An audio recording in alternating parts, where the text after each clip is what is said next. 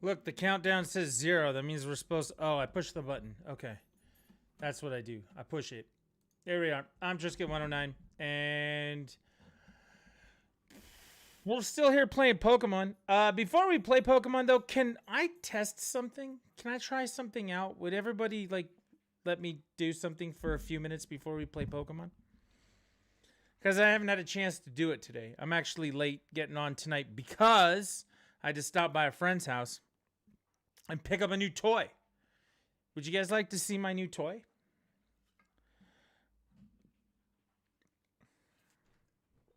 Maybe we should ask the 8-ball. That's the determining factor of everything now, right? I had to restart my save corrupted. That's no good. And Sir Blood King, I'm going to be able to get you all the starters here in a minute. We're going to work on doing that tonight. 8-ball. Should I show everyone my new toy? Perhaps.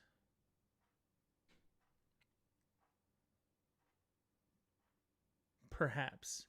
Ivy says do it. New toy incoming. Ready?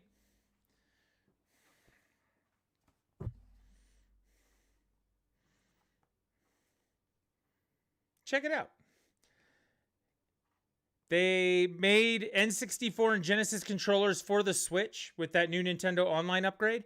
And my friend got me a Genesis controller, which is my all-time favorite controller. I haven't opened it yet, and I haven't taken a look at it, but there is something I want to do. So let me show you this real quick. So it's great and all. Here on the front page, we got Diamond fired up, ready to go. We got the Genesis games from the online available right here. But what I want to see, there's an old Genesis collection. Okay. It's down here. Where are you? Right there. This Sega Genesis Classics has a ton more games than what they put in the online service. So as a result of that, I want to see if this controller works with those games. Just real fast. We'll play Pokemon in a little while. But I want to check it out. I want to see if this works. And I haven't opened it yet. I just got it. I got home and got on my stream. So for a few minutes tonight, I'd like to do this. And then we're going to play Pokemon. For science. Exactly. For science. For testing. The purposes of testing. This is what I live for. Can I show you the craziest thing about this box? Okay. For those of you who were alive back in the olden times, you know, before the times of internet and things like that, Sega Genesis meant something in the neighborhood. You were either a Genesis kid or a Super Nintendo kid. So you get these Genesis controllers, you get your Sega hooked up, you play your Sonic 2, you play your NHL 94, you play your Streets of Rage, you love your Sega, right? I was a Sega kid. Never in my life did I ever think there would come a time that this controller, the box for this controller, would have that logo on it. That is so weird to me. That is so absolutely weird. Sega on the first page, because you were one or the other. You were a Sega kid, you were a SNES kid. No middle ground. Nintendo logo on a Sega box. It's just so weird to me. If you were there for the console wars, you know. If you know, you know. That's just how it is. Let's see what we got here. I'm opening up the box. Oh, wow. Nice wrap. You can see that Genesis logo just kind of hinting through the packaging there. I like it. I like it a lot. Got the controller out. Now it's PC versus console wars. I don't know about that. Go ask the Xbox, PlayStation kids which one they like better, and you know they'll fanboy all day and all night. Look at that. Look at how clean that is. It's got 4 buttons on the bottom so you can sync it. It's got the home and the sync button on the top to work with the Switch. That's nice. So those are additions. Plus it's got a rechargeable cable jack right there for USB-C. But the front part of it's your basic standard. Oh man, the cross pad feels great. The buttons feel great. This is very nice. This is very nice. My only problem right now is the lights aren't coming on. Underneath that, we have another USB-C cable. I love that these come with the charge cable in every controller that I buy from them. I'm a big fan. Do I want to hear something funny? Yes. I'm always down to listen to something funny. My brother used my Amazon account to buy some things, and I think I know 2 of my Christmas gifts because of it. That is ironic, unless he decided not to pay you for whatever he bought on Amazon and is using your money along with your account. If that's the case, then I say that we all get our pitchforks and we start a riot.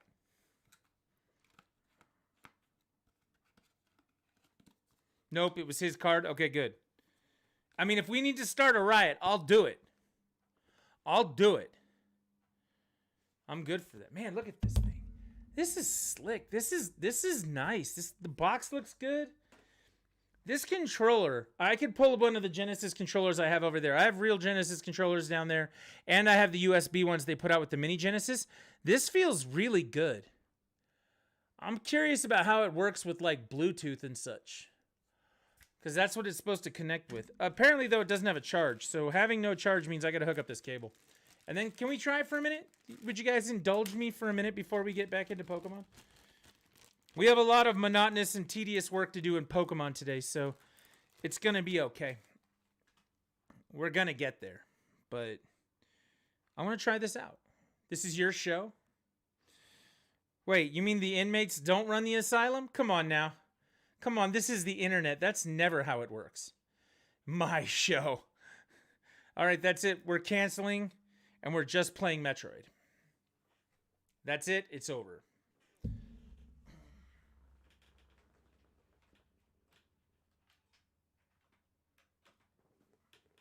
I hook the cable up to the dock. Hooking the controller up to the cable. I got lights. I got lights. Whoa. I got lights there. There you go. It thinks it's controller 2. We got movement. We got movement. Let's reset this.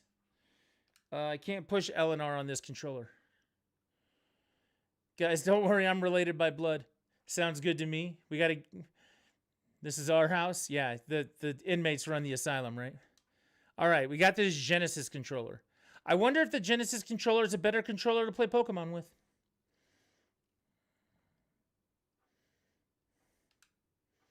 Sega Genesis Classics. Let's see. Sega!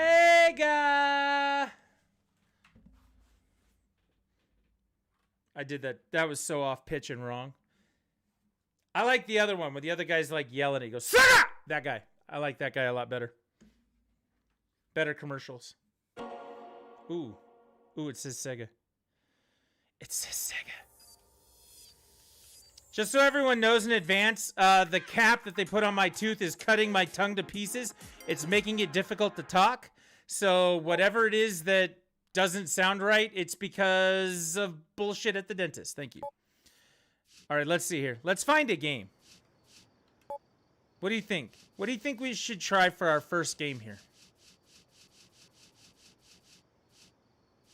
Gunstar, very good game. Sonic Spinball, Sonic 2,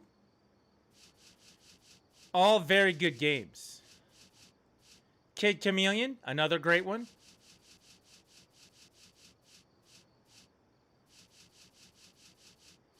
Sonic 2 is the GOAT. Sonic 2 the GOAT. Let's try it. We're not going to get to check all the buttons that way, but we'll do it. All right, it's holding a charge. I don't have to keep the controller in there. Sega. Do do do do do do. Oh my God, this is working.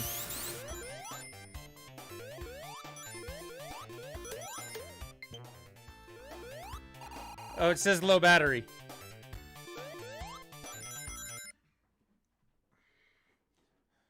Never mind. We'll plug that controller back in.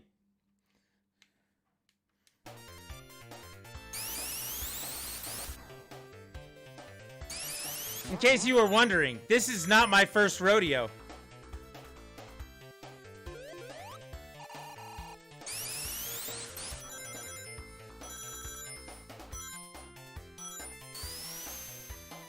Not with the Sonic the Hedgehog, that is.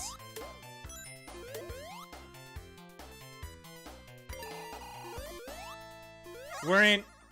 It's all about the half pipe. Let's do it. Weehaw!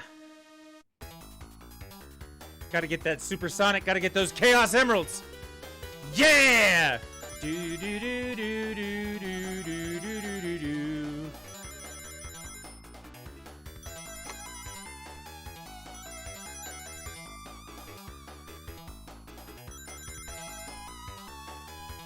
Thumbs up. Cool. Do do do do do do do.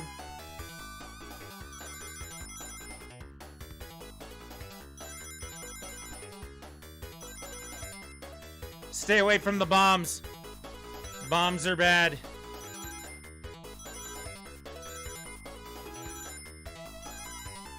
See, what happens when you play this game originally is you get somebody on the second controller, like your little sister, and you figure out a way to just keep the two players just ever so slightly apart so you can get all of those coins. You need those rings. Cool.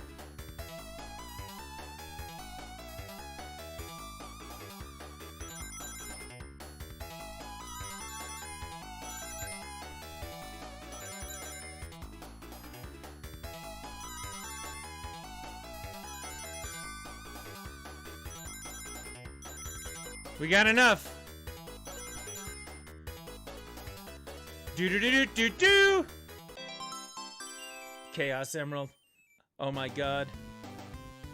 Best thing ever. Best thing ever! I like this controller. If you ever have the means, I highly recommend picking one up. It is so choice.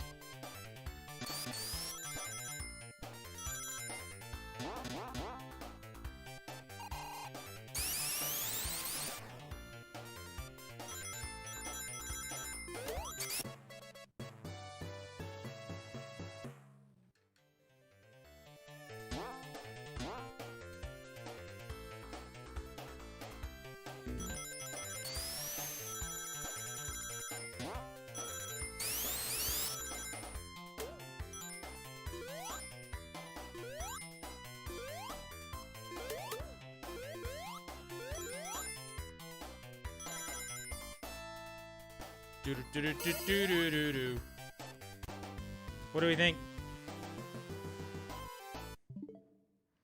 It even has the mode button on it. I can push it, it rewinds it. That's so funny. Oh, I made a video. I died. Alright. I think that's gonna do it for the Sonic the Hedgehog.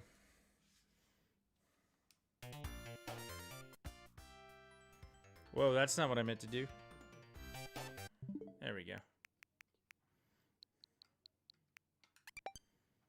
How exciting is that? I'm excited.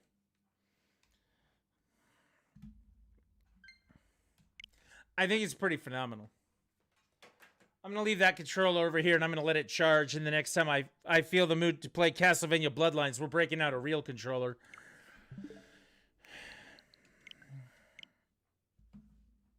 So yeah, new toy. I like it. He actually ordered 2 controllers of this for himself. He ordered 2 of the N64 controllers for himself. And then he ordered this one for me. So that was very nice of him. That was very kind of him. I appreciate it. But we stopped by his house. And then I stood outside his house for like 15 minutes. And he was like, hang on. And I was like, okay. So I just stood out there. And then he came out like 15 minutes later and he was like, sorry, I got into a Halo match. I had to fight. I was like, okay, that's totally fine, man. Fight your Halo. Halo's the thing. Do I fight all the people in the fighting gym or just the ones that are needed? Fight them all. Don't skip trainers. That's the rule. Don't skip trainers. You need the money. You need the money. Sir Blood King, I am sorry to hear that you had to restart your game. That's no good. It's no good.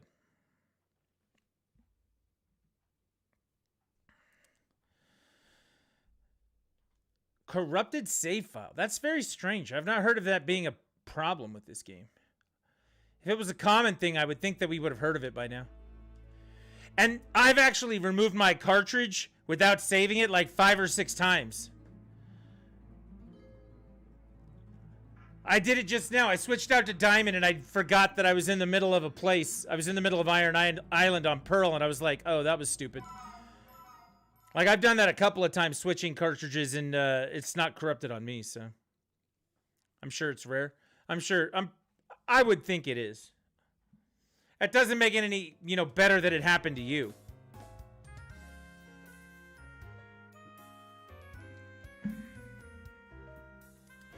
All right, let's take a look here. Let's see where we're at. We've got nothing but eggs in our thing here. Fire starter, water starter. They're putting them in here. These are all fire.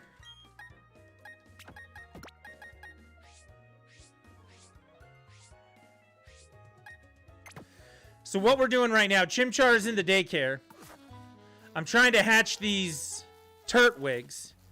And we're going to make 3 boxes. 1 box for each starter and fill them completely.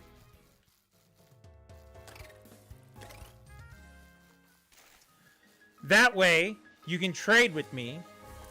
And when you trade with me, I can give you starters. We're just going to give them out to everybody. But I haven't hatched them yet, so I'm not advertising it yet.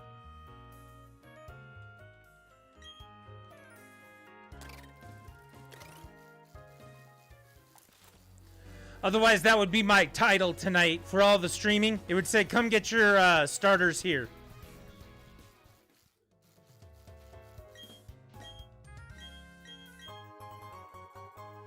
Missed past you, Trisket. Sorry. What did he pass me in? In a level?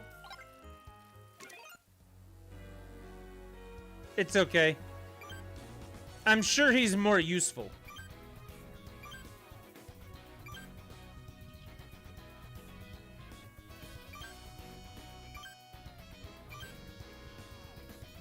Wait, which Pokemon am I? Am I Luxray?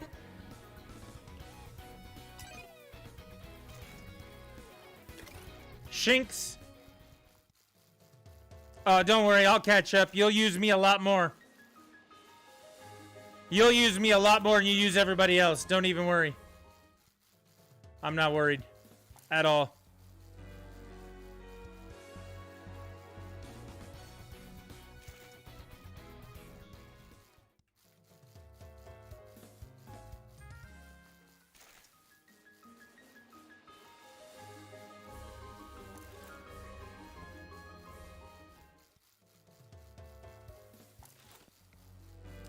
But, here we go. Our adventures tonight. First, we're going to do some of this hatching and collecting of eggs. So we can start getting some of those trades underway. That's first. Second. We are going to go out to the new battle area. And we're going to see about Heatran. And seeing what else stuff is out there. Third, if we've completed all of those things, third thing we're going to do tonight is we're going to go to the underground and spend a whole bunch of time in the underground. What battle area? After you beat the Elite Four, it opens up a new battle area on the map that you can sail to from the Snow Point Gym. And there's a battle tower, so you can earn BP and fight NPC trainers out there. And there's a whole area behind it where you can go catch some other limited Pokemon. There's a legendary out there named Heatran. And if I remember, don't let me forget, at some point tonight, I will go get a Rotom, too. I do like me some Rotom. So that's my plan for tonight. Sound good, everyone?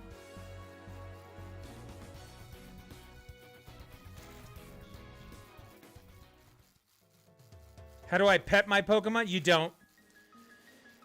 It says that because they like you.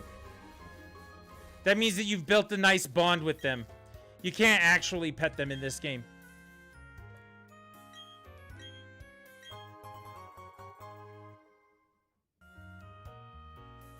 At least as far as I know, you can't.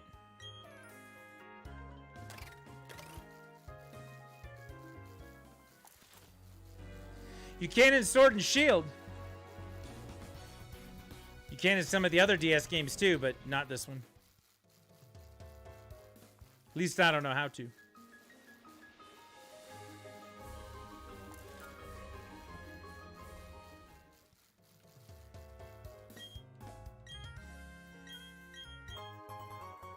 You fight them from 3 Pokemon to 2 Pokemon to 1 Pokemon when fighting the quads.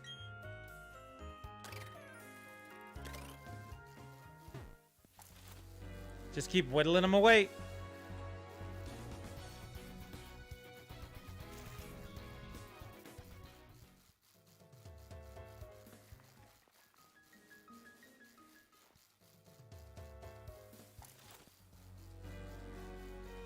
Just want to play Halo, but I'm sick and I only have a dog sled to get to my other's house where my PC is. Yeah, that's not the best way to do that. I mean, there's a couple questions I have about that. The first one is, do you have a dog to pull the sled? Because without the dog to pull the sled, a dog that's trained to pull the sled, that's not going to do you a lot of good. That's a hard way.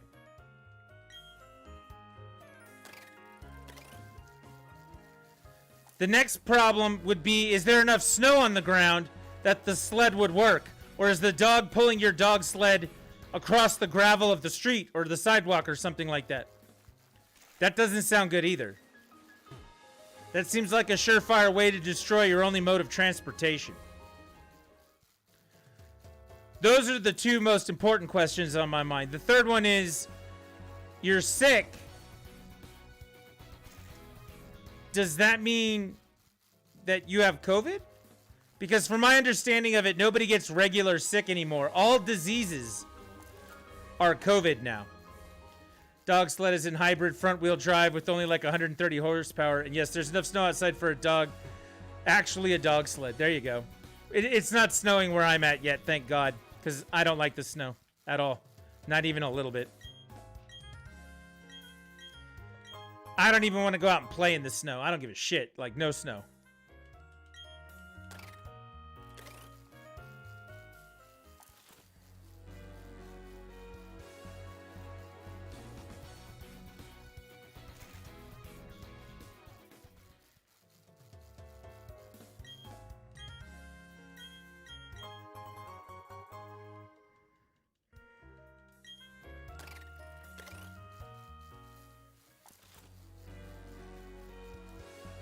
I mean, from my understanding of it, you could eat like a bad piece of fish and get food poisoning, but it's actually COVID. Because there is no more regular disease or sickness. It's all COVID.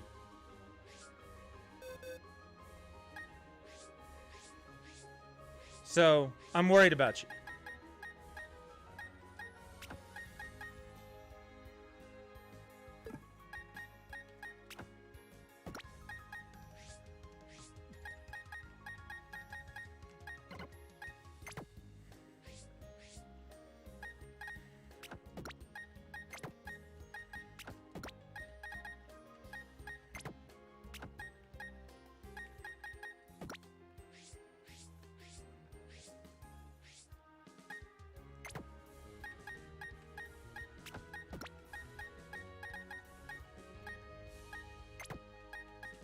There we go. All right, we're coming along with these. I do want to check one more thing. Let's see if these are anywhere near hatching. The egg will hatch soon. Okay, we're going to start seeing eggs hatching real quick here. That's a good thing. Nico, have you picked up the Pokemon yet? Are you going to do the Pokemon thing?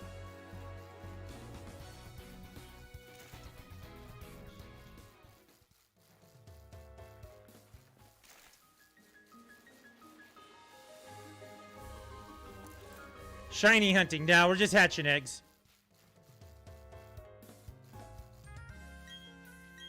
You canceled your OLED pre-order because you're low on cash, so no Switch. I understand that 100%. So check it out. I'll show you the box again here in just a second. We'll get these first ones to hatch. By the way, everyone, that controller I just showed everybody, Snowy got that for me. So these are the leaf Pokemon here. We're going to hatch all these eggs. These are the water Pokemon here, so I can just give them out the starters. And then these are the fire Pokemon. We're collecting the eggs for that right now. So we got to do some work hatching them, which is why I'm just running back and forth. We're looking to hatch Pokemon and collect more eggs.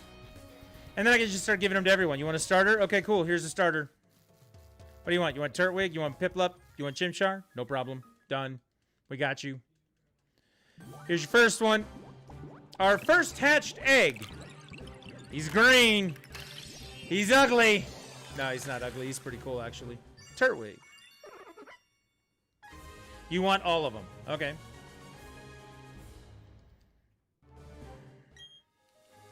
Oh, we got another one. They're all going to hatch at the same time. I put them all in my inventory at the same time. Or my party at the same time. So we're going to hatch 6 at a time. Is Trisket evolving to Luxio or Luxray? Because Luxray is awesome. Well, actually, they're both awesome. Oh, here's our third one. Luxray. That's the... I like that. That's the one. Luxray is going to carry you all over this game. If you can only get one Pokemon, that's the one to have.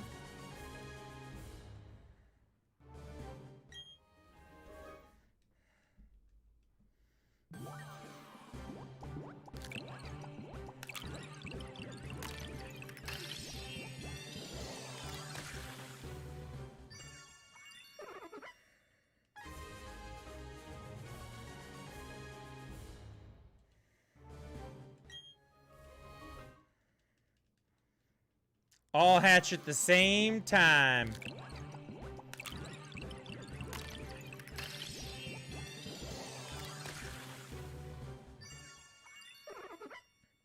Well, Nico, even though you have no Switch right now, if you get a Switch, if you get the Pokemon, we'll have starters for you.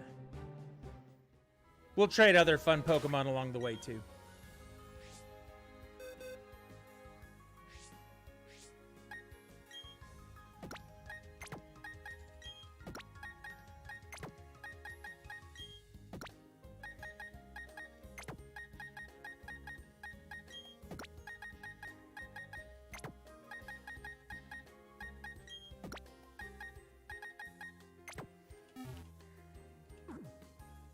All right, we'll work on these ones now.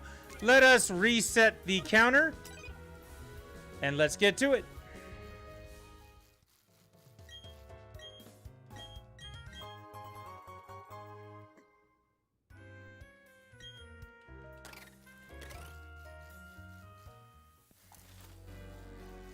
What are the starters? How many steps do you think they are? It goes 3,000, 5,000, 10,000, 3,000, 5,000, 7,000, 10,000. I think there's 3 or 4 tiers of steps to unlock them. I don't think these ones are... I think these are like 5. So when we get to 5,000, we'll take a look. My guess is 5,000. Anyone else want to venture a guess? Or you can look it up and then, you know, guess the actual number and then be like, yo... I'm so smart, like, I'll allow it.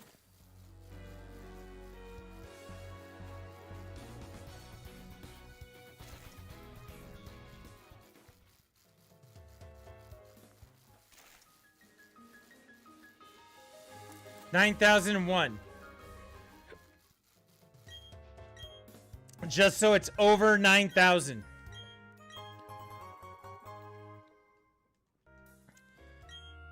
My son might be in the other room playing Kakarot, so that may be a relevant joke. Not just a good joke, but an internet joke. But a relevant joke. It could be all of those things at the same time.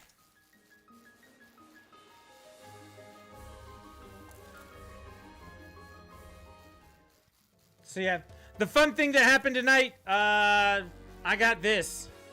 And we already plugged it in and tested it. It works great on the old Genesis collection as well as on the new Genesis games. I would use it here on Pokemon, but I think I need more buttons than the 4 it comes with. But if I could play Pokemon with a Genesis controller, that's right, I'd do it.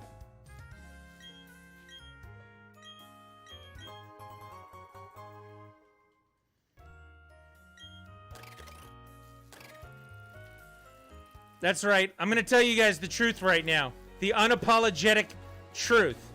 The Sega Genesis was the best console ever made, and its controller is the best controller of all time. Come at me, bro. Come at me!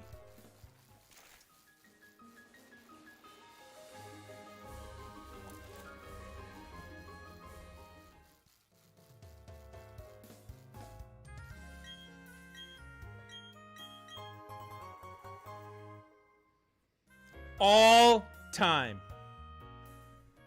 Time for the gym leader. Put him in the ground. I believe. I mean, technically, PS2 was the best-selling console of all time, so if sales numbers dictate best, there you go. False.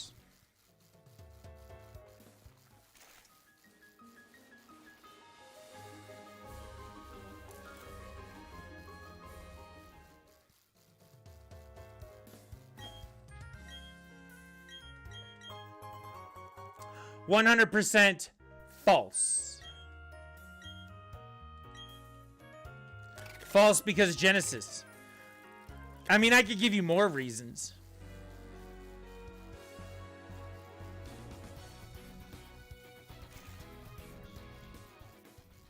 I could just say Genesis, and that would work.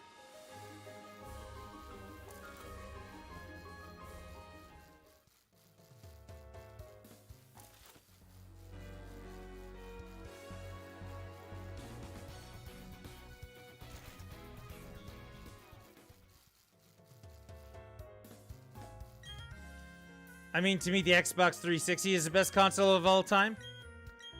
False.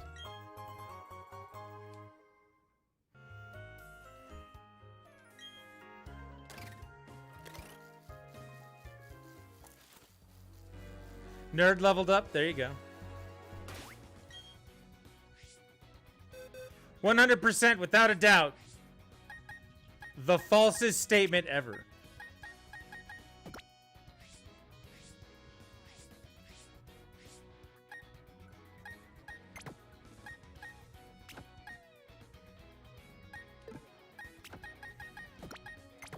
The controller was amazing and the games were incredible, dude. The controller had too many buttons and the games were all PC ports. Burn. Burn. Burn.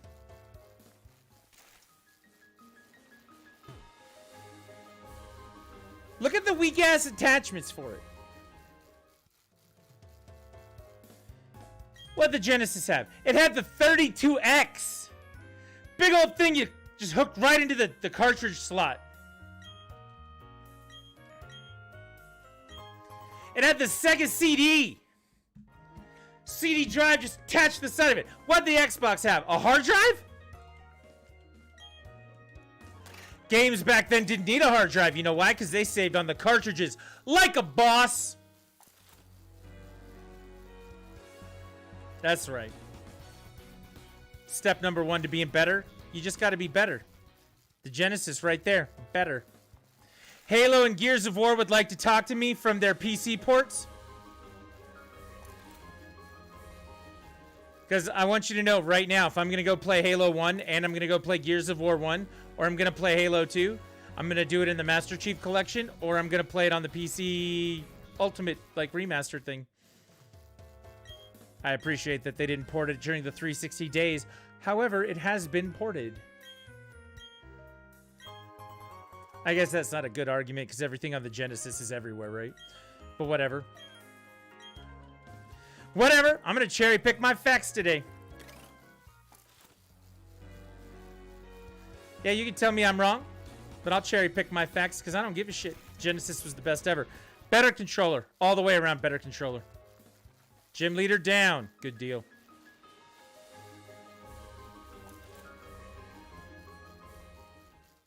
How many emulators run your games? I mean,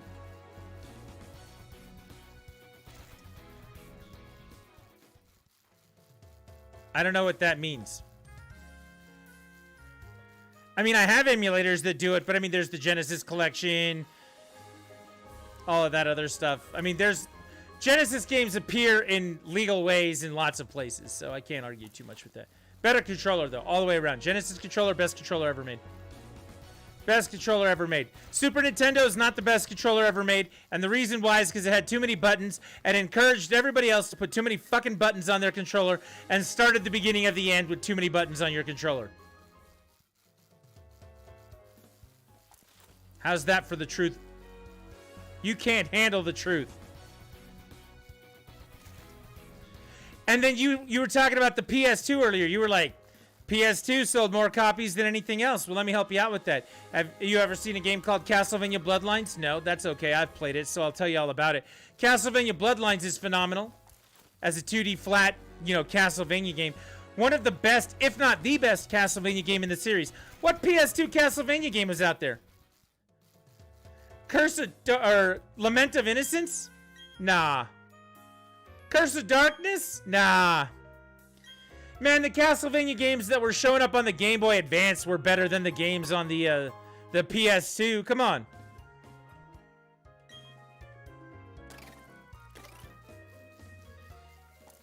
Sonic's Fall from Grace started on the Xbox 360. Hello. At some point, we're going to have to acknowledge that the 360 destroyed franchises. Sonic 2006? No. Sonic Adventure and Adventure 2? Yes. Sonic 1, 2, 3, Sonic and Knuckles? Yes. All right, we're not going to talk about 3D Blast. That's an anomaly. We're not talking about that one. Don't start yelling 3D Blast at me. Don't you do it!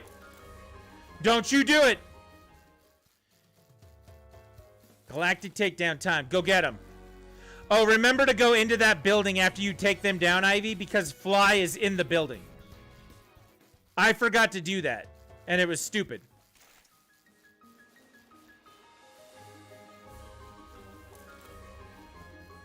Sega Genesis. How many other systems had a volume button on the system that was totally badass? None of them? That's right, none of them. Hardware option. Yeah. Sonic was doomed from the get-go. You take it back, Mr. J. Grass against my fire. I know, they're not very smart, are they? Your fire is gonna light them up, light them up, light them up. I'm on fire. As the Fallout Boy once said. Alright, it's 5,000 steps to hatch these eggs.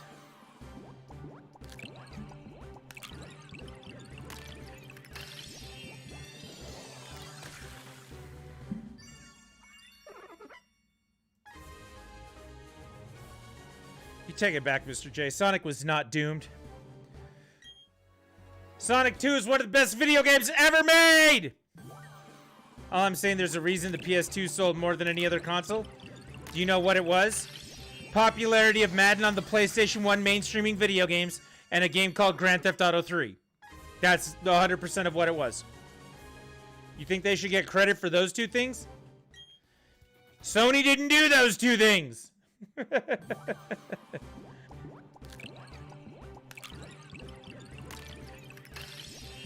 God of War wasn't until way later. Way later.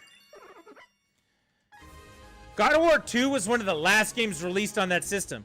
God of War 1 didn't come out till like 2005. It kept it selling later. I mean, I'm not going to argue with that point, but like, it wasn't the thing that pushed it up front. The thing that made it the installment piece and made it sell as much as it did was the fact that it was a DVD player. Like, let's not give the games credit for that. That was a DVD player. You know it, I know it, let's be real.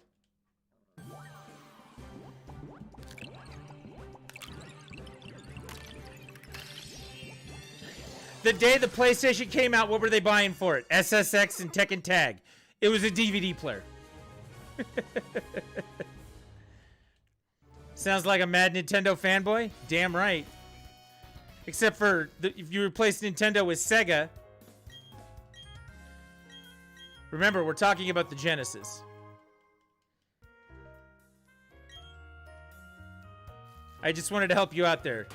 Make your insult a little more palatable. A little more on the mark.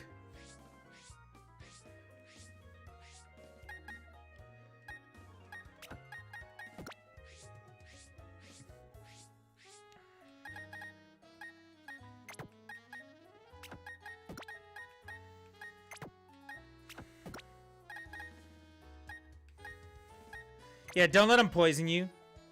Nip that shit in the bud.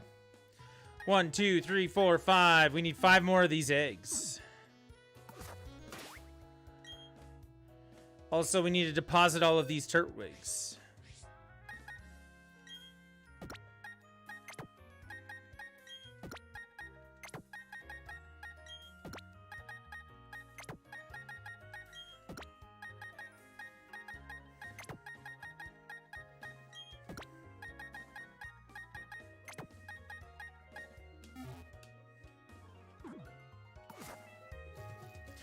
All right, let's reset this. Let's get back to it. Hatching eggs, yo. After this round of Turtwig, we are going to get some other Pokemon. We'll get out like some Piplups or some Chimchars or something.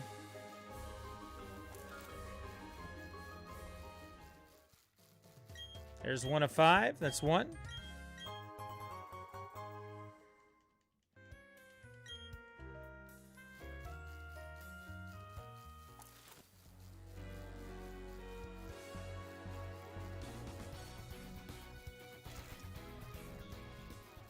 It could be worse, Mr. J.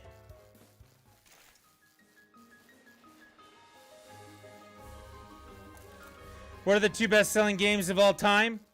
Super Mario Brothers, the original, and Wii Sports.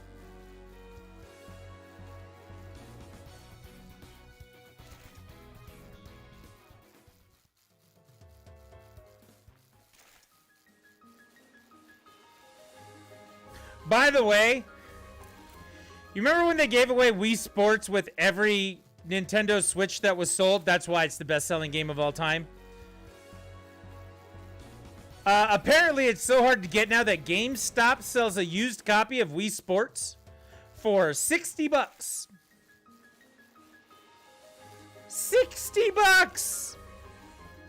Wii Sports is number 4.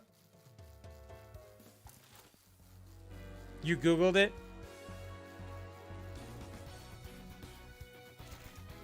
There was a time it was number 1. If GTA 5 has surpassed it, it's only because they put it on 9 systems. 9!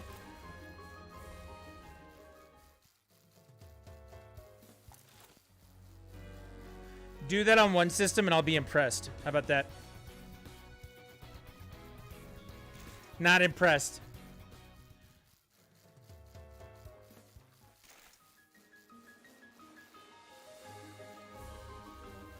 Minecraft, GTA 5, Tetris, Wii Sports, and the PUBG.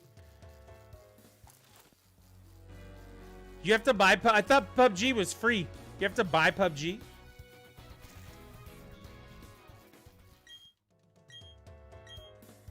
That's number 2 on the egg. Where were all the flowers? Flororama Town. You know what? I do remember having to pay for PUBG. Did I buy that game for Snowy? We gotta find out from Snowy. I might have bought that game for Snowy. I did. Yeah, there you go. Funniest thing I've ever heard somebody say when talking like their game prowess, right? Like gamer being like, yo, dude, no scope headshot, your dick, you know, that sort of thing. One time, a friend of mine, Alex, and a friend of mine, Taylor, were somehow talking about, you know, their accomplishments in the PUBG. And Taylor looked at Alex through the internet and went, man, you don't know nothing about sniping. I'm straight out of Pochinki, bitch.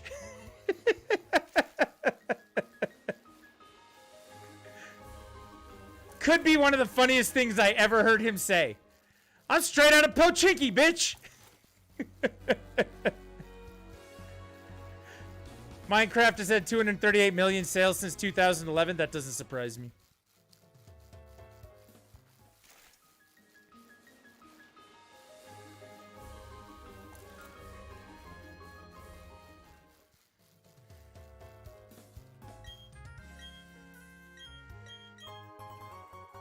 That was hilarious. It's like, where'd you learn to snipe? Straight out of Pochinki, bitch!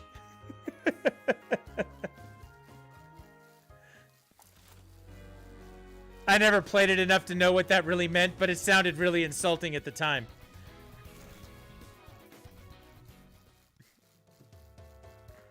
It was hilarious.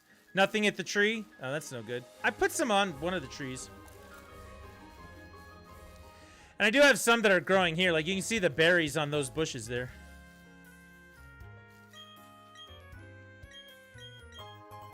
Is that 3 or 4? I don't know. We can go look.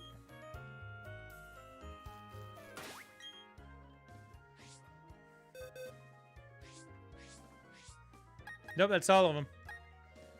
1, 2, 3, 4, 5. We're going to move all these over.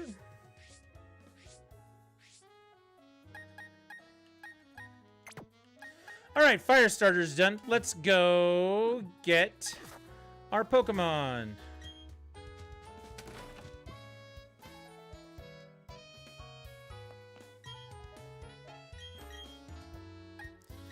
We're going to take Infernape back. We're not going to take the second one back. We're going to drop another one off.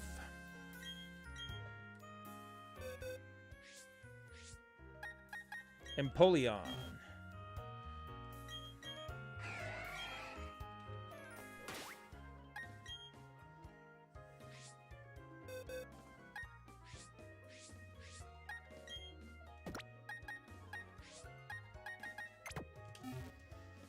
Here's what I will say. If you removed all of the multi-platform games, Nintendo platforms are the entire top 25. Right? And you remember how I used to laugh and joke and talk about how there were those kids who would come in and be like, Nintendo's going out of business. The Wii U was a failure.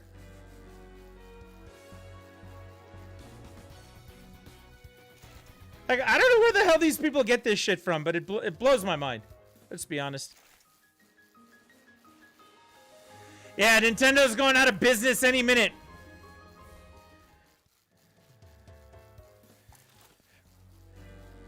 Oh, wait. The Wii sold almost as much as the PS2? Man, I don't know what to do with that. Oh, wait. The Switch is selling better than the Wii did by this point in its lifespan? Well, I don't know what they're going to do. Wait, while all the rest of that stuff was happening, the 3DS printed them money? I mean, I don't know what to do. Check out this list.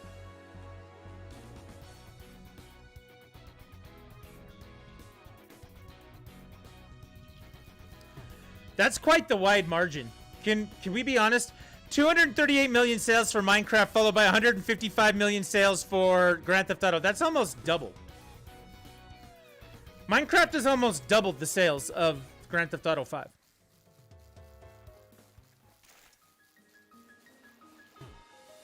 Or, yeah. But yeah, selling 82 million copies of Wii fucking Sports. Hello. Hello. Hello, McFly.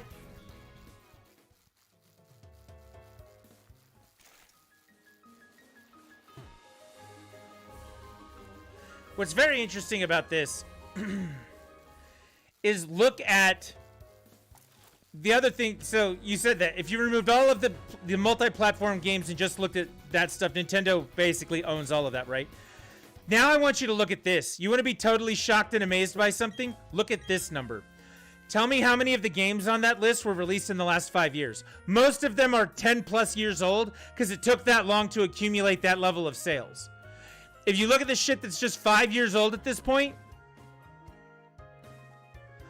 the Mario Kart 8 Deluxe sales come from the Switch, not from the Wii U. So that 48 million comes from one platform.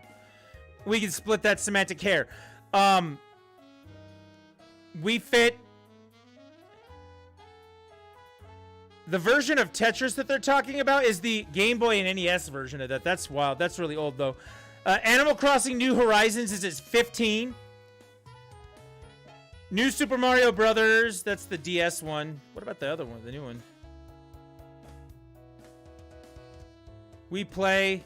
No, of that list, the only things in the last 5 years that have done it are Red Dead Redemption 2.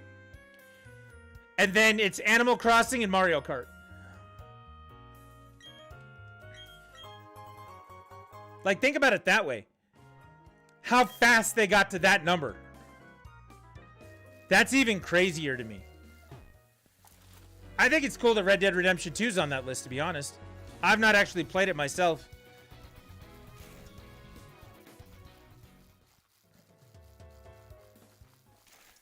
I think that number is very telling as well. The only games that have done it in the last 5 years, 2 of them are Nintendo, 1 of them is multi-platform. And it's a Grand Theft Auto style game, which that stuff just, apparently Grand Theft Auto just speaks to the degenerate game people out there, apparently. Red Dead Redemption's not that game. I'm not going to blame that. Also, Mr. J, looking at the list there, what's notably absent from it?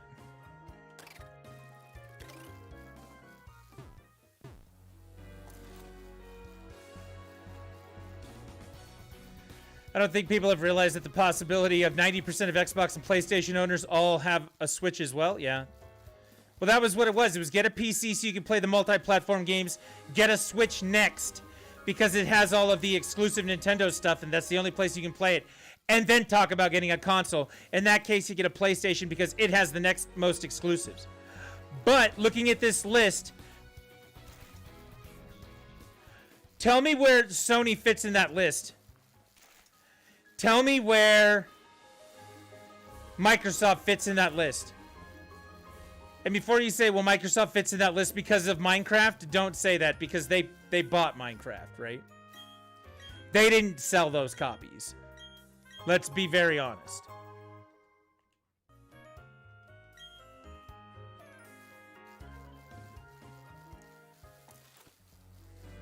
You're talking about a list that is dominated by Nintendo. What's the first single platform game from either Microsoft or Sony on there? You said Kinect Adventures, was it like 38? Breath of the Wild is 30. Super Mario World. We Play. Duck Hunt. Duck Hunt.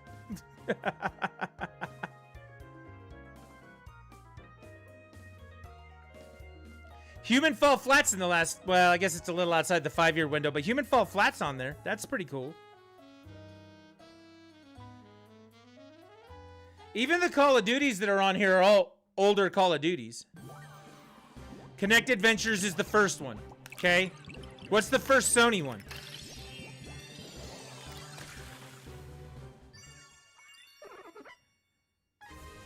Gary's Mod. Last of Us Remastered is on there at 51.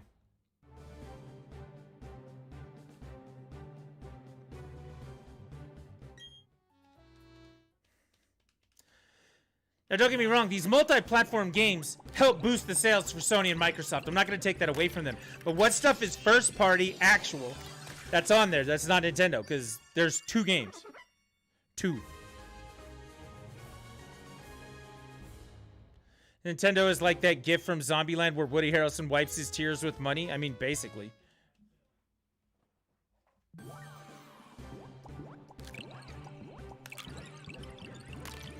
I've never understood the hate for Nintendo. It's like, look, all the real gamers out there bitching about how Nintendo's a bunch of, child shit and nobody wants anything to do with it. It seems somebody does. Seems like somebody's into it.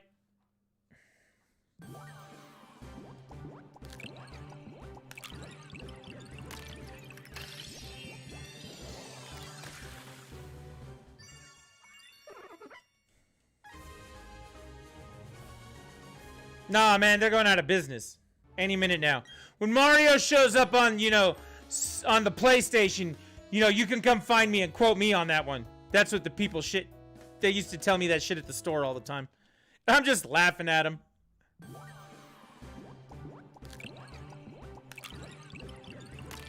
By the way, that is the ultimate problem. We were talking about this the other night too. The ultimate problem is that separating your love of something, your fanboyism, your unwillingness to, you know, discern reason and logic, it seems to exist in a very large way with video games. Just because you like something doesn't make it the way you think it is. People do that shit constantly, right? It seems to be a much bigger problem with video games.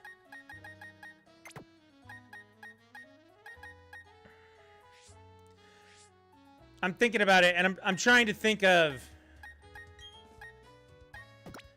like any other medium that even comes close to that. The only other fandom I can think of that's like that, which is probably almost justified, are like the fans of Harry Potter books.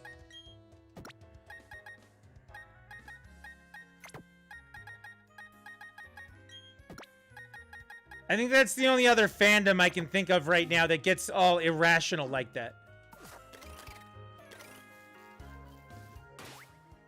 Maybe I'm wrong about that. That's just a feeling. That's a gut feeling. There's no research behind that one at all.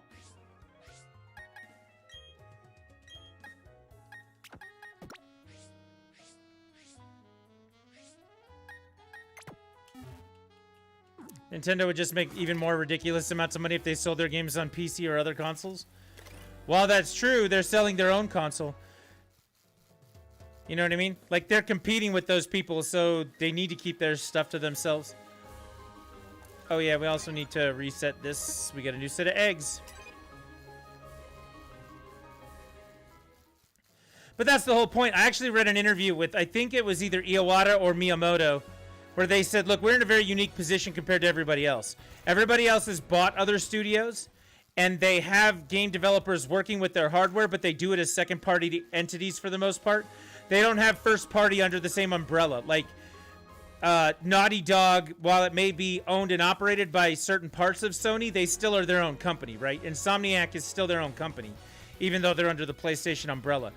EAD, Intelligent Systems, the Zelda team, like, those are all integral parts of Nintendo. They're actually teams in the same fucking building as the hardware team, right? They all work together as one company, not different teams working for one thing. So when Nintendo puts their hardware together, they bring the software teams in to go, hey guys, can you work with this? And they all work together to get that done. So one time they were quoted as saying, look, we are in the strangest and most unique position ever. Because if our hardware is not good enough for our developers, well, we made the hardware. And if our software isn't good enough to support the hardware, well, we own the software teams. Like, we're all part of the same group. So we have to feed each other in a way that nobody else has to worry about like we do. And they were 100% right. Whoever it was who said that was 100% right. Nintendo is very different in that way. Star Wars fanboys and girls get very upset at everything. And yes, Harry Potter fans are very sensitive. Star Wars fanboys and girls, that's what you say. Yeah, maybe Star Wars is that fandom as well. Maybe. That's just a gut feeling. But no, like, video games, for whatever reason with video games, it's across the spectrum. Doesn't matter if you're Xbox, GameCube, PlayStation 1, you're a Sega Genesis kid, like, whatever it is that you ride or die with, you are literally willing to die for. That's what it feels like. I've never seen... Working at the game stores for as long as I did and seeing the I don't even know, the great unwashed of the world. That's what I like to call the people waiting in line at the beginning of the midnight launch lines. The great unwashed. Like, they seem to be on a whole different level than that. But, again, it's just a theory. Yeah, looking at that list. That's pretty crazy. Yeah, Nintendo's going out of business any minute now, guys. Any minute now. Those kids who used to tell me that shit back when the Wii and the Wii U were, you know, failing, and Nintendo's going out of business. I wonder what shit they've come up with now to say. Any minute now, Grand Theft Auto 6 is gonna come out. I don't know. They need their PP touch just a little, maybe. I don't know. It's just a theory. The sales numbers aren't a theory. I've waited in line, but I don't have a fanboy opinion, and I don't shit on others for it. I'm not going to tell you that I don't shit on others, because I have done that. I try very hard now not to, because there's a difference between liking something and liking something like a contact sport. You are entitled to your opinion. You are not entitled to subjugate your opinion over my own.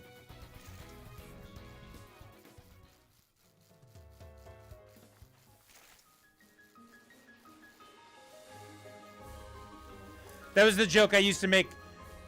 Final Fantasy kid would come into the store, or any kid who had a fandom to live on the or die on that hill with. They would come into the store and they would ask you a question, but they would do it in the form of a statement, because they would add the words "isn't it" to the end of the question. So a kid would come in and be like, "Hey man, Final Fantasy VII is the greatest video game ever, isn't it?" Now, if you want to know if you think that what my opinion of Final Fantasy VII is, I'll give it to you. But when you add the word "isn't it" to the end of that question, you're not asking me for my opinion. You're asking me to validate yours. And since, as it happens, I don't think that Final Fantasy VII is the greatest video game ever, that person and I are going to have a problem. Hey man, have you ever played this game called Grand Theft Auto? Grand Theft Auto is the greatest video game ever, isn't it? Actually, I hate that game with the fire of 1,000 suns, and it makes me think that we should have somebody tailing you around the store to make sure that you're not stealing things.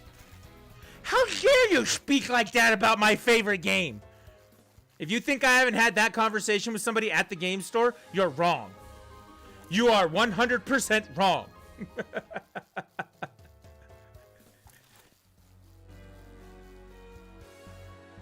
If you think I haven't had that conversation with many people multiple times, like the same person will come in and pull that shit over and over again, you are wrong. 100% wrong.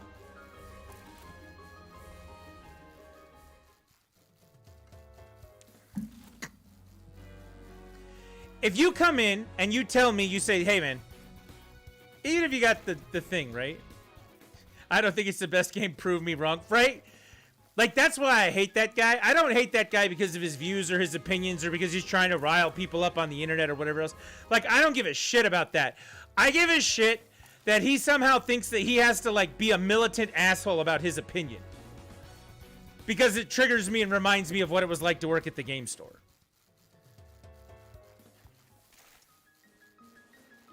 It's like telling Skyrim or Fallout fans that there are other games besides Skyrim or Fallout, right? First shot down, do it. Ivy's got the tequila bottle out today. I might pull out some rum. I have one more like spiked lemonade down here I may drink. So their rose-colored glasses are so thick they literally get mad at you for suggesting other games. Well, they get mad at you for a lot of things. I don't think you understand. Sonic 2006 and the fan fiction that I write about it is very important to society, and I love this game. It's so important. Why can't you just love Sonic 6 the way I do? You mean that kid?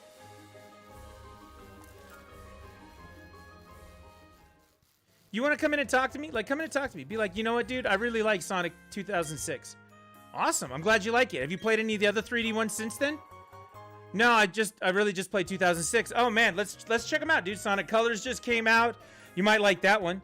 Let's see what we can do to help you find something, dude. I love the fact that you love a game. That's not the conversation I get to have with people. How dare you even suggest that I play another Sonic the Hedgehog game? I just want to play Sonic 2006. Don't you understand yet? If the guy at the video game store doesn't agree with me, then my life will be over because I'm right and clearly he's a moron. You mean that guy?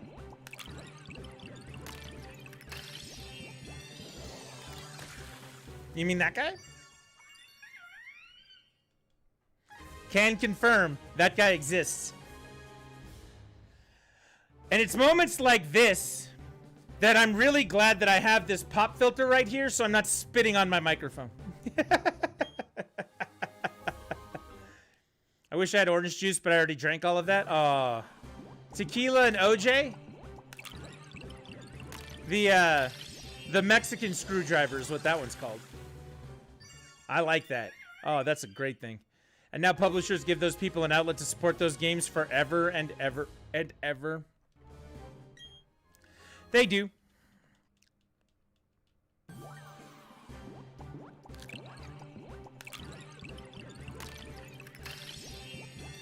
The people who have already given over $100 to Halo Infinite. We should ask freaking Snowy if he's already given them $100 for Halo Infinite. What would you spend $100 on? Skins? Like armor skins? The battle pass? How much is the battle pass? 10 bucks?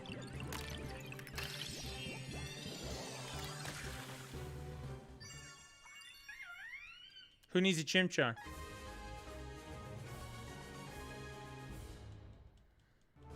I have only spent 10 bucks. There you go. Hey, Snowy, you know my pop? I should go get this while these are hatching. You know my pop character? I don't buy pop characters. However, when we were playing Halo 4, we got one in when I worked at the store. We got a pop figure in that looked exactly like my armor set was.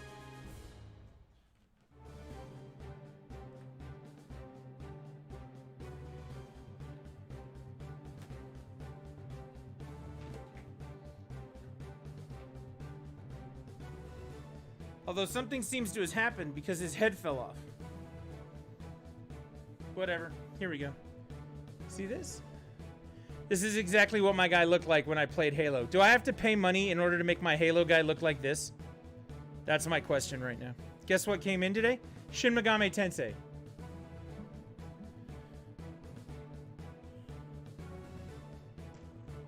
Mario Kart Live. Oh, there you go. There you go. No. Other than the battle pass. I don't have to do anything to make my guy look any different than that. I can make him look like that without spending any money.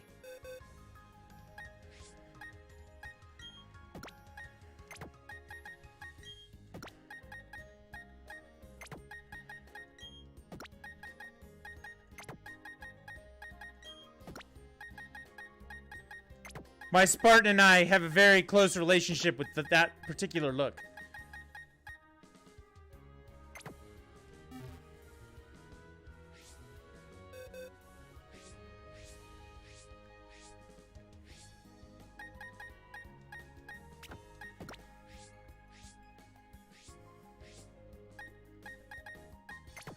One of my employees at the time when that came in, Shin Megami 3 is still awaiting pickup. At least they're sending it. If I could get Noble 6's armor without buying the pass, I would. But there's a thing. But no, the other pop that we got at the time that one came is we got one for Cortana. And one of my employees named her daughter Cortana. So we let her have that one. Which is actually really funny in retrospect because of all the time that we played Halo 4, and we played a lot of Halo 4 when I was the store manager there and we were kicking ass and doing things. We played a lot of Halo 4. She never came and played with us. For someone who was a Halo junkie.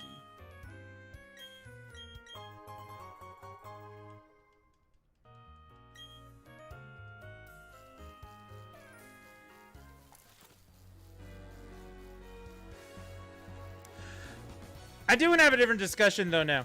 Can we have a different discussion? I mean, I'll continue to make fun of that, you know, that one guy who thinks that Final Fantasy VII is the greatest video game ever! I'll keep making fun of him if you want me to, but... did anybody pick anything up for Black Friday? Ivy was talking about the Mario Kart Live showed up today.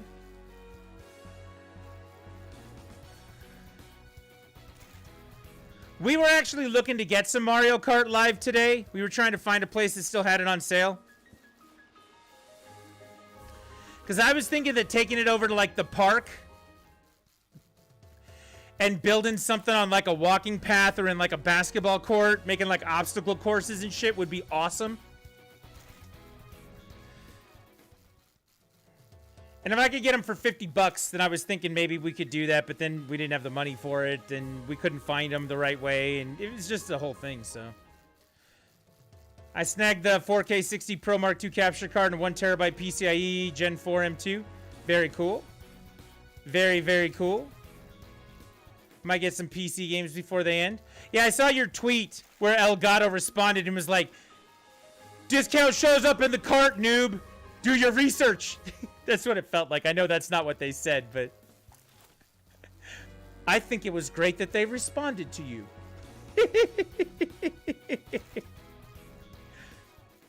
Might get some PC games. That's the link for Mario Kart Live. Yeah, there's 60 at GameStop. I want more games, but I shouldn't buy any more. That's my thing right now. Like, I know that there are games that I want to get, and then I'm stopping myself going, look, there's so many you have to fucking play first. You know? That's my problem right now. I mean, seriously. We were sitting at dinner. That's why we stopped by freaking Snowy's house, because we were out to dinner. And my son and I were discussing, like, the stream. I was like, what should I stream tonight? And he's like, I don't know. I was like, should I put in Pearl and finish Pearl? That way I can do all the endgame stuff in both games. Or should I keep pushing with Diamond? Or what should I do? And just between these two games, I have so much still to do that buying more games at this point doesn't make any sense at all. Just doesn't make any sense right now. I was sitting there stalking Amazon and Best Buy's page, but the price never changed. And then I checked the Elgato store and it didn't mention any sale for the capture card. Yeah, they didn't say anything up front, so I think next year they need to just change the price up front so people don't mistake the sale as not active. I agree with you. I checked their page too. There was like an overall banner. It was like the PlayStation store. There was like, save up to 30% or 25% or whatever it was, but it wasn't specific about anything. And it really didn't, you know, encourage you to buy anything based on it being on sale. But I am glad that you got the 4K card. I know that you wanted to do that in order to play your PlayStation 5, you know, at the higher setup. So that's awesome. I'm glad you did that. So Mr. J picked something up. And you got it for $50 off. That's awesome. If I could upgrade, I mean, seriously, one of these days, when money is no object, I'll upgrade my internal capture card. I'll buy both Mario Kart Home bundles at the same time. And then every other game that all the people want. You know what I mean? The solid state drive was only $160. Crazy deal. Wouldn't have gotten here till next year, so they were told no. My nieces and nephews are mad at me because I didn't get them the advent calendars. Yeah, they can deal with it. They'll get over it. They're children. They bounce back. Have them watch 8-Bit Christmas and learn the moral of, you know, the spirit of Christmas and shut up.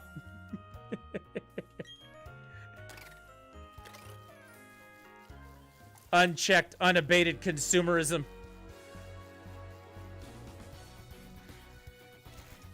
Oh, hey, Snowy, are you still hanging out? I want to tell you a story.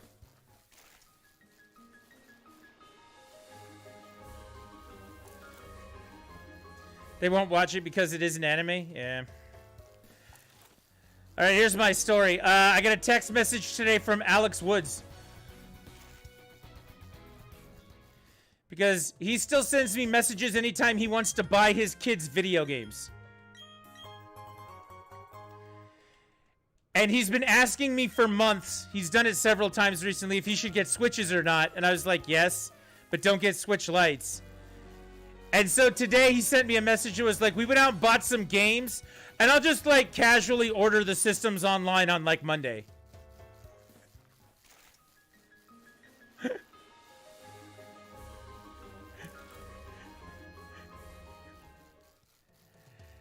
And my thought was basically, good luck with that.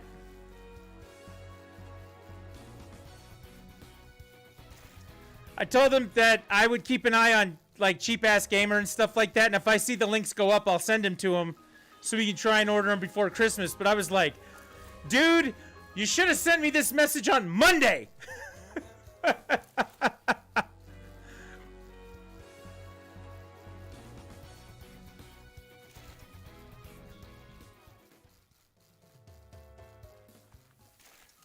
He actually did try and contact me earlier this week, and I forgot, and I didn't respond to him right away.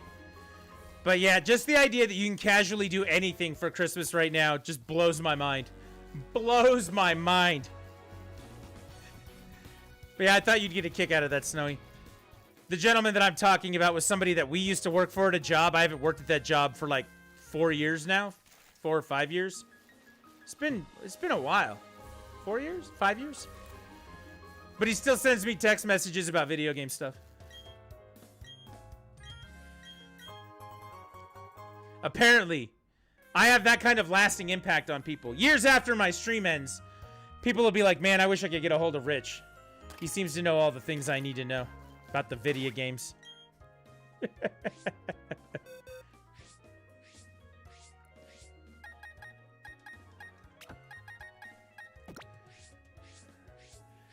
And you know what else is cool about that? I still take his phone call.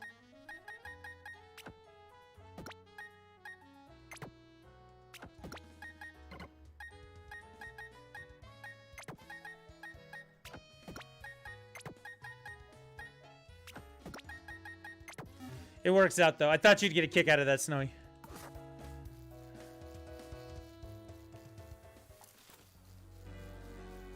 But yeah, did anybody else pick up anything for Black Friday? Snowy didn't have to buy anything. The only thing he cares about right now is Halo.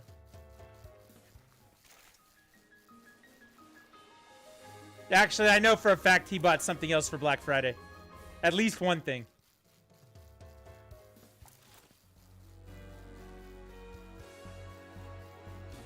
My son got a couple things.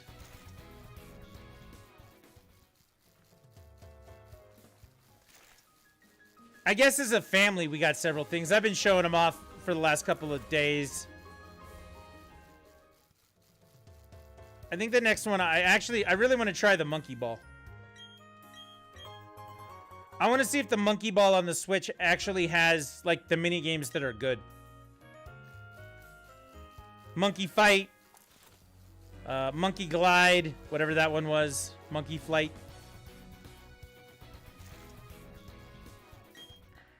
Oh, cool. We're hatching eggs again.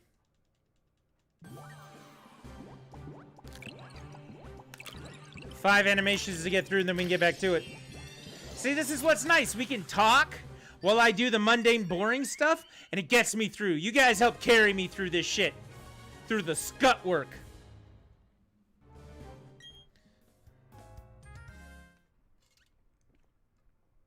Give yourself a big round of applause.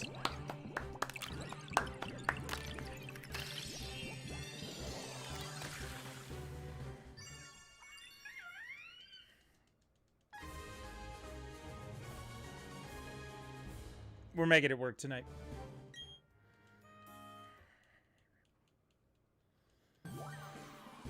I should really take off my sweatshirt. I was wearing it outside, and now it's kind of hot.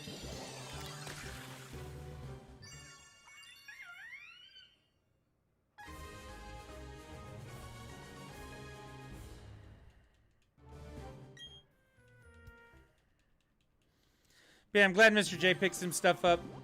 Ivy got a few things. I know Ivy got some stuff. I can tell you right now, the game I'm actually most looking forward to trying on the list of stuff recently I got is this Astral Chain. I really want to get into Astral Chain. I waited on it, waited on it, waited on it, waited on it. I mean, it's been out for like 3 years. And then somebody got it for me for Christmas. Is that how that works?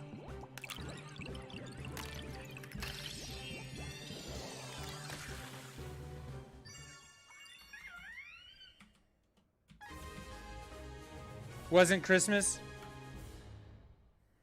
Look, I changed your command, Ivy.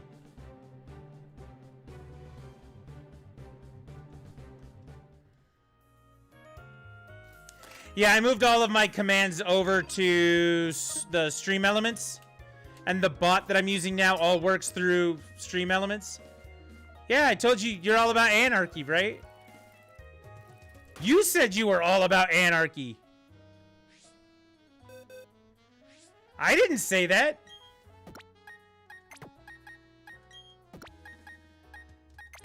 Somebody who believes in anarchy is an anarchist. Say that word. I'm not able to think of how it sounds. Anarchist.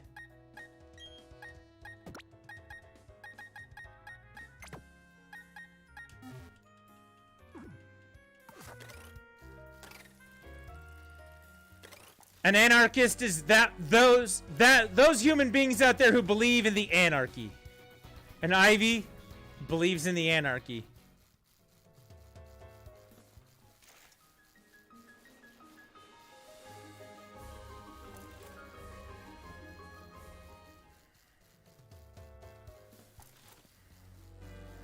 She's like those little kids in Talladega Nights who are running around going, anarchy! Anarchy!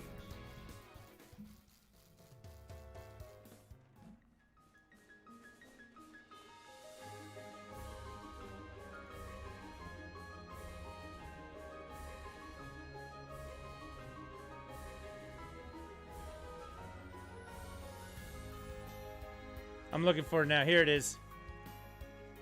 I'm all jacked up on Mountain Dew. Yeah, those kids. Just like my boyfriend says, chaos.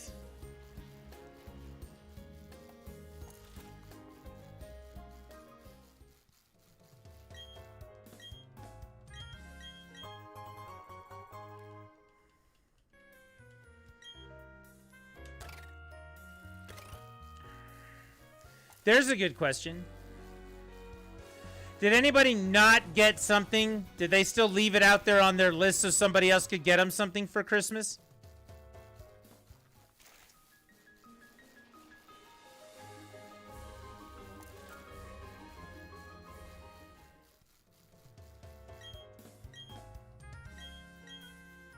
I don't even know what I want for Christmas. I left a bunch of PlayStation games so people would have gift ideas. There you go. Did you leave the appropriate hints?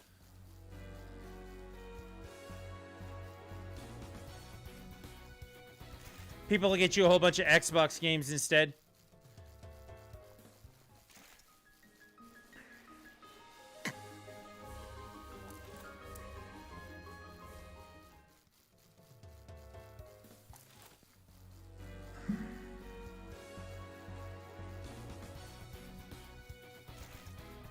My parents and brother just asked me what I want, so I just gave them the list.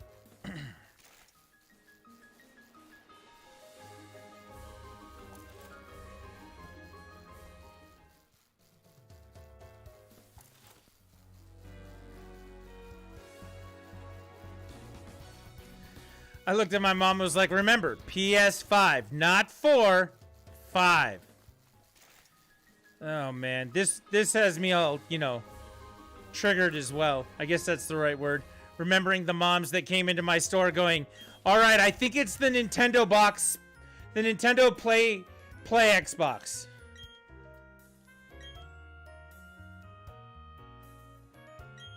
The what? That one, the Nintendo Xbox. It's the Sony Switch, the Sony Nintendo. Look, we've got the Sony Nintendo. What? That's your mom. And there's some poor GameStop employee out there trying to help her. Oh, God.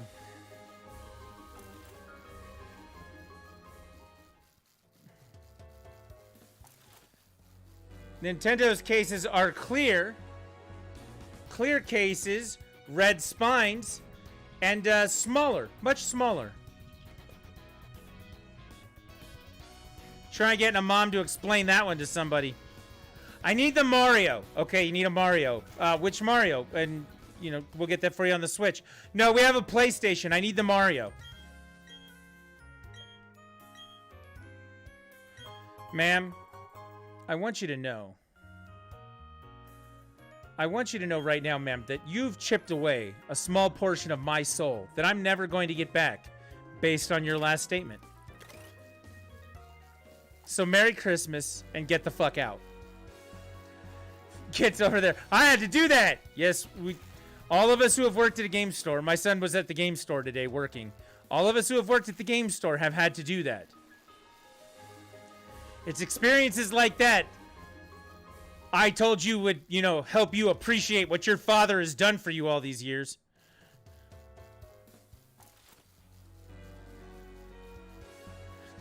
Just gonna look at, I'm gonna look at the next person who says something. I'm gonna be like, I award you no points, and may God have mercy on your soul. Send them on their way. My family doesn't buy me video games because they can't remember which ones I have. Mine's the same way. Like, I'll buy my own.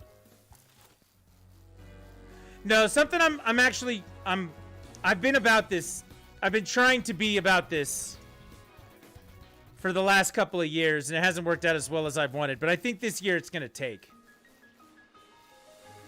So everybody has gotten something that they want, right? My son, we've picked up some things. He knows what he's getting for the most part. I mean, there's a few surprises here and there. You know, things that we'll think they'll like. My daughter has some stuff that she's going to like. And she knows some of it, you know, that sort of thing. Because it's not about the surprises of whatever it is that you're getting. Everything that they're getting, for the most part, there's a few exceptions to this, but everything that they're getting is something that they can do. So the idea is not that we're going to get them stuff, but we're going to get them something that they can do. So, you know that book series I was telling you about that had 53 books that comes out with a new one in February? They just released the name of the one coming out next September or October. So there'll be 55 books total. They'll put out a new book just in time for Christmas.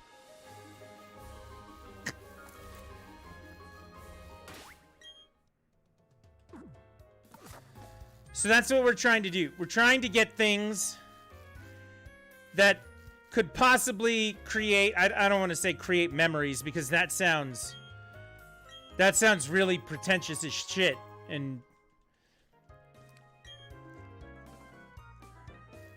But stuff that we can do. Does that make sense?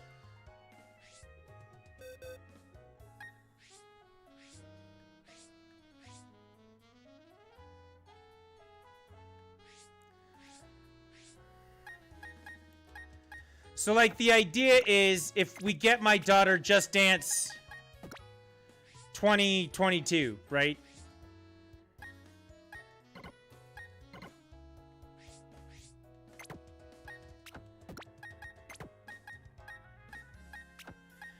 Then on Christmas Day, my daughter is going to be playing Just Dance 2022.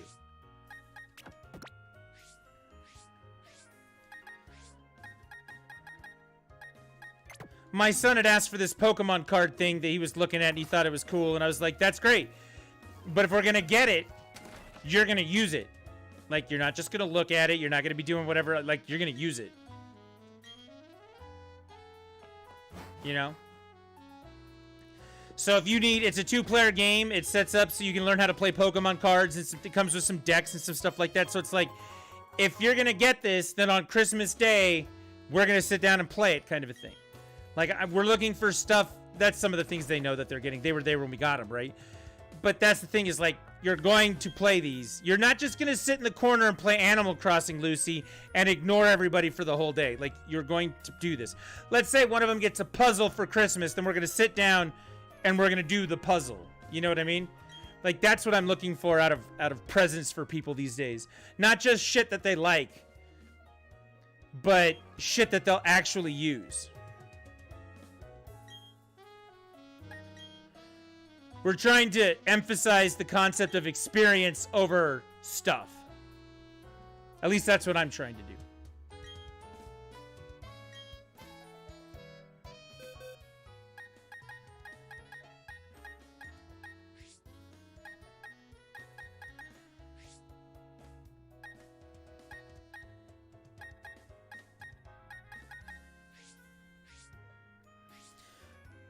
Most of the time they buy me a game that they think look cool. 2 years ago, they got me The Stick of Truth. That's not a bad game. We Happy Few. That wasn't so bad.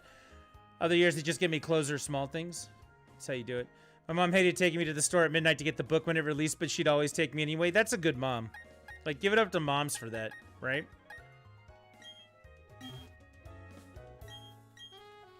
This Halo is interesting. My son is playing Halo Infinite, guys. Folks, the boy is playing Halo Infinite.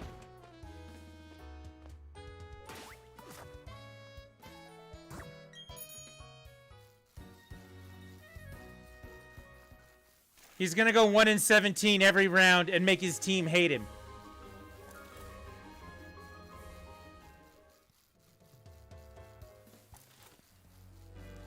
This Halo is cool. I just have zero faith in the campaign. I mean, that's... I'm trying not to come up with any kind of... I don't have any thoughts about it one way or the other. I'll play it, and it'll be what it is, you know? I'm not going to worry too much about it. The 5th Harry Potter book, she took me to the release. I got home and told me only one chapter, so I read it. That told my mom Harry Potter wasn't in the chapter, so she said read another. I said he wasn't in that chapter, so I just read the whole book. So I just went ahead and did that.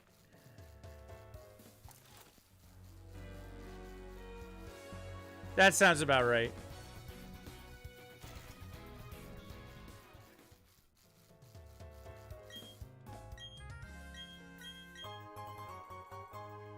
But yeah, we're trying to emphasize experience versus stuff. At least that's what I'm trying to do.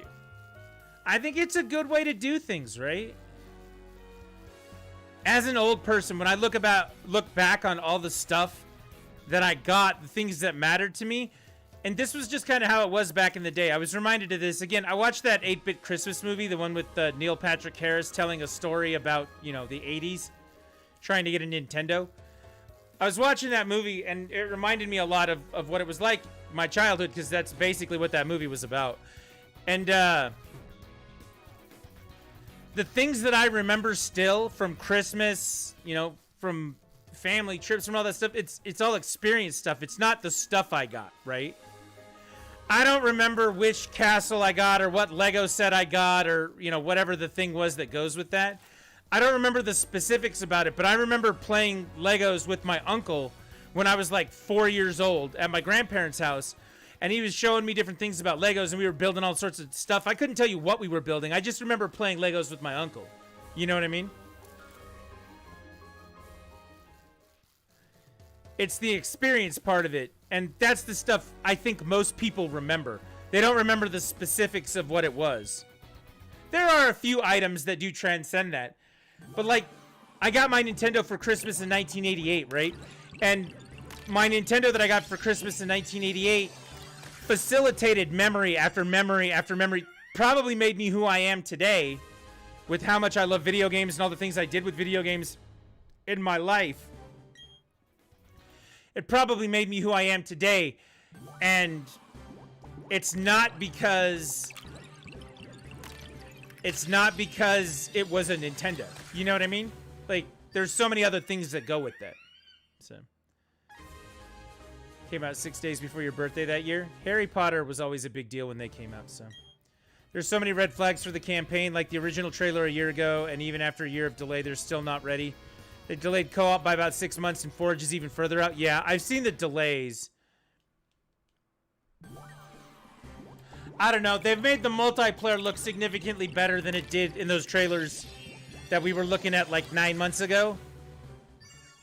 So, I mean, they've done something in a year. We just gotta wait. Like, you can't prejudge it. Like, don't let it get you until it happens. And then play it, and if you're disappointed with it when you're playing it, go, okay.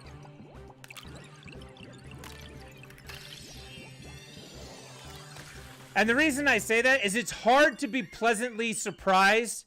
It's a lot harder to be pleasantly surprised by something than it is to be, you know, have your negativity confirmed. That's a much harder hill to climb. My expectations are so low on this shit that when it doesn't meet the highest of high lofty things, then I'm just going to be miserable because my expectations were so low. Whereas if you go into it neutral, there's some things that could surprise you and could be fun, and there's some drawbacks that could piss you off and not be great, but it could still be a middle-of-the-road game, and you can still appreciate it for what it is without having to do the confirmation bias for the negative parts. It's so much harder to dig yourself out of a hole than it is to start middle and go up, or start high and come down. Like, that's a much harder climb in the emotional spectrum of things.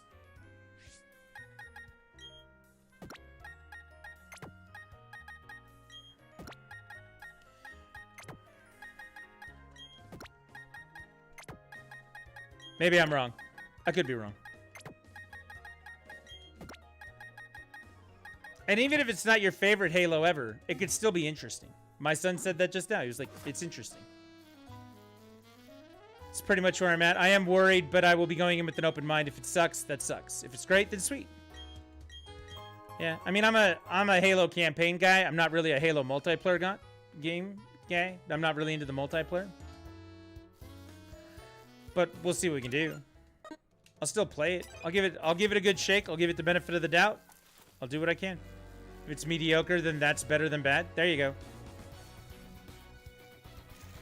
See, I was under the impression that's where Deathloop sat with most people, and I don't understand why it's nominated for Game of the Year. Most people I heard were like, yeah, it's a little better than I expected, but it's right about, you know, the middle.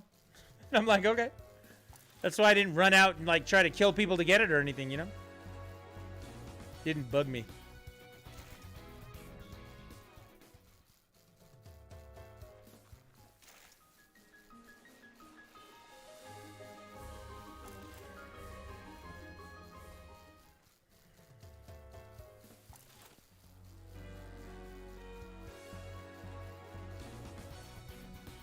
But yeah, that's my theory. Hopefully, the next month will go by quick. We all have some stuff to do thanks to Black Friday.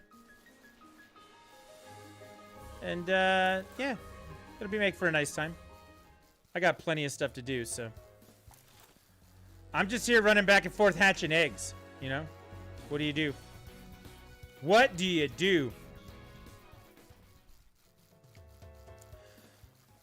Just streaming, hanging out, doing the thing. Now's a good time for a plug for everything. If you haven't yet subscribed to the YouTube channel, we're live on YouTube and on Twitch today. So you can go on over to the YouTube channel, click the subscribe button over there, and say, hey, what's up, Trisket? I'll be like, weren't you just in Twitch? Now you're over there, but you're here, but you're there. What? It'll be fine. Exclamation point, what is it? Exclamation point stream, I think is what it is in the chat.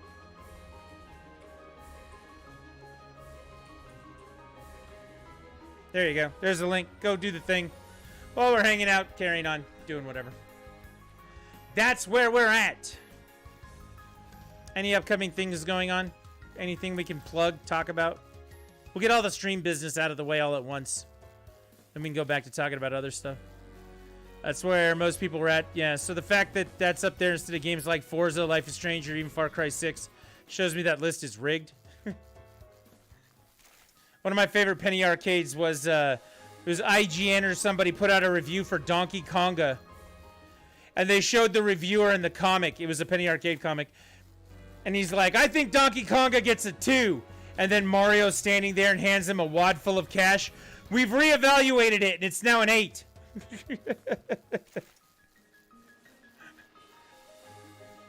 That actually happened with the Donkey Konga review at one of the websites. I don't know if it was IGN or not. I don't want to represent that. It was somebody like that, though. It was a Big Deals GameSpot, IGN. I can't remember who. But it was hilarious. My game needs to be Game of the Year. It's not. Mario hands Jeff Keighley a bunch of money. Metroid's on the list now. Yay!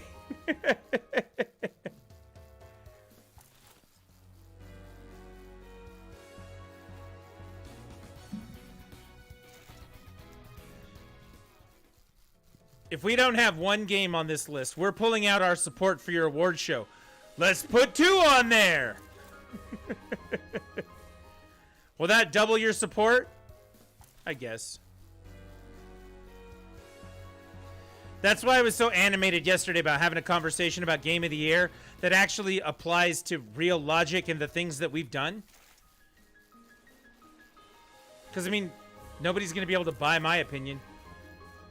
First off, they don't even know who I am, so they wouldn't know to buy my opinion. And second off, while my While my words and opinion may come cheap, because they probably would come cheap, it doesn't mean that I wouldn't mock them the entire time.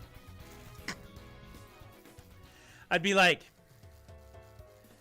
this year, Nintendo comes by and says, look, Metroid needs to be on your Game of the Year list. I'll be like, this year, it was suggested to me for a substantial amount of money that Metroid be suggested for the Game of the Year.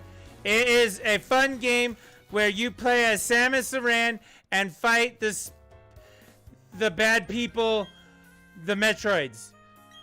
It's very good. Thank you very much for your money, Nintendo.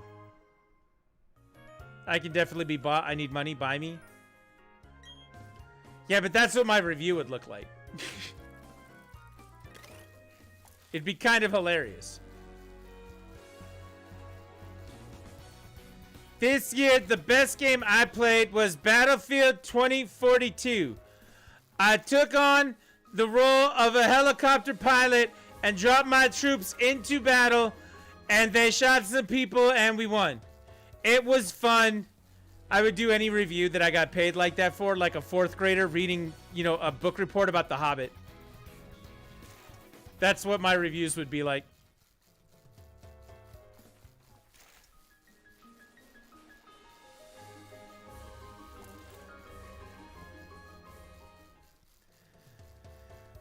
You want to give me 100K to review your game? If not, I'm legally forced to say only good things. It'll still be critical, but I would totally take the money to positively review a game. Yeah. I want to see that on one of their ads. This game is great because I got paid. Mr. J reviewing Just Dance 2022.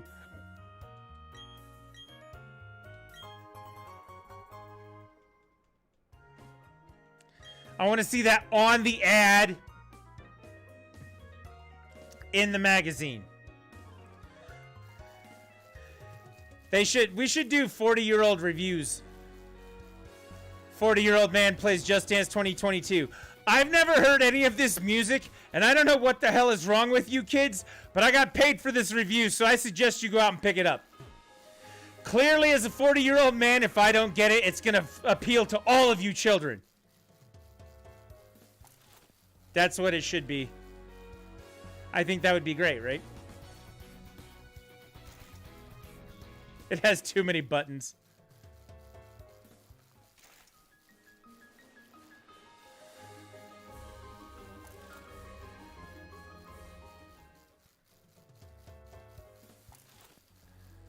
All right, we're almost there on our next hatch. It has too many buttons. Too many.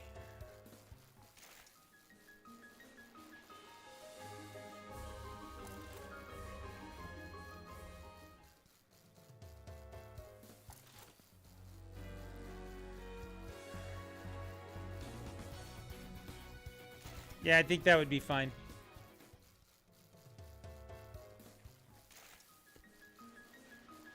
A 40-year-old man reviews a video game like a 4th grade book report.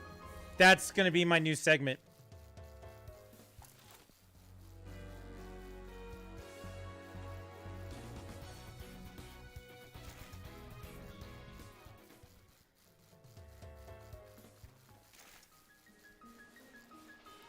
Today I'm going to review Pokemon Diamond and Pearl. I played them when they originally came out, and I remember what it was like to catch Palkia and Dialga for the first time. The games have not changed too much since then, with graphics upgrade and a few things like online gameplay to make it easier for me to enjoy. In conclusion, Pokemon Diamond and Brilliant Diamond and Shiny Pearl are out now, and you should pick them up if you like Pokemon. The end.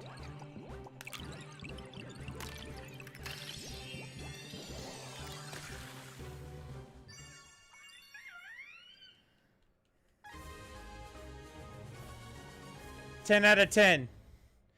Would recommend. I'm going to hell. It's going to be great.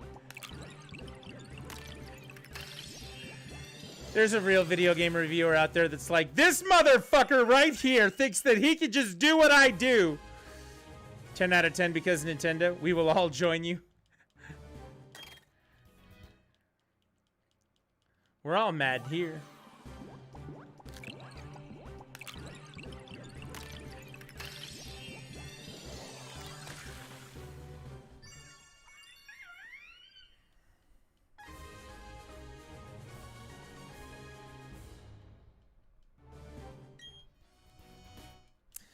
Ten out of 10 just because Nintendo. 40-year-old Nintendo fanboy reviews game like fourth grader. Book report. Metroid Dread is a video game made by Nintendo.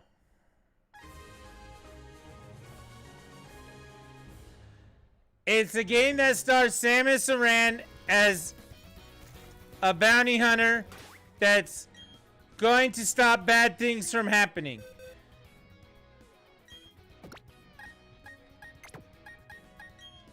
In the game, you get upgrades and shoot bad guys, and it's super fun. It's on sale right now for $59.99 and can be bought in all the places where you buy the games. The end.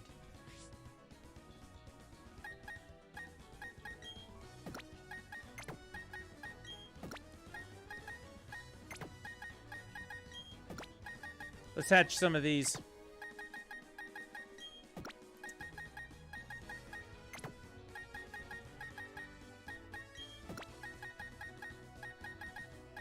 If you didn't know I was going to hell yet, you don't know nothing.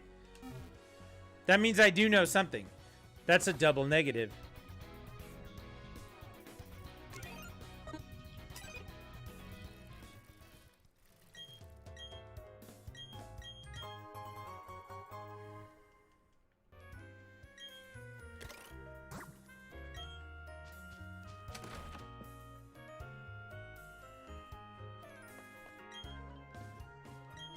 I want to take back the Pikachu. All the eggs I was just picking up, those are for Pichu. Hopefully.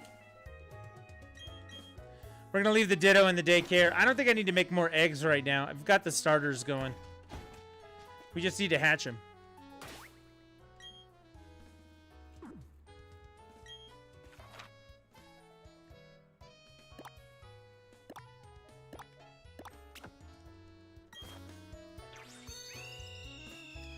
Someday, I will be going to hell for doing book report fourth grader reviews of video games.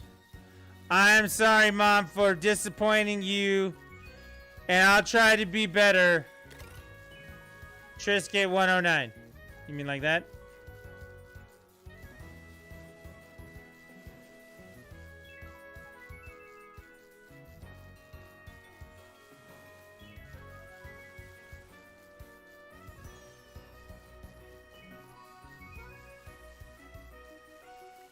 Mr. J wants to review games for real. I don't.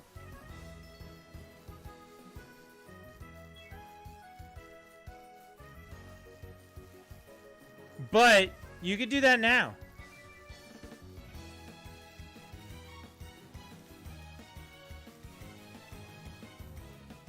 I mean, don't get me wrong. Finding someone to pay you for it, that's a different thing altogether. But I mean, you can still do it now.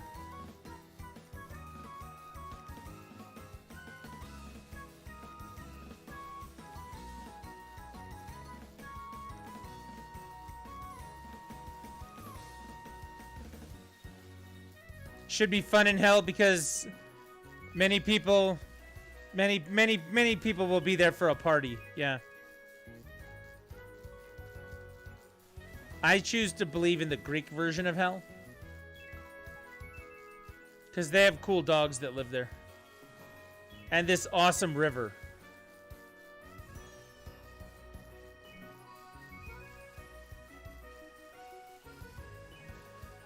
But not that Dante's Inferno shit. That's different.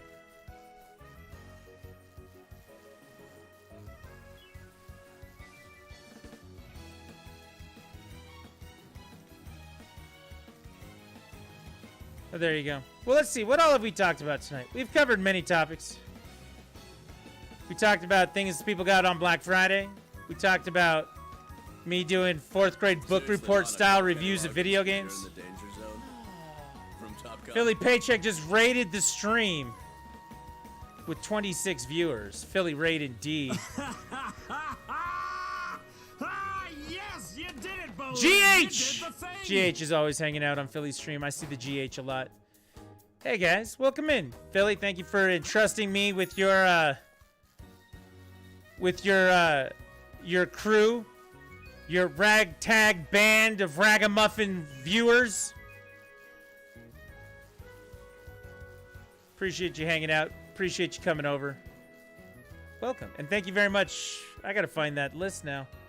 There's stuff going on. I gotta find the list. Events. Here it is. No, that's the wrong thing. That's the wrong thing.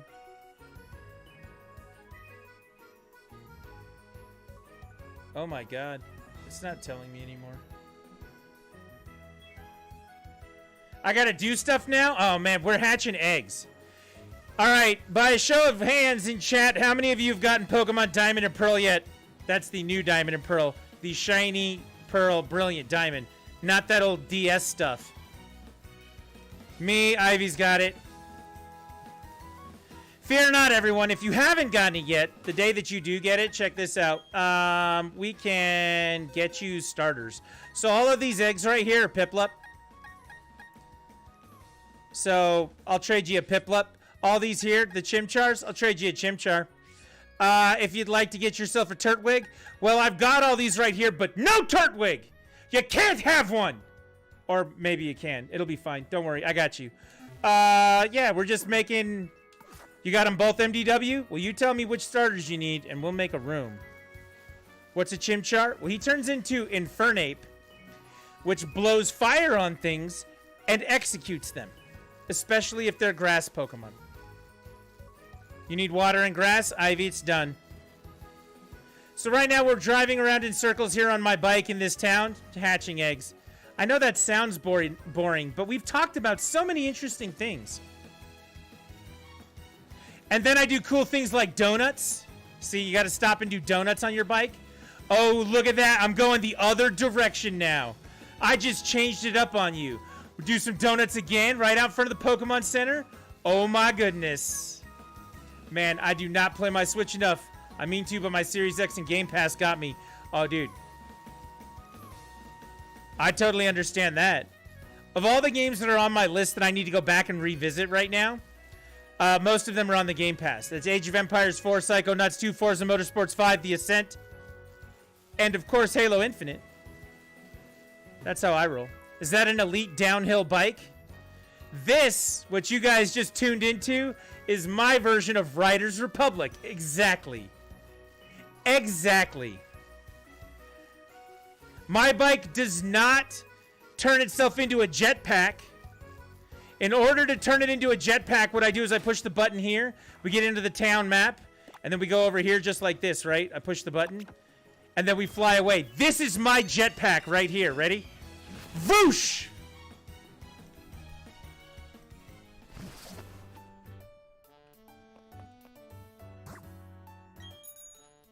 Now we're back to the bike. We're back on the bike. Just like that. That beats Icarus all day. This is what I'm saying, Sob. We're getting it done. Doing the thing. You know what the best part about it is? Can I just be honest with you Riders Republic people out there? The best part about what I'm doing is I come in first every time I do it. I don't have to worry about the rest of that stuff. Yes, you did it, Bolin. You did the thing. You did the thing. Thank you very much for that, Sob. I saw everybody else with that. Big brain move. I know. You can't lose when you're in a race of one. That's all I'm saying. That's all I'm saying. Oh my goodness. Come on, computer. God Gamer right there. Big brain move. God Gamer. We got this going. All right, I'm going to try and do this with one hand while using my mouse to do computer things with the other hand. So I can say Sob12, thank you for the follow. GH316, thank you for the follow. Philly Paycheck with the host for the 25 viewers. And of course, Philly Paycheck with the raid with the 26 viewers. You did the thing. See, now I can see the event list now, and I can thank you all personally. And be excited that you did the thing. Excellent! Ah, yes, you did it, Bolin. You did There it the is. thing. Fred Smoots with the follow. See, I'm bad at it. I stopped using the mouse, and all of a sudden I stopped riding my bike. Oh, man, I'm falling behind. But I can't get lapped because it's a race of one. ML Hendricks with the follow. Bolin, you did the thing. Hendricks. Thank you very much. MDW Blackwolf with the follow. Ah, yes, You guys are way did too it, generous. You've Bolin. only been You here did for the 5 thing. minutes. You've only been here for 5 minutes, and you're like, man, I know we need to follow this channel. At some point, we're going to come back and see this guy doing something else stupid. Cerebix LFG with the follow. Thank you very much for that. You did it, Bolin. I appreciate You the did hell out of you thing. guys. Oh, first place. This is how you know we just achieved victory right here. You ready? We're going to hatch 5 eggs at the same time. First place. First place. Hi, Piplup.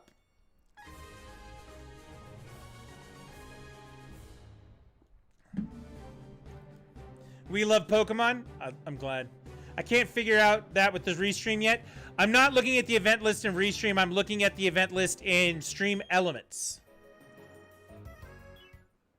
Trisket, guess what? Okay, wait. Don't tell me. I'm gonna guess.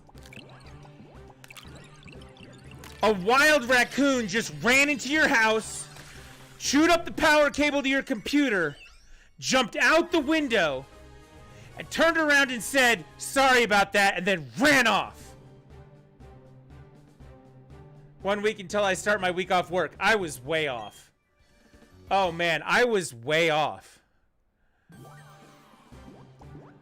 I was excited about the talking raccoon part of my story. I was way off.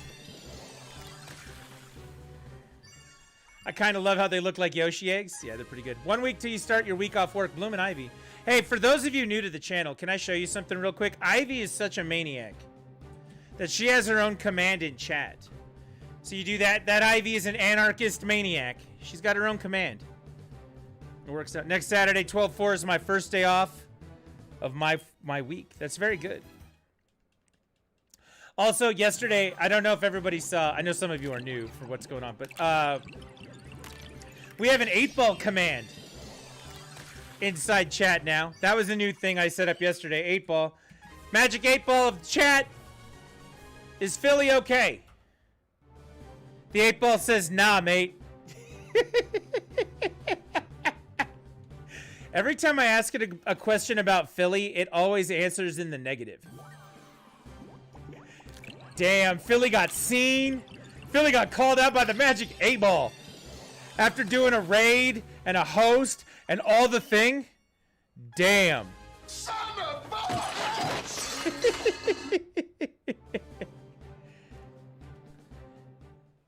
Is everyone gonna play games tonight? The 8-ball says, sure. All right, we just got done with those. We need to put those eggs away. Let's start our next race. How does that sound, everyone? We're gonna get our contestants here. Set them up in their grid.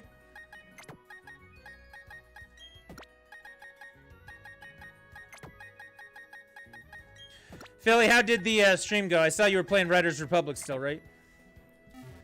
Speaking of which, we got that shout out command. Somebody's got to get that. SO Philly Paycheck. There it is. Need someone to watch? Check out this channel from Philly Paycheck and drop him a follow at that link that you see in the chat. Oh, you already did and I missed it? Well, there you go. I did it again. Because the 8-ball dissed him so hard he needed that second reinforcement.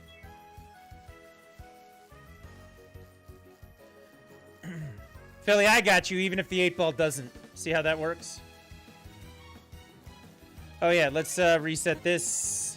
All right, everybody. Do I have a Pokemon with the ability of Flame Body? It makes the Pokemon eggs hatch faster. I do not. Well, I don't think I do. Would you like me to check?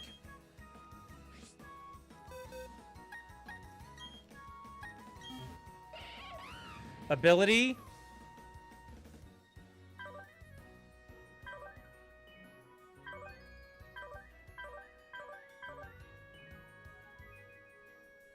This one has no ability. Lonely by nature. Blaze. His ability is Blaze. There it is. I found it just as you did. Let's see what we got here. 10.5 hours Stram. Started with 6 hours of Deathloop, then Riders, getting snacks. I'll be back for more Pokemons. Very nice. I always thought if you take a Pokemon game and replace the monsters with just dogs, you'd have a horrific game all of a sudden. Yeah, it'd be called Michael Vick's Dogfighting Simulator. 100%, that's what it'd be called.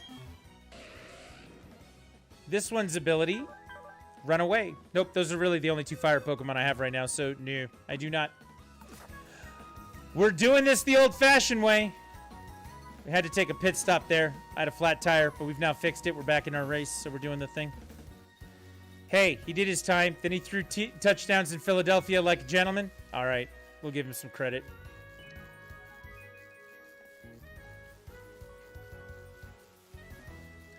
I know somebody from Atlanta who's still mad at him for what he did to the Falcons. Not for what he did in general, what he did to the Falcons.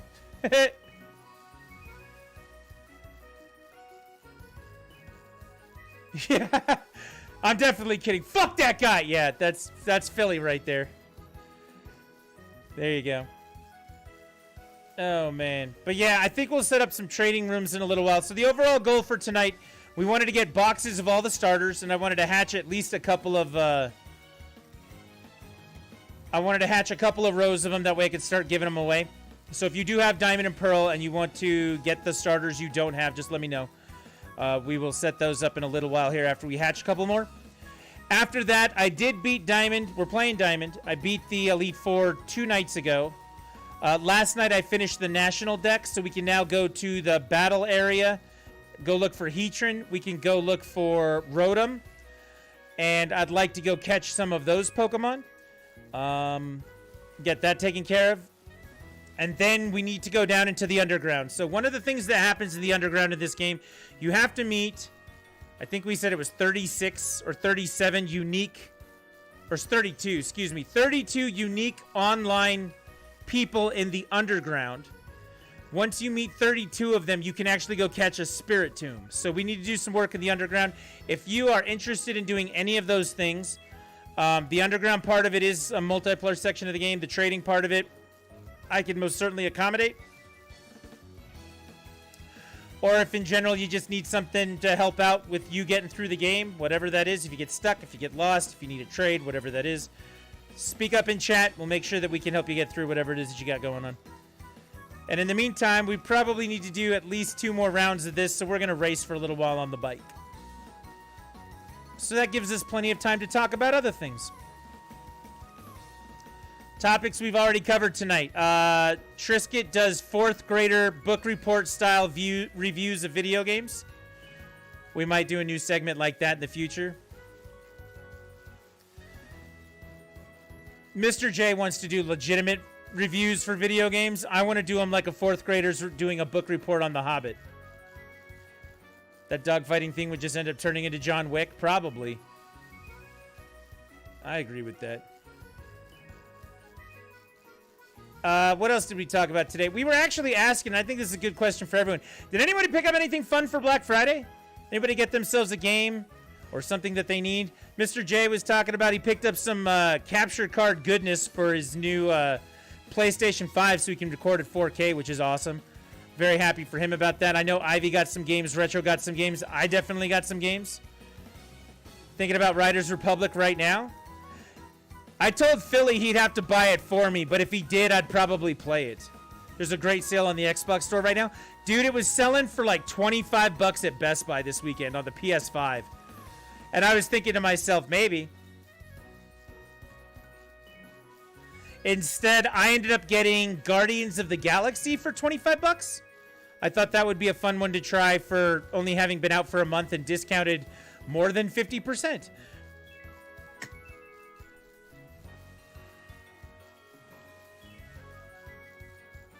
Oh, wait, is Philly back from getting snacks yet? Because I need to show him something. Few games and some other items. Nice. Any games you'd like to share with anyone? I promise we won't make fun of you. That is something else we talked about at great length today, too. Whatever games you like, if it's your opinion, you're not going to get shit on for that around here. Now, if you want to try and subjugate your opinion onto somebody else, you're probably going to get shit on for that. But if you love something, love it. Love it. Should I buy the Pathless? I'm not familiar with the Pathless. However, the 8-Ball says you should get it. Therefore, I guess you're doing the thing.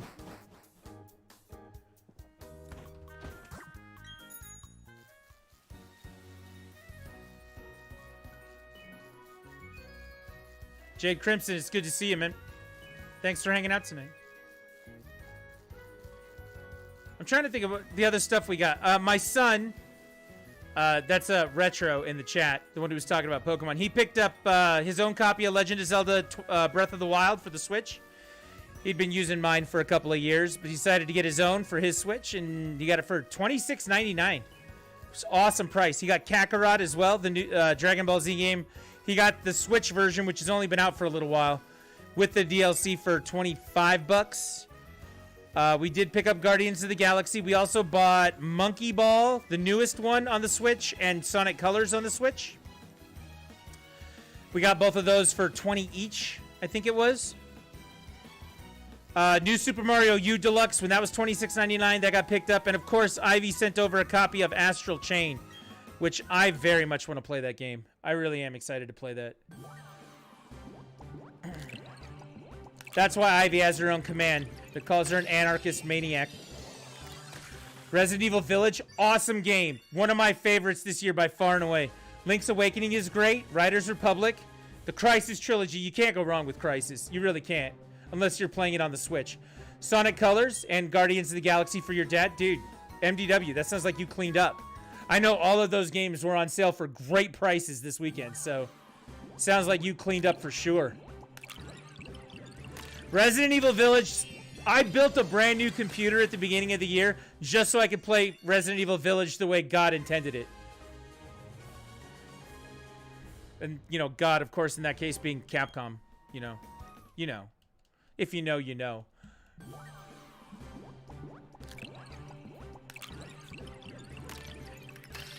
Yeah, MDW, that sounds great, man. Sounds like you cleaned up. Wait, I just glanced back. Am I getting a shit on for my love of snacks? No.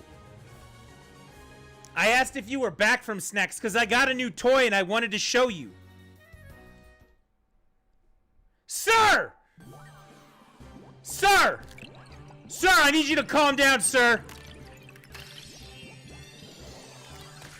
They just ported an RE game. It was RE4 they ported. Resident Evil 4 in VR. I have an HTC Vive, and if I had an Oculus, I would have bought that right away. But I can't rationalize spending money on an Oculus just to play Resident Evil 4, as much as I love that game, and I really do. I'm a Resident Evil junkie, like junkie.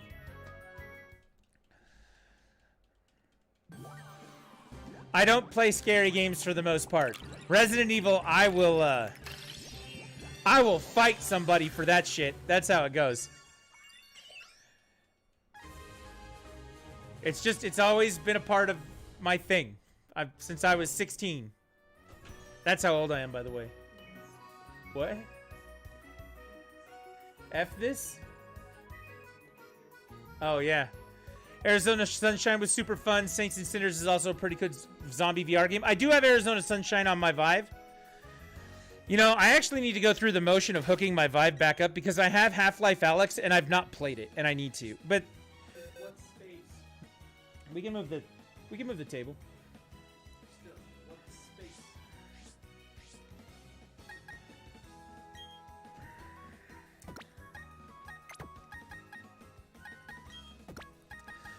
do you guys say? We're going to do one more round of hatching here for the Piplup.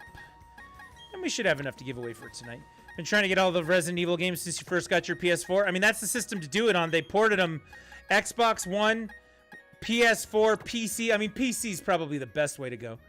5 and 6. They were on sale for like $7. They might still be. Let me actually look. Let me check out the PSN. They were hella on sale like a week ago, if they're not still.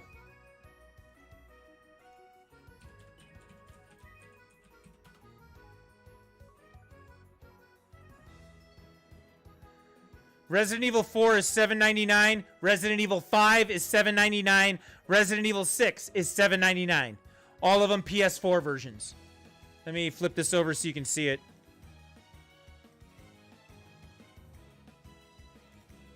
Almost there. Full screen PC. Here we go. Yeah, right here. So Resident Evil 4 up top. Resident Evil 5 right there. Resident Evil 6 right there. You can get them digital on the store right now. $8 a piece. So if you don't have them, now might be a good time. They don't typically go lower than $7.99. I don't think I've ever seen them lower than that. So there you go. Get on the PSN. Pick them up. Do the thing. Yeah, we try to do sales streams and stuff like that. I worked at a game store for 20 years, so I'm pretty good at finding deals for things, and I keep up on all that stuff. And I remember lots of things pretty well. So, like, Philly showed up yesterday and was talking about a game, and we were like, okay, let's find it. Go find it real quick. I can help out with that sort of stuff, too. I'm very, very good at that.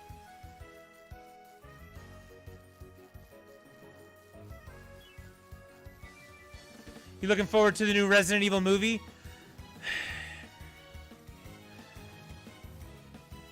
I'll watch it. The Resident Evil movies for me have always been too far away from the game for me to... It's had me too far away from the video games to get me, like, really excited. I was kind of excited for the first two. And then after that, I was kind of like, whatever. Sometimes I'll watch the animated ones because they're actually kind of cool. I try to go in with an open mind for them, but I find myself, every time I watch a Resident Evil movie, like halfway through it, I'm like, I should just be playing the game. Like, why am I watching this movie? I'm just going to go play the game now. You know what I mean? And it's nothing against the movies. It's just kind of how I respond to them, for lack of a better term. Did you watch 8-Bit Christmas? I did watch 8-Bit Christmas. 8-Bit Christmas is an accurate representation of my childhood.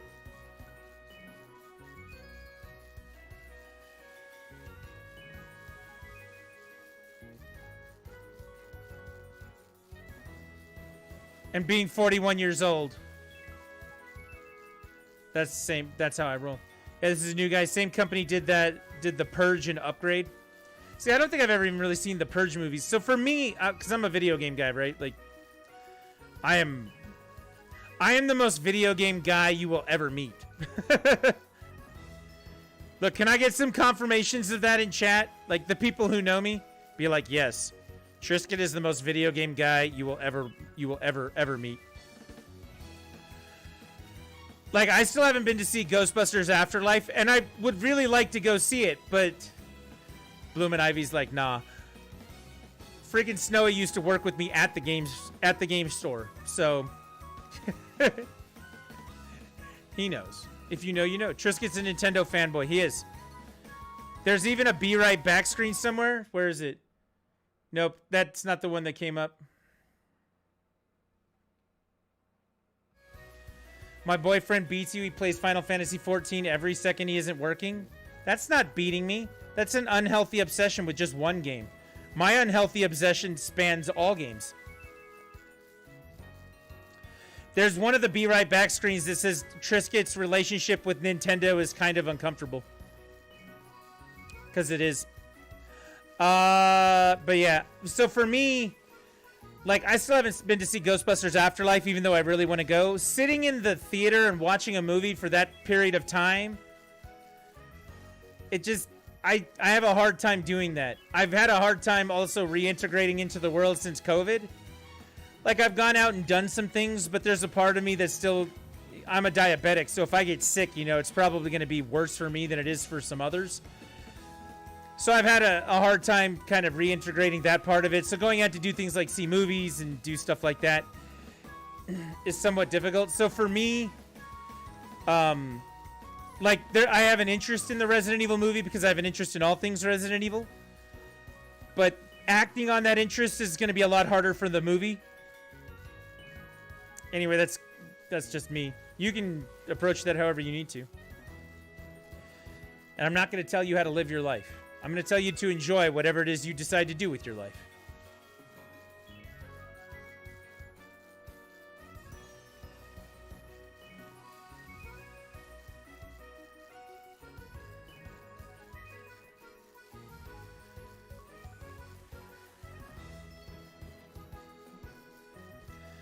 In the meantime, we're still racing here, hatching eggs, which is good. We'll set up a thing so that everybody we can set some trades up.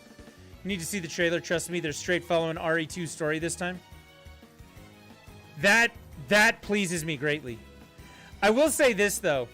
I'm so old school Resident Evil that the remake for Resident Evil 2, as much as I loved it, and I do love it, still kind of hit a little different for me because I kept going, well, there's not this from the original game. Well, there's not this from the original game.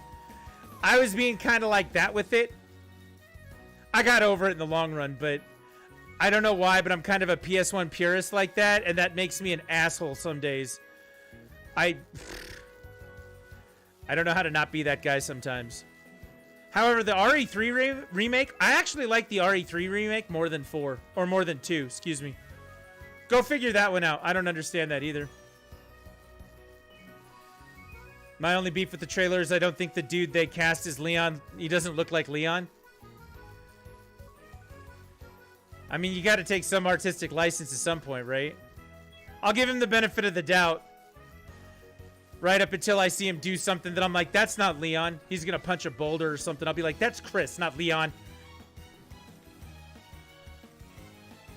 Chris punches the boulders. Stop this movie. Resident Evil needs a BR. Shuey and his BR. What's up, Shuey? Welcome in, man. Resident Evil needs a BR. It has one. It's called Resident Evil Reverse. Or wait, is that Dead by Daylight? I can't even tell anymore. Everything is everything else anyway. There's a shout out for Shuey in the chat. Everyone go say hi to Shuey's channel. In a new window. Don't you close mine. Oh, I love acting like an asshole some nights. All right. Still making our way.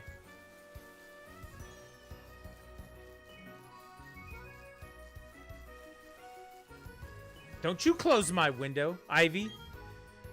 Ivy was gonna do it too. I want to show Philly my new toy, but apparently he ran away to get snacks. He better come back with enough, first of all, for everybody, and an accurate description of whatever they are. That's what I'm saying. Right? It's only fair that Philly brings us all snacks. All I got is this pretty much empty bottle of Triscuits. Box. It's not a bottle. This empty box of Triscuits. And no goddamn soda. Like, what am I supposed to do here? I do have a tiny bottle of rum from Hawaii. Tiny bottle of rum.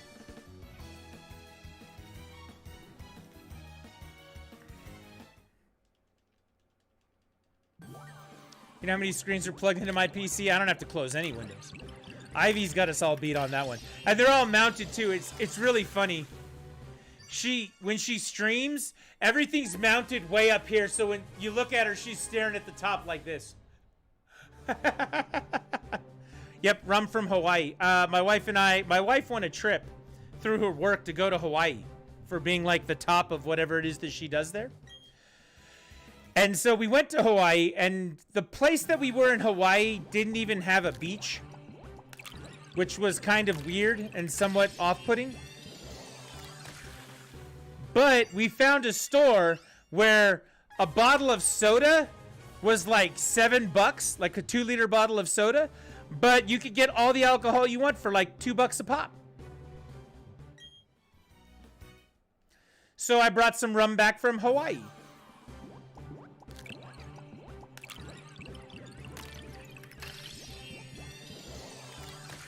All right, that's the worst kept secret on the channel. Ivy doesn't stream, everybody. Quick, someone throw a shout out in there. All right, so we just hatched another setup.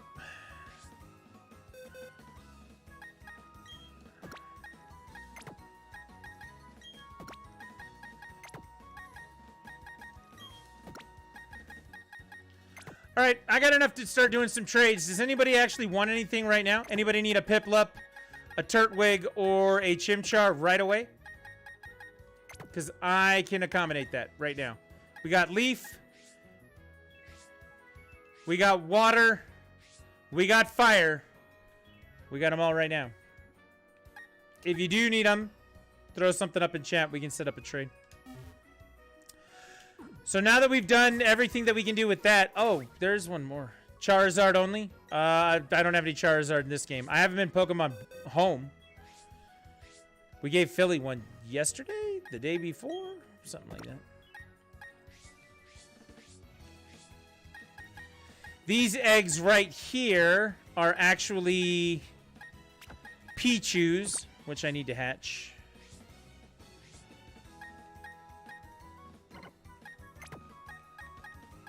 I need grass and water, but not right now. Okay, you just let me know when you're ready.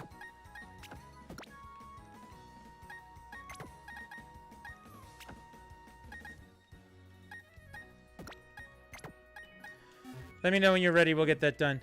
All right, next thing we need to do. I do, but I haven't got any extra Pokemon to trade. Haven't had the time to play much. If you go out into the wild grass, you don't have to catch anything worth anything. Nothing specific. Go get a bunch of Wurmples. Get a Hoot. I don't give a shit what Pokemon it is. You don't have to trade me anything of value, and I will trade you the starters that you need. So whatever you have works. Don't feel like you gotta... Well, I want to return the value of something. Don't even worry about that. Okay? You don't have to think about that.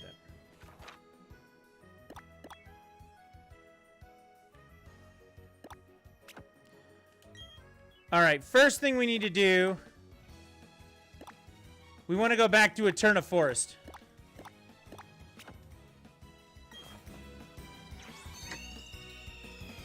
We're going to try this out. We're going to go catch one Pokemon first. Let's catch one. What else is really cool is you don't have to be at a Pokemon Center anymore. I can just be out here and do Global Room. And then we can just do trades. I can put in a link code and we can do it anywhere I am. So don't think that you're interrupting anything. Nothing like that. If you need it, turn it on. Whenever you're ready, ask, and ye shall receive.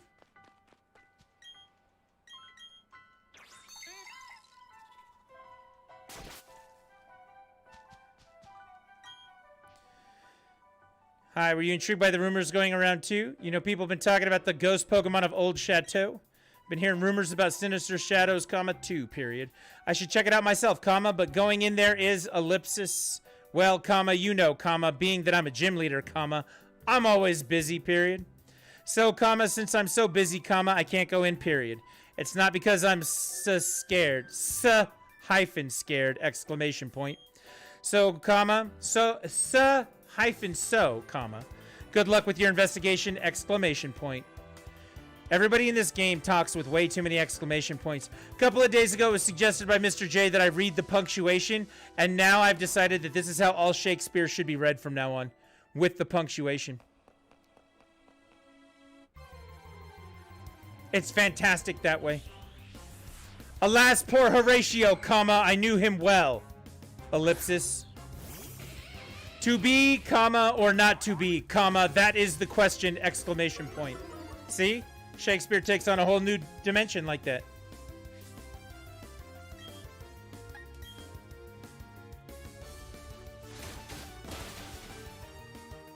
I don't need a Ghastly. I got a Gengar that knows the moves it needs to know, so I'm okay with that.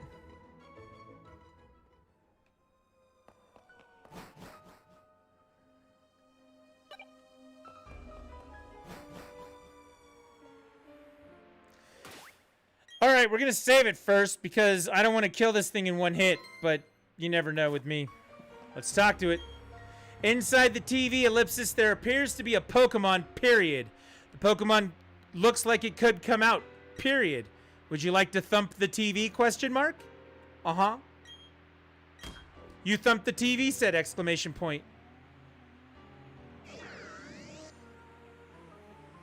Come on, Rotom, let's go. Ooh, spooky. I like Rotom. You encountered a wild Rotom. Alright, first things first. He's electric, so I don't know if this is gonna work. He's electric ghost.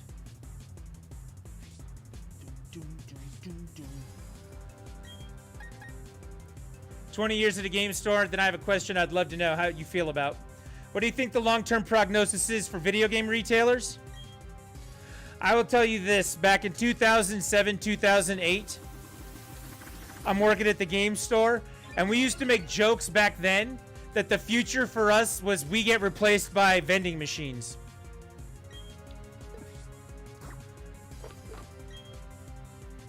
We were making jokes that long ago before the advent of the online distribution services became as popular and crazy as they are.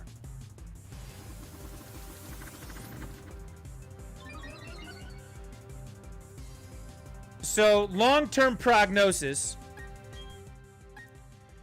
you're looking at two things.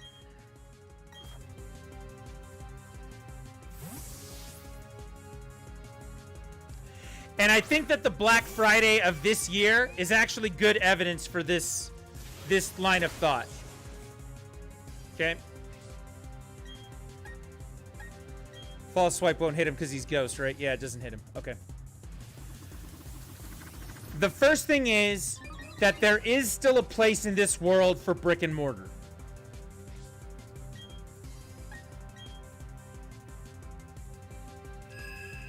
Let's be very clear.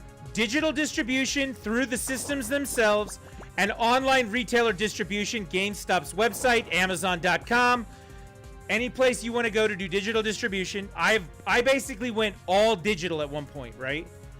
Those are gangbusters bigger than brick and mortar is anymore, right?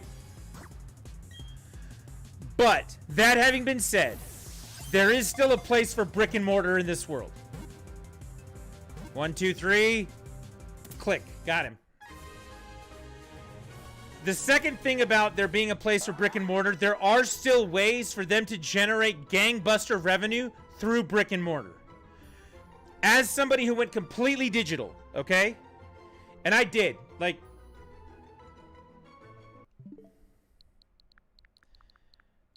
let me show you. This is my Switch collection. Page after page after page after page after page of Switch games. This is my Switch. And 90% of these games, digital. Okay? Let's be very clear about that. I have bought more physical games in the last 3 months than I have in the last 5 years. As we've seen from this Black Friday, the sales and the deals, they don't, sometimes they match them online, sometimes they don't match them online, sometimes you can get them that way or whatever.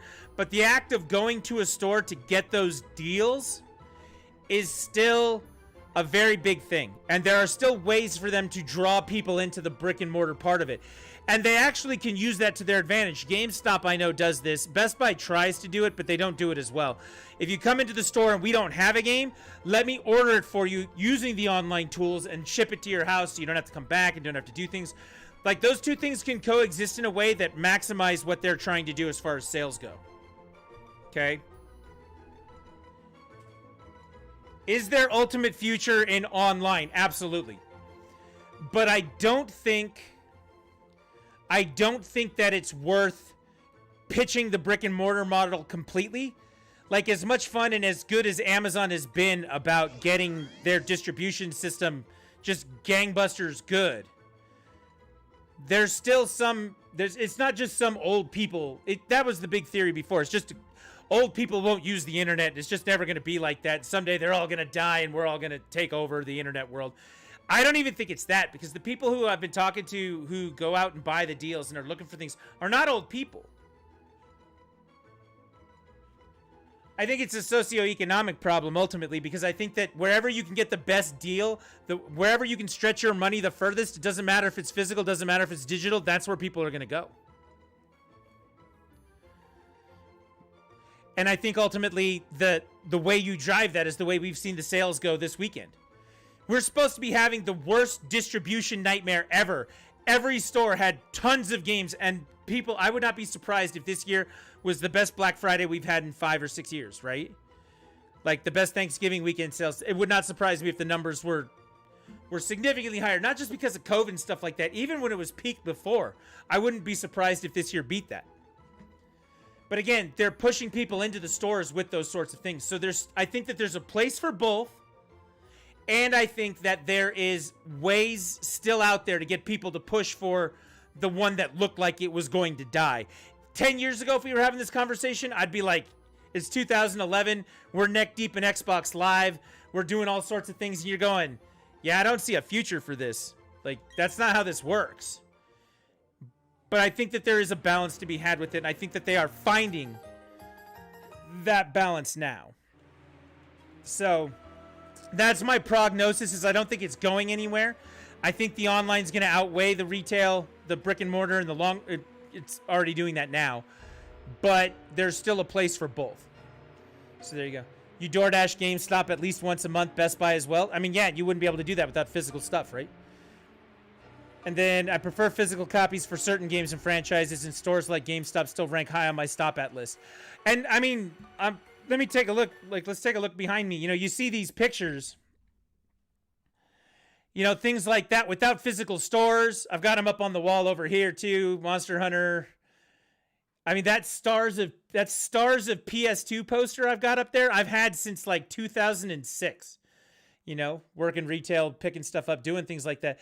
Like, things like that are valuable to people who collect things. They're valuable to people who love the medium of games. And those things will always be physical, right? So I don't think GameStop got it completely wrong when they went to like a knick-knack store where like they bought ThinkGeek and all of a sudden half their store is merch instead of video games. I don't think that they got it completely wrong. I think that they went overboard on quite a bit of it, but there's still something about that. Those will always be physical things, right? And physical things will always have a place in that way. I mean, what's one of their best-selling things? Pop figures, right? This is my Halo pop figure, you know. Amiibos, things like that. You still got to buy a Switch. You got to buy hardware. You got to buy a controller. Yeah, you can order it from Amazon, but if I could just go down to the store and pick up my, you know, here's my Metroid. This is my son's, actually. Here's the Metroid and the Emmy Amiibo, you know. Like, to say that we're not buying physical things, and even things like collector's editions. My son, like, it's sitting over there on the shelf, but he got the collector's edition for Metroid Dread. It's got the cards and all the extra stuff and the big box and the metal case, you know, that sort of thing. There's still a very big place for those experiences in the long run. So the prognosis is, I guess the final prognosis is, online has definitely overtaken the physical brick and mortar store, right? Best Buy complained for years that they are basically an Amazon showroom. But the way that they've done deals for this Black Friday, and the way that they've done the deals to get people into the stores, I think it shows that brick and mortar still has a very significant place in the business model of what they're doing. Me and the boy love going to GameStop, even though I own all digital. Yeah, you go in and you look, and sometimes you find stuff. Philly, I'm glad you're back. I actually have a toy to show you. I got a new toy.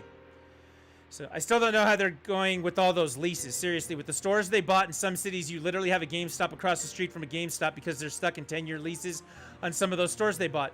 So let me give you a little insight to that one, Cerebix. So I did work at GameStop for a long time. I worked at mom and pop stores as well. I've done both things. You know what? Let's get over to this screen. Let's talk for a little bit so people can see the chat. We can see some stuff.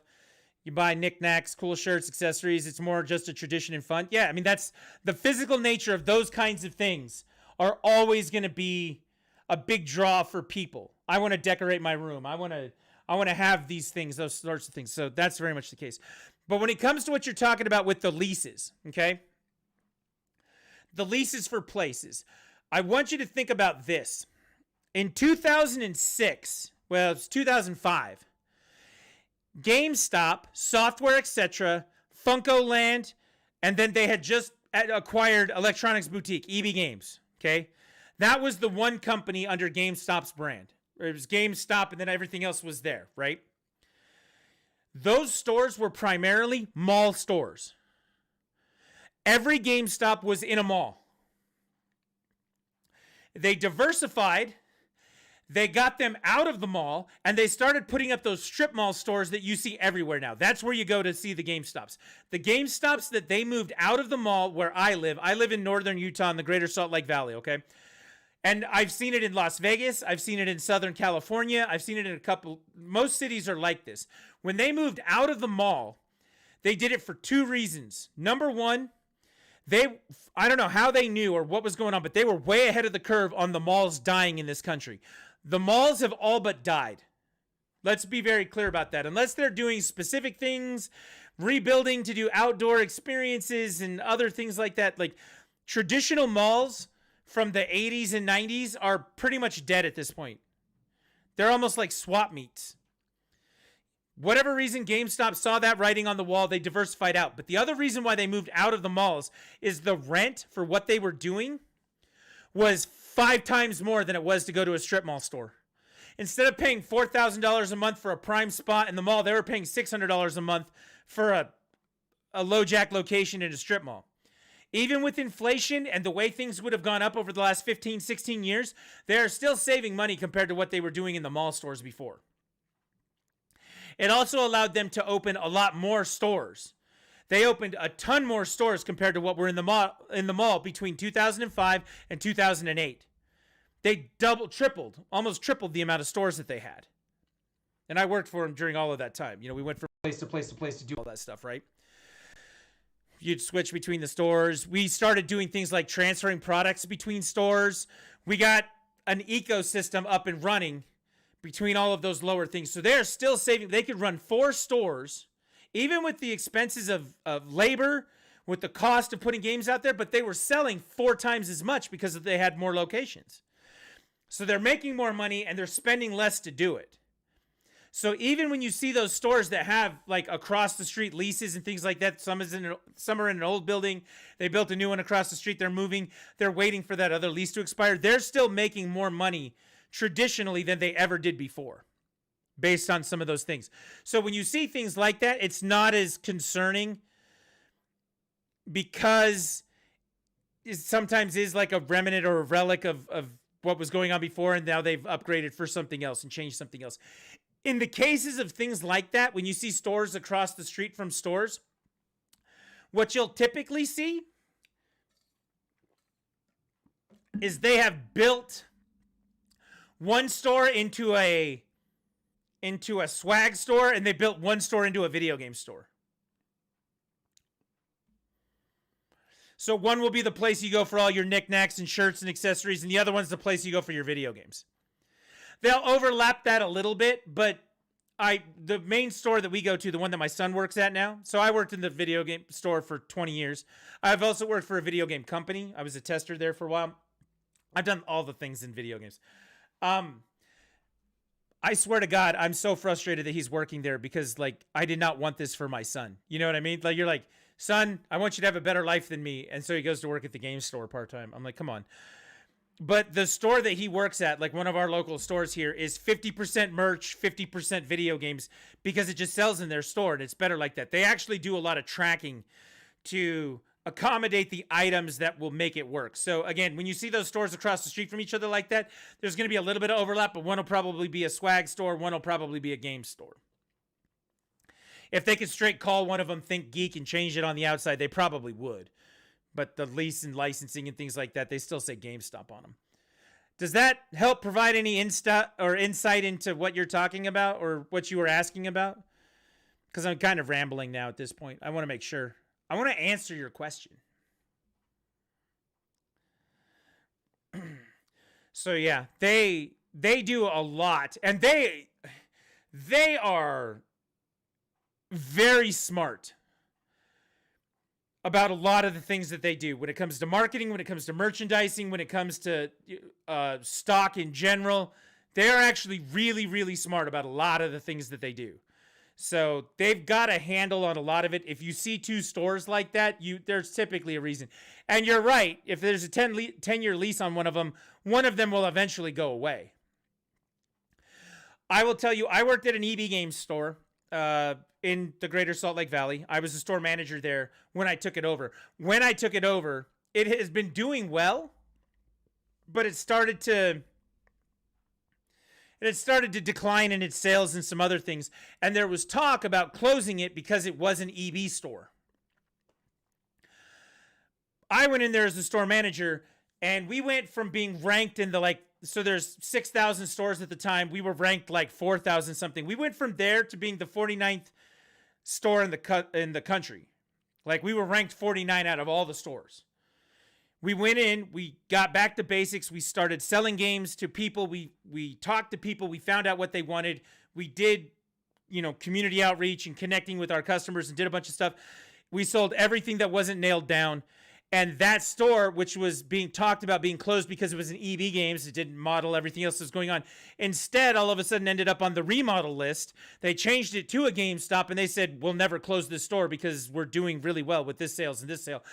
But it went from one to the other in like 2 months, because they are on top of those numbers. They are on top of that information. Like, they know. When they see trends and things that are going on, they were like, this store is going like this, and it's going to stay like this based on what they're selling, based on, like, every time you use your GameStop card, they knew like what the patterns of sales were and things like that. They're like, because they're selling Nintendo stuff, and that was our bread and butter, we know that there's a lot of Nintendo stuff coming out, so we're going to be able to get them the products that we can't move at other stores, and this place is going to be gangbusters for us. Like, they could figure all of that out, and they had numbers and marketing and information, all of that stuff. They could pull it instantly if they needed to. And we had information about that too. Like, we would get trickle down versions of what we needed to know about that stuff, but they had everything. They are very smart about what they're doing. They are very in control of what's going on. The only thing that they can't control is market trends, right? Like, if everybody decides to go digital tomorrow, there's just nothing they can do about that. That sort of thing. The things that are out of their control are very much out of their control, but the things that they have in their control, they are incredibly smart about, and they have a very good handle on. So that's kind of how that works. Again, hopefully that helps out answer your question. I'm going to take off my sweatshirt. It's stupid hot down here. I have to take off my hat to do it. So I want Philly. I want to know that Philly's back, because I need to show Philly my toy, my new toy. Take off my hat. I also think that you're going to like my shirt. The one I'm wearing underneath this. I look like a moron taking it off because I don't care. This is my Pittsburgh Penguins sweatshirt. My hoodie. Because the Pittsburgh Penguins are better than the Philadelphia Flyers. Right there. See that?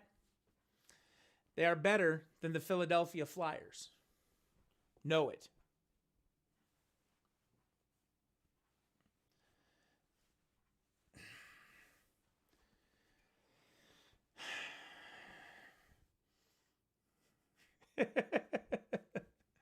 I love this shirt. I'm gonna change my hat too. I love this shirt. This shirt looks like something you got at like an Umbrella corporate picnic. Like, Umbrella had a picnic and invited your family, and everybody, they went and they played, volleyball and cornhole, and then they handed out company shirts. This looks like a company shirt from that picnic. I love it. Absolutely love it. I've actually finally got to the point where I have 7 days worth of 7 days worth of video game shirts, so I'm good with that. I stopped watching hockey when my old Blackhawks team with Roenick, Amante, Gary Suter, and Eddie Belfour broke up without a Stanley Cup, and it crushed my soul. That was the That was the team that was going to win it for him. It turns out, you know, Kane's team did it, which was not a bad way. But I'm old school Penguins, dude. Like, bring me Mario Lemieux, Jaromir Jagr, Kevin Stevens, the Samuelsons, Tom Barrasso, NHL 94 for life. Sega Genesis, yo. Speaking of Sega Genesis, Philly, are you back? I need to show you my new fucking toy. Jagr was scary. And he played until he was like 70 years old. He retired like 2 years ago. He was playing for the Florida Panthers until like 2018. That guy played forever.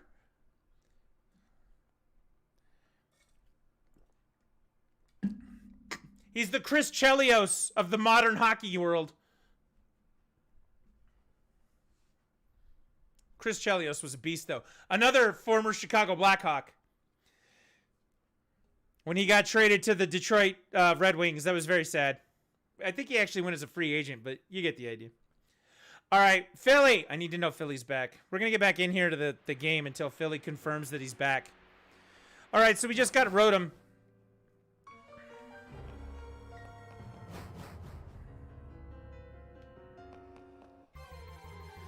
So here's something fun. I grew up a Pittsburgh Penguins fan because I'm actually from Las Vegas, and we had no teams in Las Vegas until very recently.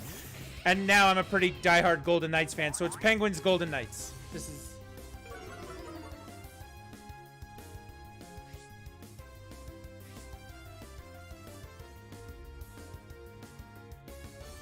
That's how we roll.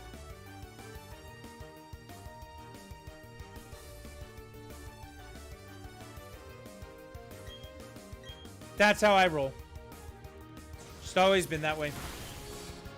Those Penguins teams in like 90, 91, 92, 93,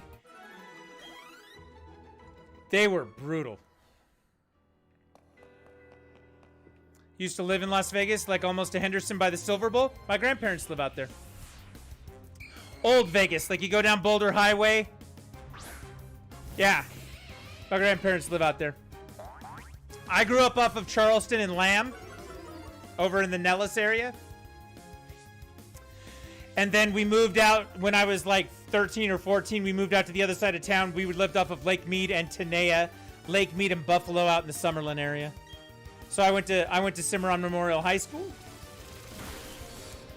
Graduated from there. Moved here to the Greater Salt Lake Valley in 2001. I always root for teams from my home state. Yeah, I mean, I'm not a Raiders fan, and I just can't bring myself to do the Raiders thing as much as I want to.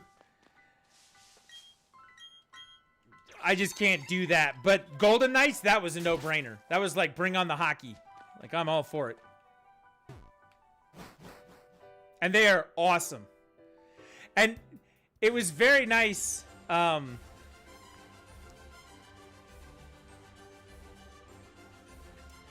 It was very, very nice that Marc-Andre Fleury won a couple of cups for Pittsburgh, then got moved over to Vegas just in time for me to be happy about that. It was a very nice time for me, so I won't deny that. My ex went to some vocational school in Henderson, had a plane out front to teach kids on how to work them. It was called Votech, was the name of the school. It was that low tech of a name. It was Votech, Vocational Technology School. That's Votech. That's what we called it. That was one of them anyway. My father actually went there to learn how to repair cars. I think that they may have built another one since then, and it might be the other school, and I'm not familiar with that one. But the original vocational school out in the Henderson area was called Votech. All right, we caught Rotom. Then the last two things we need to do, we need to go out here and explore the battle area, which I want to do. And then we need to do underground things, which the underground things are going to take hours and hours and hours. So that's where we're at. Except for one, when I was younger, I always rooted for the Bulls because of Jordan, the GOAT.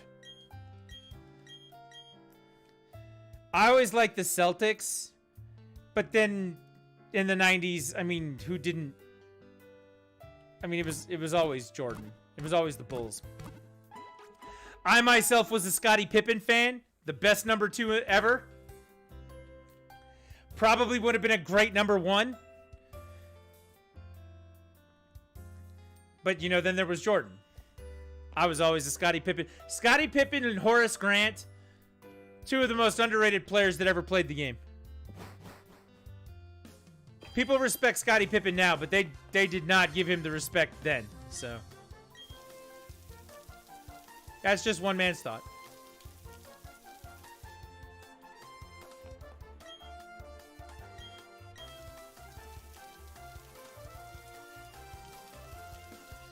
All right, now that we've watered these plants, we need to go up here. Up here is where the just rando out in the open world in the grass and everything area is, so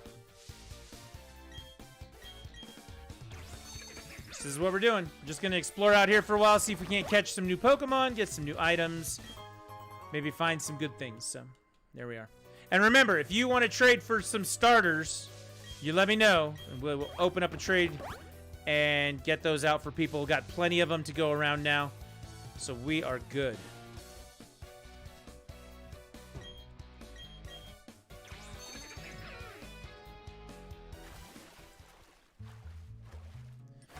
I always find talking sports on Twitch is hilarious to me because people come for the games and then you start talking about sports. They're like, sports ball! I heard about sports ball once. We're out here talking about, like, you know, the 1995 Chicago Blackhawks. You know? Do you need to reach a certain point to trade? No. I think you have to go like 2 cities into it or something like that, but you get to a point where you walk into the Pokemon Center, and if you go to the right and go downstairs, it's open. I think it's this. It's like, I think it's after the first badge, to be honest. It's pretty early on.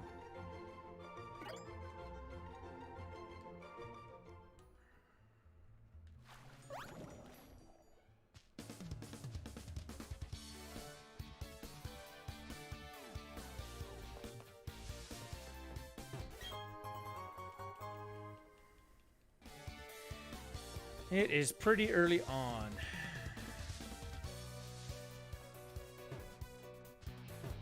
Not quite far enough then yet. That's okay.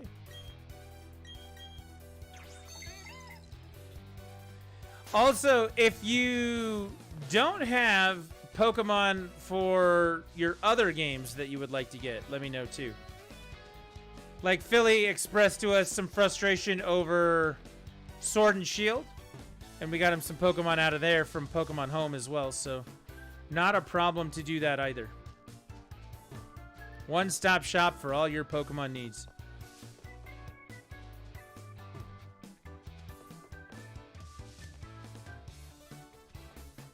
Not exactly, but you get the idea.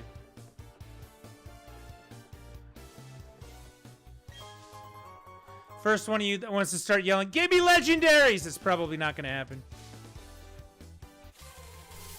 Maybe, but probably not.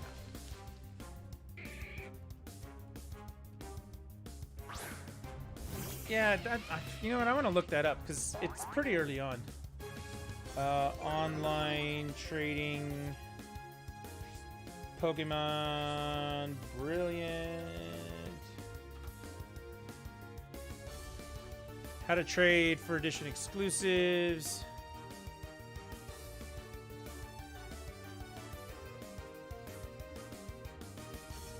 So you have to have a Nintendo Online account.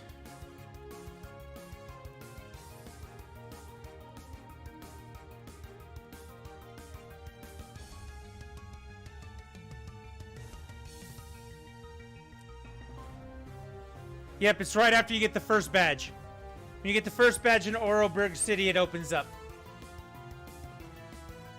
I was right. I love being right.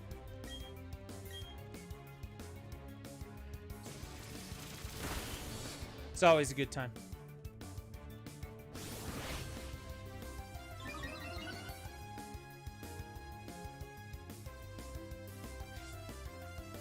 I already have this guy, so let's just take him out.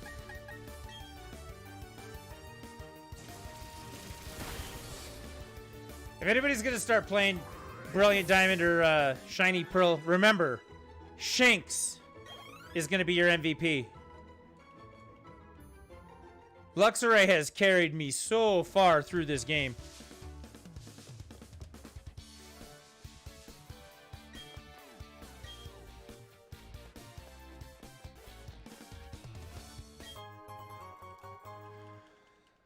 All right, so here we go. Let's do it.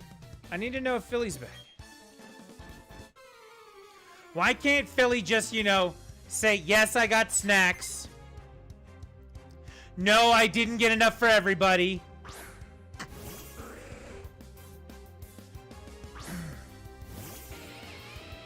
And just, you know, accept that.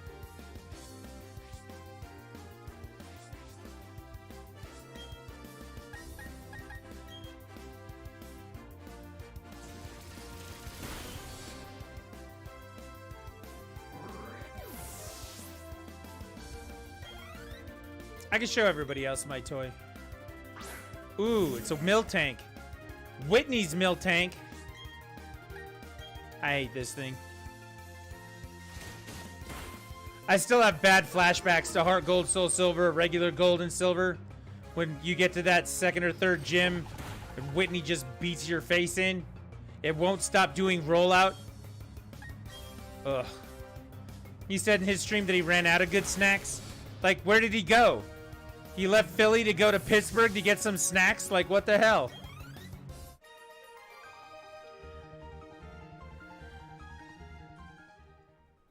He might have went to get good ones. Shit, man. My dad said he was going out for a pack of smokes in 1984 and never came back faster than this.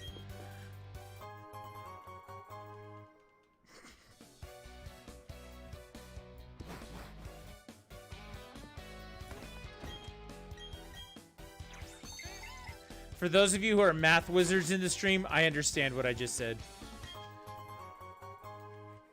100% I understand what I just said.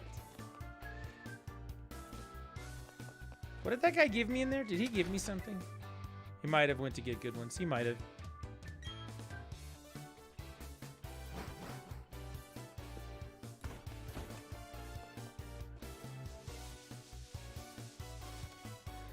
I mean, at this point, what constitutes good snacks? I know what I could go for. Man, I should go get some. I know what I could go for right now. I want a big old plate of, like, steak nachos. Nachos would be great.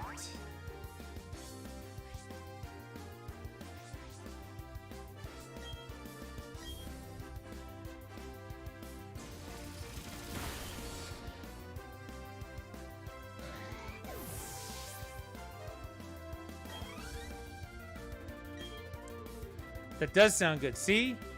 Oh, we got Mighty Ina out. Let's switch.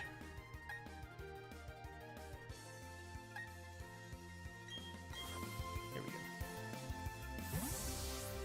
I could do that too. The Del Taco down the street from my house is open 24 hours. Like 2 o'clock in the morning. Go get some chicken soft tacos and a big old plate of nachos. Man, that does sound good.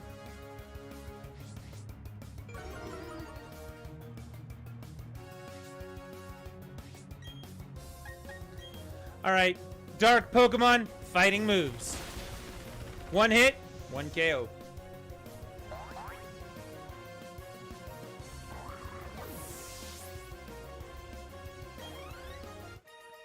Something that I am still extremely frustrated with the Switch version of Pokemon in general, so that's Sword and Shield, its DLC, and now Diamond and Pearl, is that there still is not a Pokemon game on the Switch where you can have them all.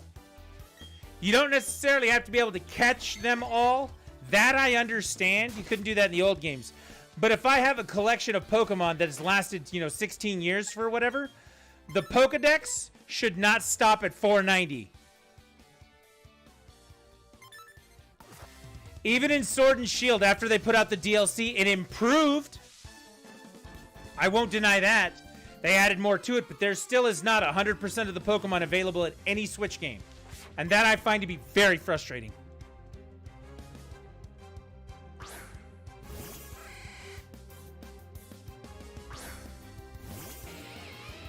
That is the tagline of the damn video game. Gotta catch them all. Right?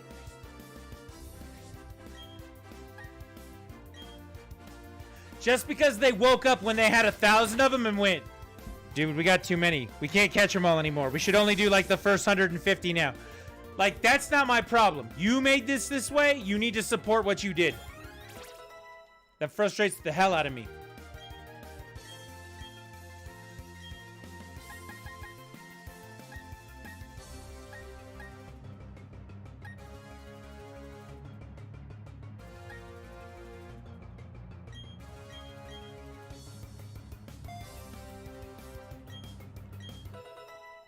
The other thing that I'm very curious about. Very curious about something. So in the old Diamond and Pearl, they had events that they would put out. So there was an event where they gave you an item where you could go get Darkrai. There was an event where they gave you an item where you could get past this guy to go get Shaman. There was an event when they added Arceus to the game. Things like that. I want to know if they're going to put those events in the game. I know that there's a low jack way to get Shaman right now. But it seems that there is no way to get Darkrai. They've actually low-jacked their way into the place where he would be, and he's not in the game at all. So I want to know if they're going to put those things in there. And the other thing that I'm curious about, because it did not happen in the original games, I want to know if they're going to put DLC attachments to it like they did for Sword and Shield. I would think that they wouldn't be able to because Diamond and Pearl didn't have anything extra than whatever Diamond and Pearl was. I wouldn't think that they would based on that, but I don't know that. So I'm interested to see the answers to those questions. The DLC thing I think they're not going to do, but the event thing, that could be quite the problem.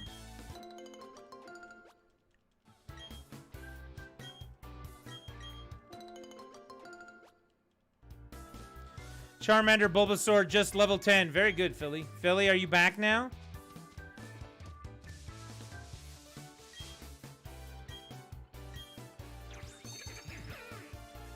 I have something to show you.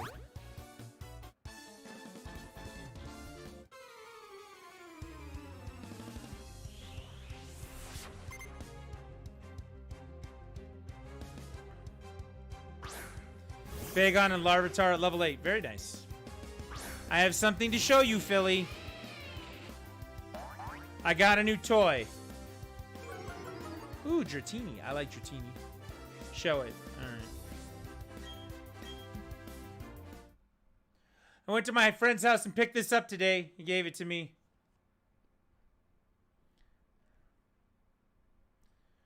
Sorry, I'm tired. I understand. So this is the Genesis, the controller that they released to work with the new Genesis upgrade for the online service. The controller is actually out. Came with its own cable. It's rechargeable. Rechargeable, wireless, just like the original controller. It's fantastic. I like it a lot. It works with the Genesis collection, as well as the online games that they put with it. It's very cool. The other thing that is just absolutely unnerving about this, that drives me crazy, check it out. We got this box. It's got everything on here. And at the top, it's got the Nintendo logo. How does the Genesis controller here have the Nintendo logo here? That throws me off. Did I get the N64 one? I did not. My friend got 2 of them. He ordered two Genesis controllers for him, 2 N64 controllers for him, and then he ordered me a Genesis controller. I didn't get the N64 one. I'll be perfectly honest, I'm not as interested in the N64 one as most everyone else is. I have 2 of the SNES ones, yes. I also have both 8-bit Nintendo controllers.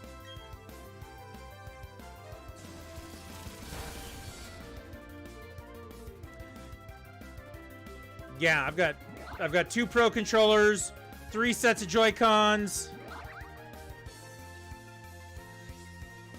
Yeah, we got controllers coming out of our ears for the Switch right now.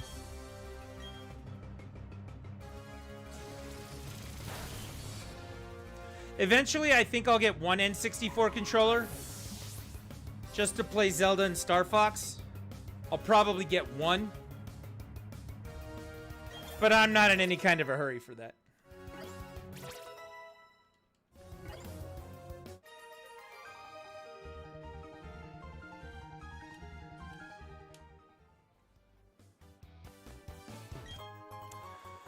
My friend picked up 2 of them because his wife really likes Mario Kart 64.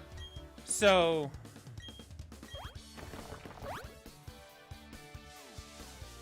if you're gonna play Mario Kart 64, then yeah, you gotta have controllers for that, right? That makes sense.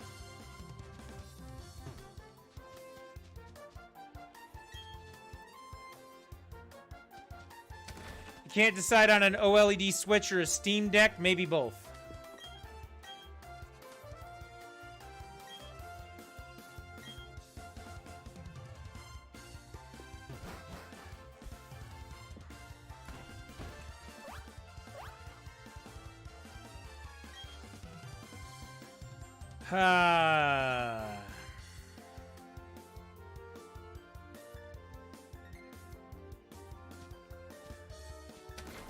You were hoping they would release N64 games. Unfortunately, my N64 system got destroyed during a flood. I honestly play the Genesis games more than the N64 ones. But here they are. They added 10 for that. We've got the NES games there. And down below we have the Sega Genesis Switch Collection and the Super Nintendo Switch Collection. And, of course, Tetris 99.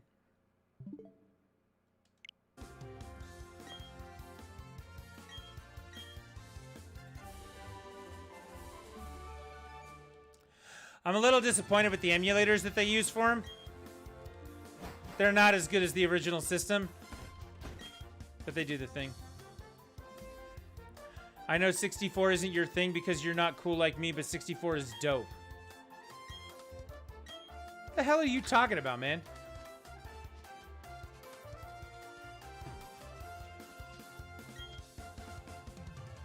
I guarantee I have finished more N64 games than you have. I'm always hating on Mario 64. One game. I hate on the one game. And I do hate Mario 64. We tried playing it when they put it on the collection, the 3D All-Stars collection. That game is a dumpster fire.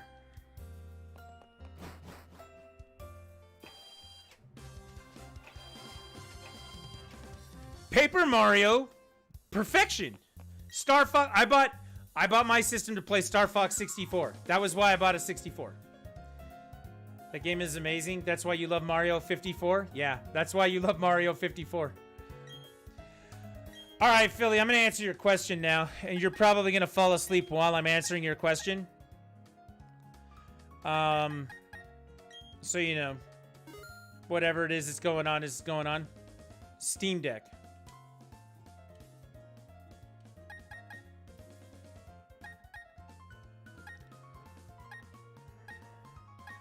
There are things I would use a Steam Deck for.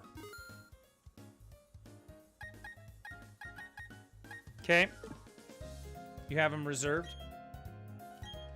There are things I would use a Steam Deck for. The first and foremost thing I would use a Steam Deck for: emulation. First thing I would do is I'd have every NES, Super Nintendo, Genesis, like I'd have every emulator built into that thing. I would use it for emulation. And that's about all I would use it for.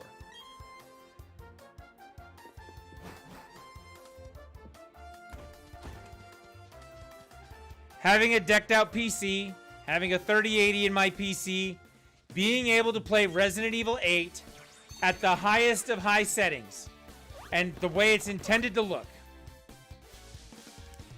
Downscaling that to play it in a handheld mode everywhere I go would infuriate me.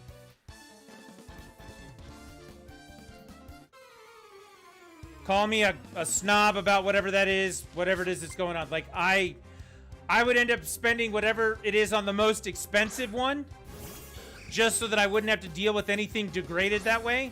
And then I wouldn't play a game past like 2014 on it. I'll go play Arkham Asylum, Arkham City, stuff like that, right? I wouldn't play Resident Evil 8 on it. I wouldn't play Battlefield 2042 on it. You know, I'm not going to play the newest of new stuff because it'll just piss me off. That's the thing about the Switch that I love. The Switch doesn't change no matter where you play it, right? Those games are those games.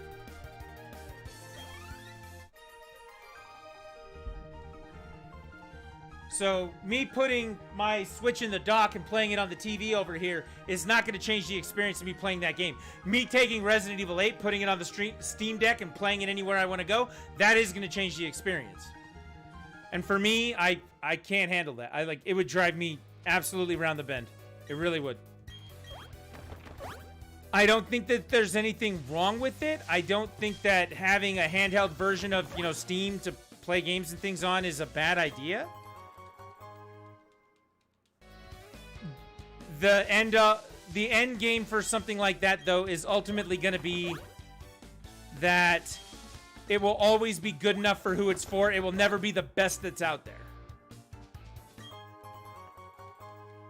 I could use Far Cry 6 as an example. Deathloop, pretty much anything that came out this year on PC is not going to do what it needs to do. And again, that's just for me. That's the Steam Deck. As far as the OLED Switch goes, that's your other question, right? OLED Switch. When did you buy your Switch?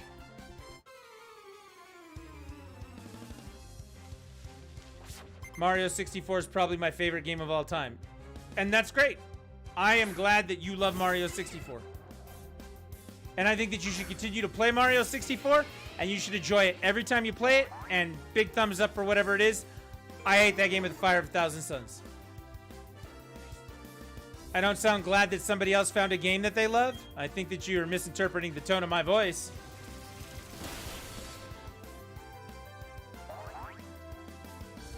He didn't tell me that I have to love it. When we cross that bridge, then we're going to enter a new realm of whatever. Then my voice will change.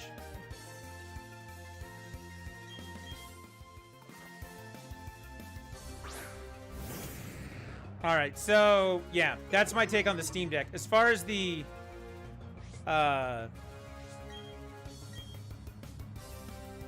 Billy, you're such a troll. I see through your troll ways. And they're not very effective, as they say in the Pokemon. Your move does not affect this Pokemon. It has no effect. Everyone knows NHL 94 is better. Duh. I'm choking on Cheerios laughing right now. I'm sorry. I know, right? Your troll is not super effective. So here's my question. When did you get your Switch?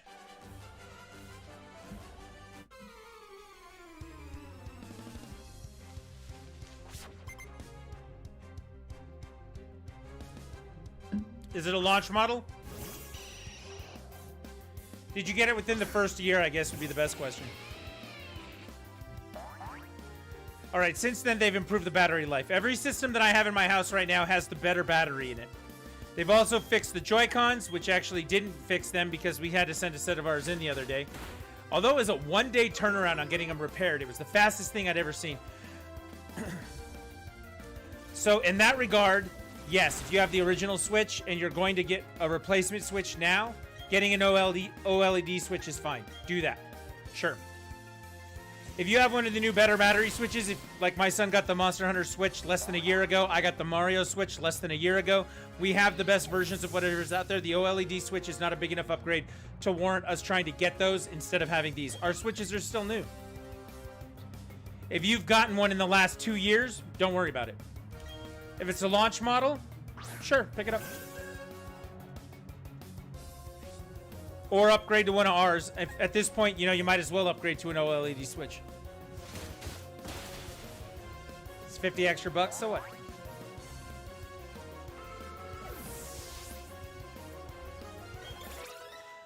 Now, the great mystery of the OLED Switch. Let me help you out with this.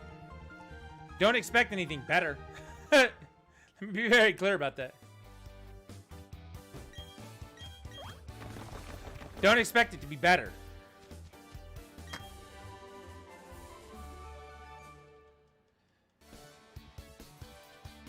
And the reason I say that is because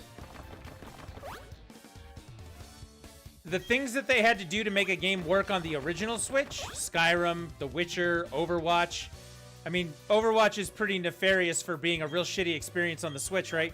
Having a better processor, having an OLED screen, things like that, are not going to make the game run better. The OLED screen is nice, and it'll look a little sharper, and there'll be some, you know, some things about that that are nice, but it's not going to actually make the games run better. Mario Kart 8 is not going to run better on the OLED Switch. It just doesn't. You know what I mean? The new Super Mario Bros. U Deluxe is not going to run better on an OLED Switch. It just doesn't. It's a Wii U game, for fuck's sake, you know? These Pokemon games are not going to run better on that new Switch. What's it going to do? Improve loading times, maybe? A little bit because of the processor? Maybe. But as far as the actual experience goes, don't expect night and day different, like getting a pro system or something like that, because it's not that system. And there are a lot of people walking around saying that it is. The best example I can use of this is the Smash Brothers.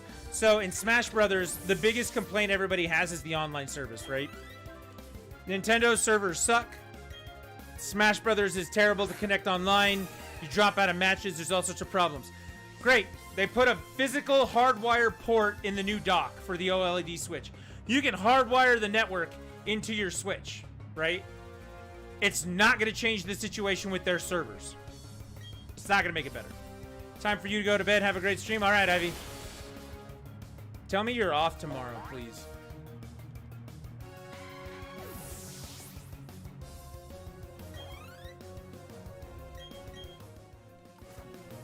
Off the next 2 days? All right. Be ready to do some trading. We'll get you those starter Pokemon. And we'll go from there, okay?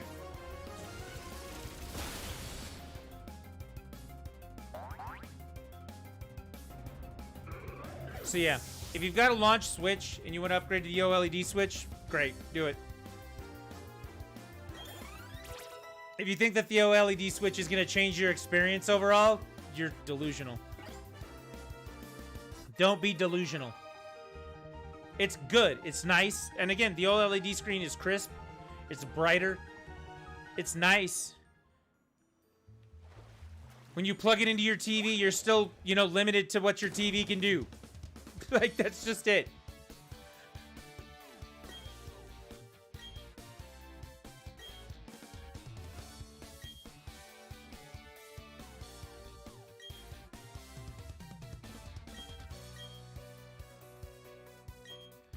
So, Philly probably fell asleep during my explanation there, but that's my take on all of the things he asked about.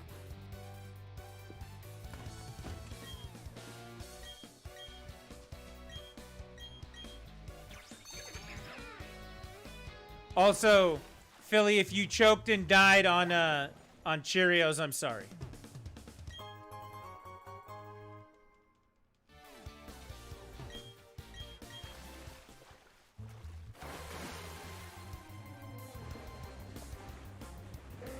Sometimes that happens. I hope he wasn't sitting in his chair when he spit them everywhere. That would be bad. It'd be all over his computer.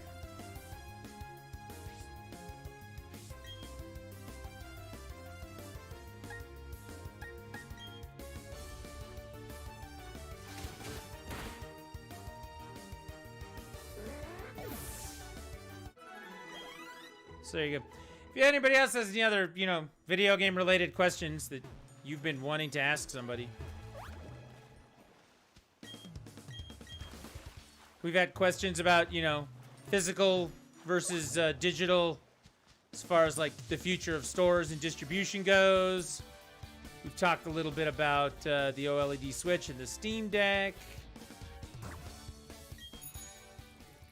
Yeah, if you got questions in general. We've talked about Pokemon some. Just been moving through this wild area here.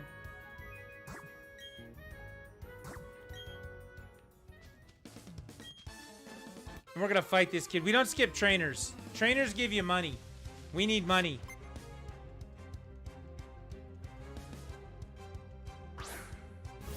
We also need Pokedex entries for most of the Pokemon that we're seeing out here.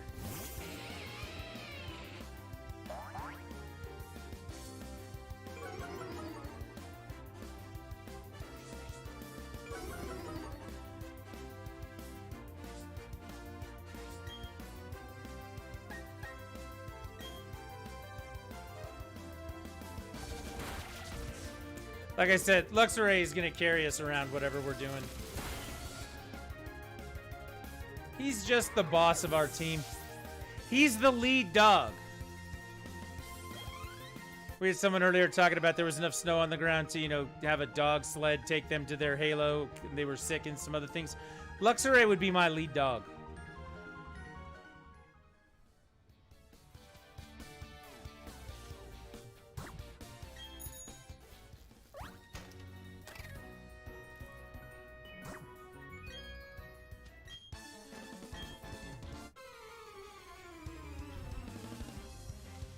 It's a slow go, but we're slowly but surely making it through this area. We're seeing ashes fall from the sky, which means we got to be getting closer to the volcano. Inside the volcano is Heatran.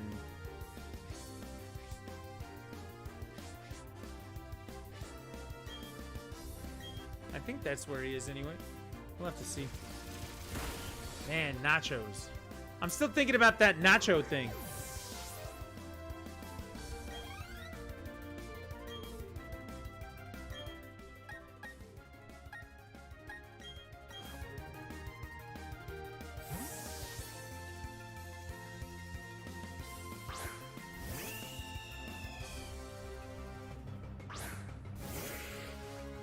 I'm also thinking about another question that I probably need an answer to. Several members of, well, a member of my family decided, a member of my family who doesn't play video games decided that they wanted to sit down and try some of the games that we've picked up recently, so like the new Monkey Ball. My question is, if we want to play that, and they don't play video games very much, do I just obliterate them? Do I sit down and hand them their ass and go, get good, noob? Do I do that? Or do I not act like a raging lunatic asshole?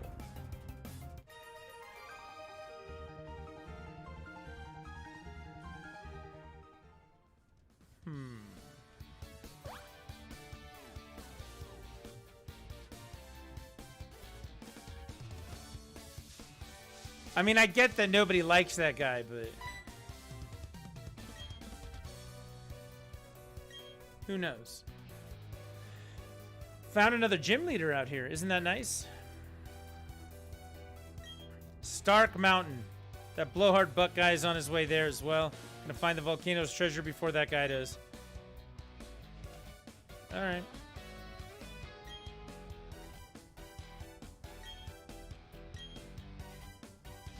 All right, so Wave Crasher Wake is left.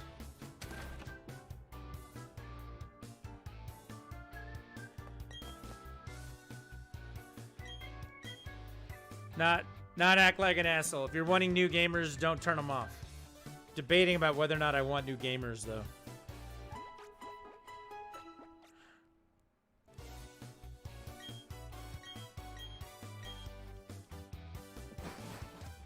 I'm debating.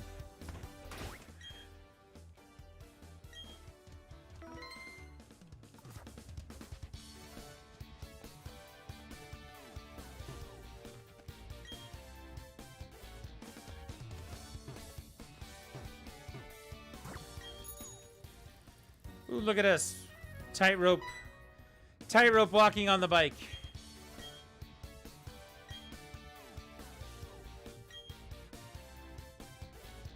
This guy's a jerk. This buck asshole.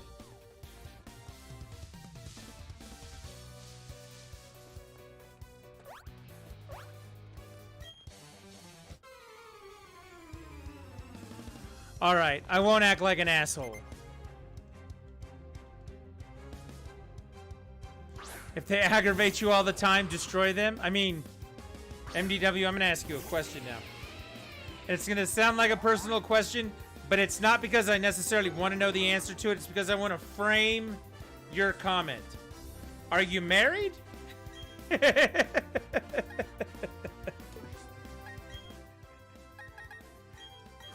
No?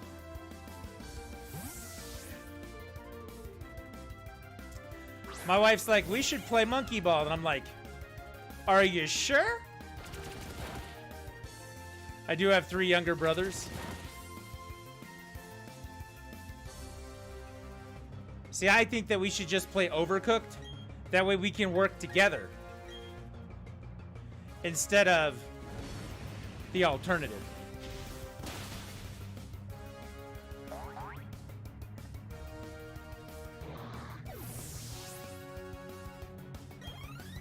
Also, she has played Overcooked. So she is familiar with the concept of that. It might help. Mario Party's always fun. I hate Mario Party.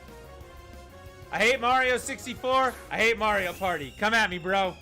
Come on, internet. Come and get me. I also think that Ocarina of Time is one of the lesser Zelda games. Come at me, internet. I'm right here.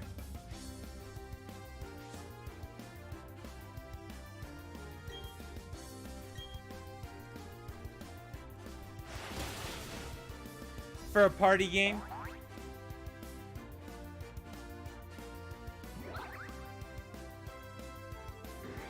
Hate Mario Party.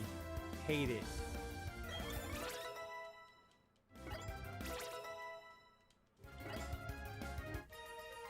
I would much rather play like Mario 3D World, because you can play that co-op and everybody can kind of get to the level end themselves. Although that does kind of anything with the new Super Mario Brothers logo on it basically destroys families and friendships. So that's tough. Smash Brothers might be fun, but that's another one of those situations where we're not playing together, where it's, you know, my son would get on and obliterate everyone. Raid! Spiky Raid! Spiky Dude!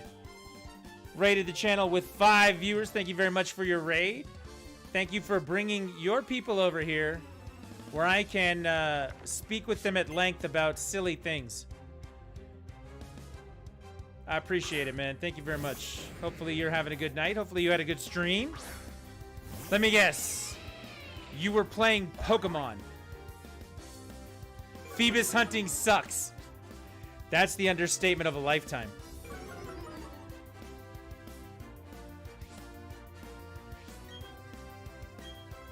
You did catch one? Very cool. I have a whole bunch of them on Sword and Shield. And I don't want to go do it on this. I just don't want to. Also, Spiky, thank you very much for the host as well. Sucks to get the stuff to evolve it, making it happy.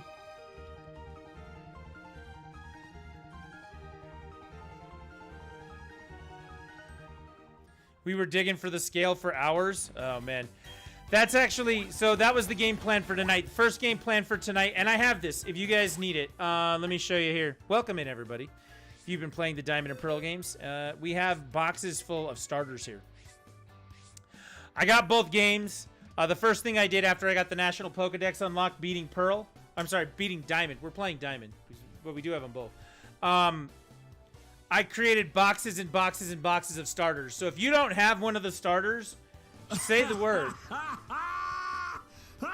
What the DOG... You did, Bolin. You did the thing. What the dog doing followed the channel. DOG doing. Thank you very much for the follow. I appreciate you. If you need a starter, let me know. We can open up a trade. We got Piplup. We got Turtwig. We got Fire in Chimchar. I can get you one if you need it. And don't worry. Feel free to interrupt whatever the hell it is that I'm doing so we can do the trade if you really want one. So, not a problem.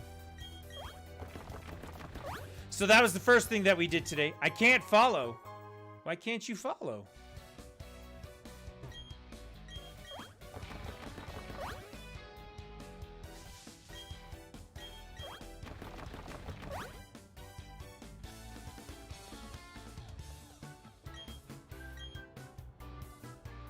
Pretty sure I'm marked as a bot by Twitch. That can't be good. That sounds unpleasant, and I'm sorry to hear that. But I'll make you a deal. I won't treat you like a bot while you're here. Mostly. Only as much as I treat everybody else like a bot. That's my commitment to you.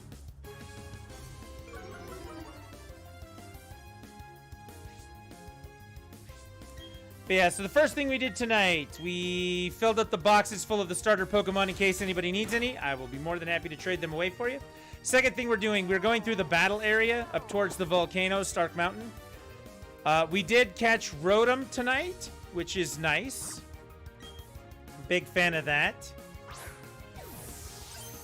And after I get through this area, depending on what the time looks like and how I'm feeling, I'm going to have to go to the underground and start digging for shards to put in for the legendary Pokemon area. Digging for all the things that, you know, happen over there. And I don't want to go to the underground. It's just, it feels like I could do 10 streams, all of it in the underground, and I would never finish the things I need to get done.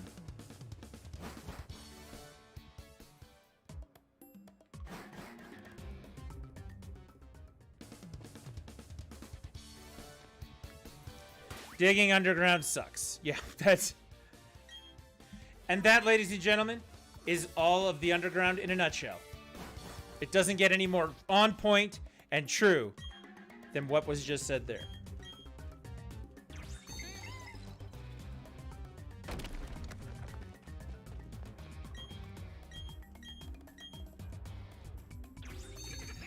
I haven't even played any Pokemon games and I know that? Yes, I know. So not good. How does one...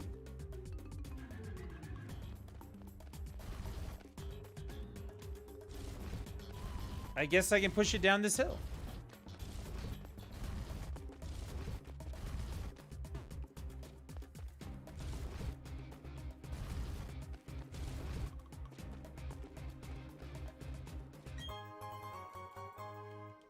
We did it. We have somehow solved the magic puzzles of the strength. I found PP. I did. I found PP. Whoa. Excellent! Oh, that's you, Philly Paycheck. I get it now. I thought it was something else. Okay, someone want to explain to me why I'm stuck there? Now I can get through. Okay, cool. Someone needs to beta test this game. Nothing like finding wild Golbats to stand between you and your progress. But yeah, thank you very much for the raid. I appreciate it. Hanging out, doing the thing, having fun. Playing Pokemon. We were talking about this at length last night. Playing Pokemon is much better when you have lots of people to play it with. So come on, hang out, play some Pokemon. We're going to do the thing. And I'm very excited. Spiky Dude, I'm very glad that he got a Phoebus. Phoebus is a pain in the ass. Philly, that's one of the fish we traded you yesterday in Sword.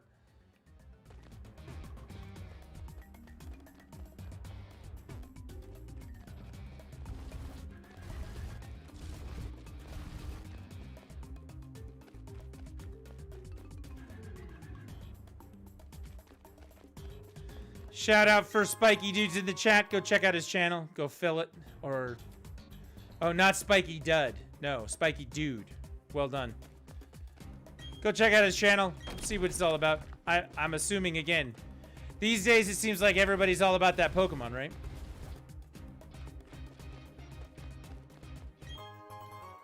And you got a Phoebus.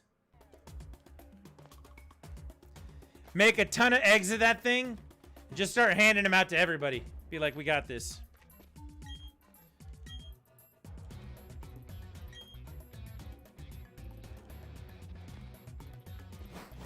Just start handing them out like candy. Be like, hey, little kid, would you like a Phoebus?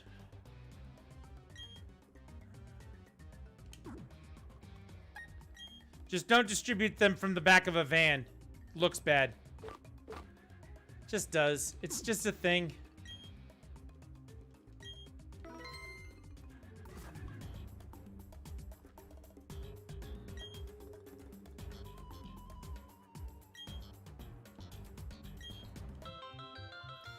Question, have I fought Cynthia yet? Yes, I have. It took me 4 tries to beat her. I was doing just fine all the way through the Elite Four. I took out all of her Pokemon, and then her Garchomp wiped the floor with everything I had 3 separate times. 3 times. One Pokemon just absolutely obliterated me. I had never been that angry and demoralized playing a Pokemon game. Oh, I was so pissed. I was so pissed. I was telling my son, I was like, I do not remember this ever being as hard as this is right now. And he was like, yeah, she's a bitch. I was like, wow. My 18-year-old son told me that Cynthia was a bitch. I was like, wow.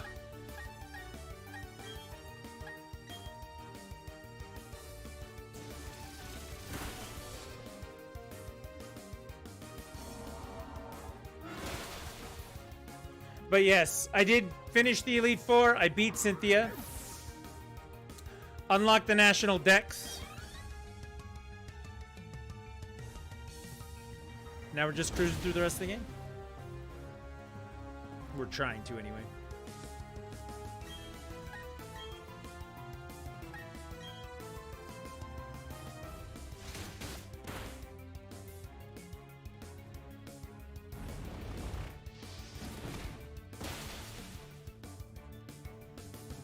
I like Macargo. I'd like to catch Macargo. Can we make that a thing?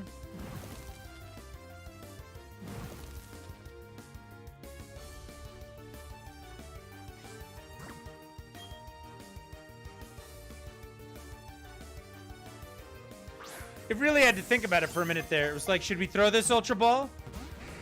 Oh, come on now. Come on now. I've just noticed I unlocked my emote slots. Very nice. All of them? I'm not sure how the emote slots work these days. Alright, Tris, I'm off. I'm going to play some Shield in bed and pass out. Alright, man. Congrats on your 10.5-hour stream today. 1, 2, 3, 4, 5, 6, 7, 8, 9, 10, 11, 12, 13, 14, 15 emote slots. Very nice.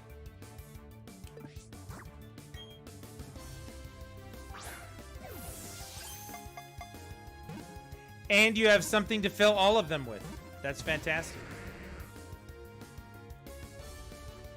People call me the emoji boy.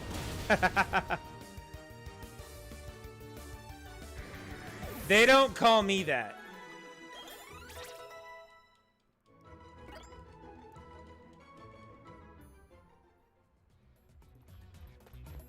You're an emote artist. You have over 140. That would be why they call you the emoji boy. You're the emoji. Yeah. That makes sense.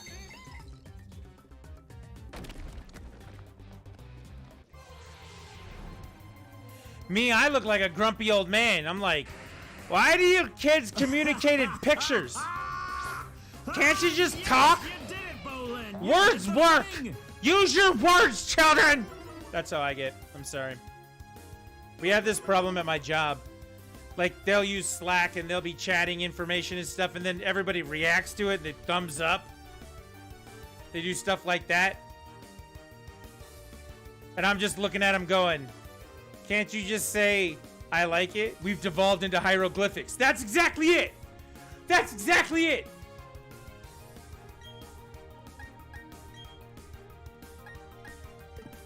You are correct. Thank you also for the follow, SpikeyDude309. I'm so excited that you called them hieroglyphics.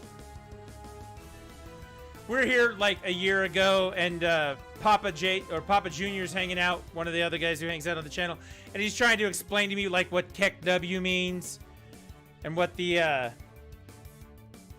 what's that one face? The I'm trolling you face. I can't think of what it's called right now.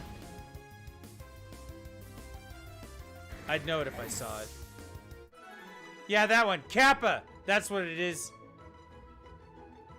He was trying to explain to me what Kappa was for like half an hour.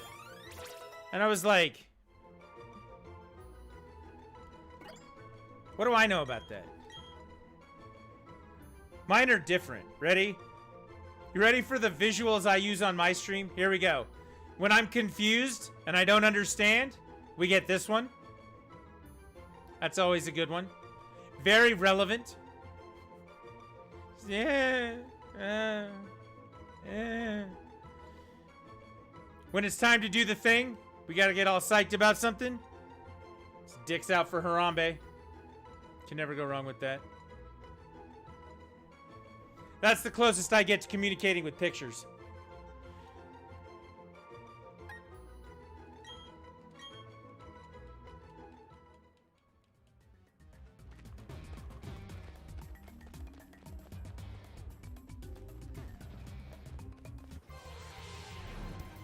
But it's because I'm old. Let's be honest.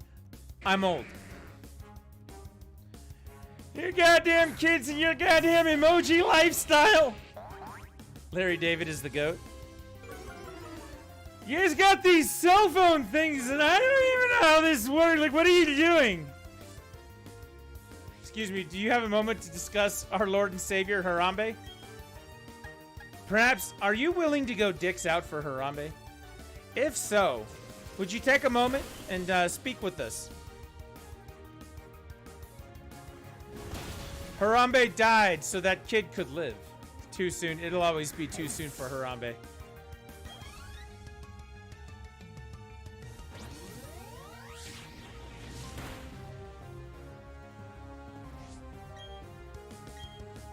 That's just one of those things.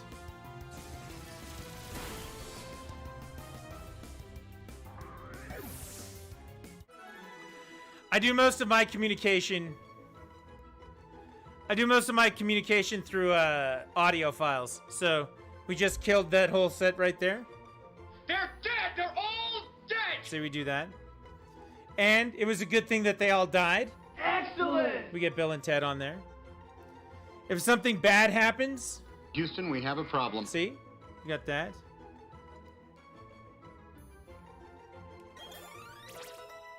Occasionally, the need for this one comes up. Son of a...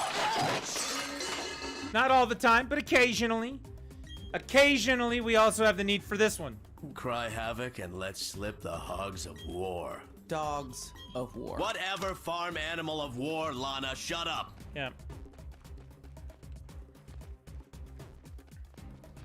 We do also have some danger zone stuff in there too, so it's always a good time.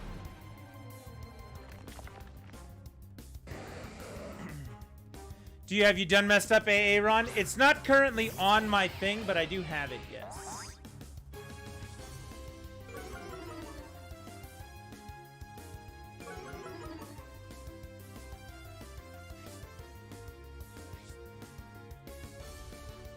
You done messed up, Aaron! There it is.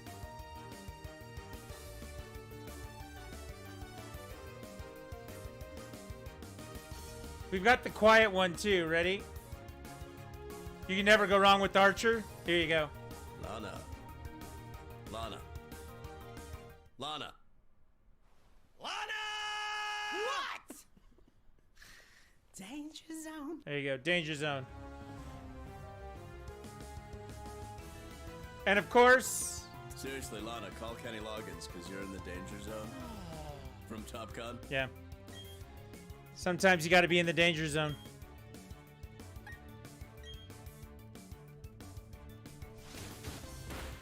Duke Nukem soundboard? No. Look, I'm old. I'm not that guy. I'm gonna go rest and unwind for my stream. If you ever need an emote artist, hit me up. You got it, man. Some might not be Twitch appropriate. That's, well, I don't think anything on the internet's Twitch appropriate anymore. Who knows? Here, Spiky, I will leave you with the wisdom of Ferris. Life moves pretty fast. You don't stop and look around once in a while, you could miss it. There you go. There's your words of wisdom for the evening.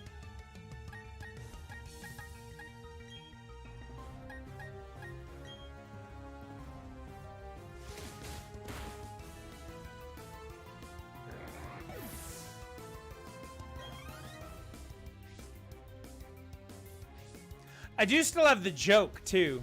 I have that as an audio. It's like 45 seconds long.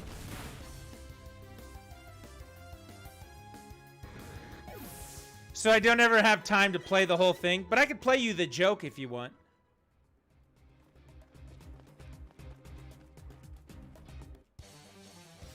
Let's see if I can find that. Hang on.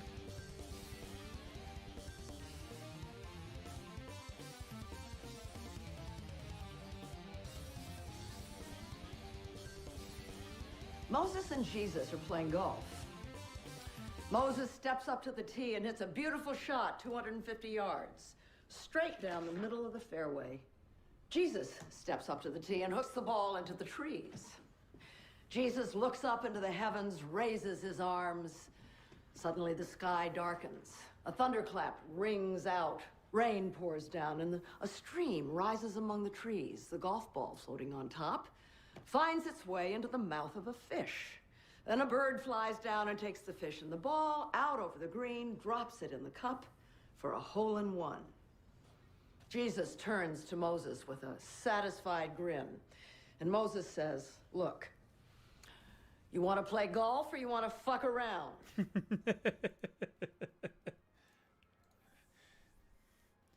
Look.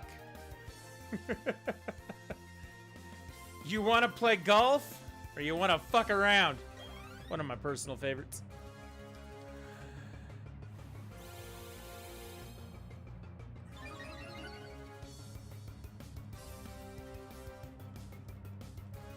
But yeah, I have many emotes. Or I have many, not emotes, that's the wrong word. I have many audio files that I could choose from.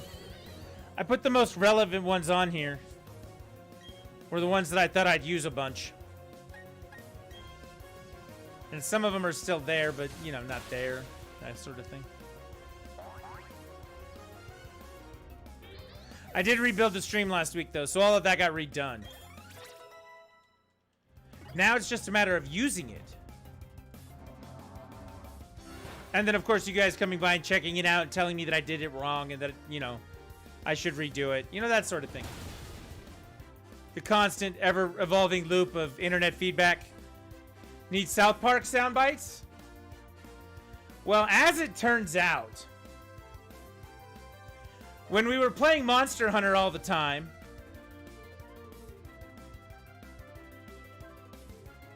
My God, it's coming right for us!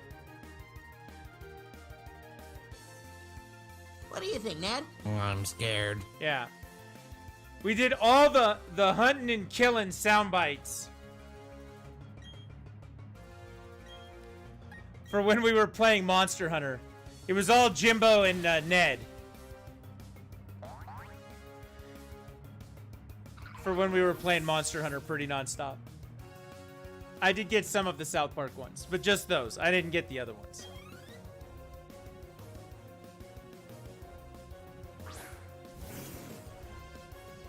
What did you say, Eric? I said...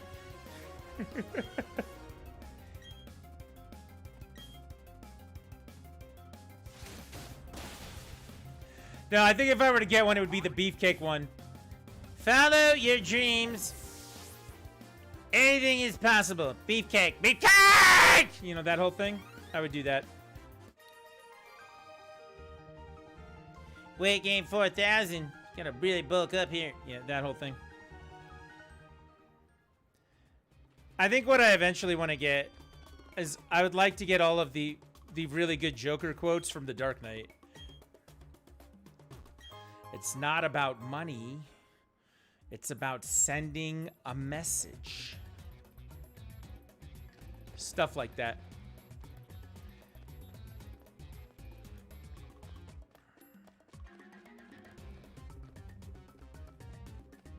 Who wants to see a magic trick? Oh, there's only one spot available, so we're gonna have tryouts. You know, that sort of thing.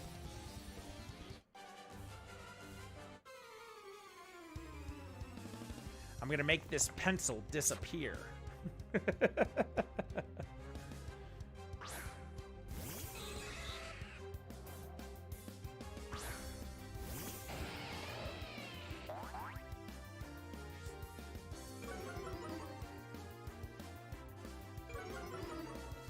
Honestly, I don't use them often enough to do that stuff. My Stream Deck is like hiding behind some things. I should really bring it front and center so I can start using them.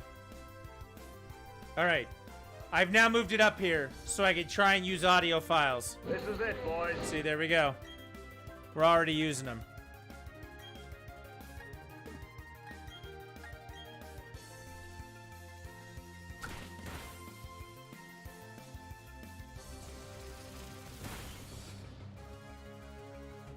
Still just slowly but surely making our way through the cave.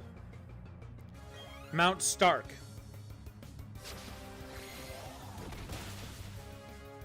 Man, that Dodrio's a punk. I'm gonna kill it now.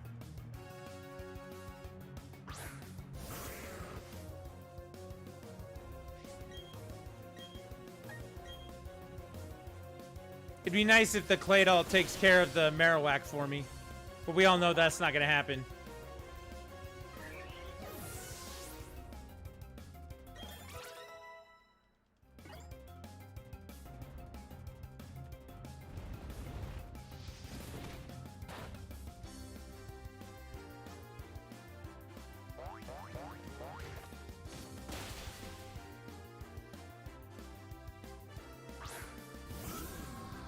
Man, how many Pokemon do these guys have? It seems like a lot.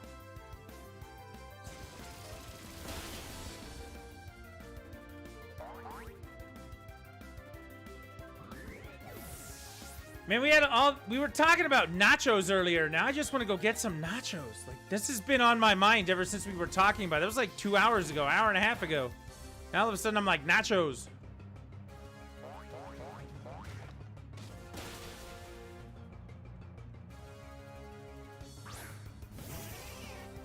They have more Pokemon.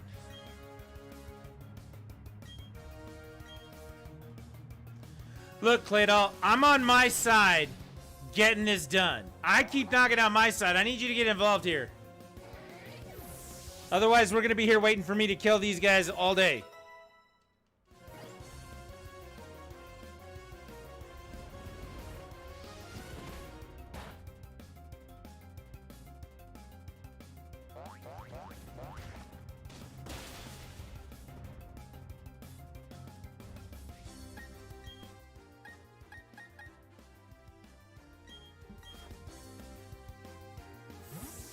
I thought I took Empoleon out. I probably just didn't put him back in the party. I need to.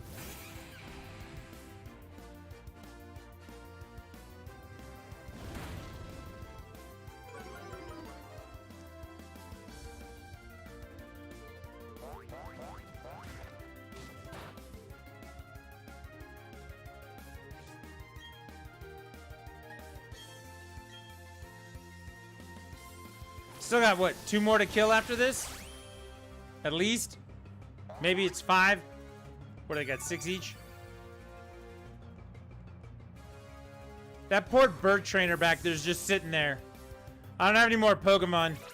I guess I gotta sit here and watch this finish? Like, what are we doing?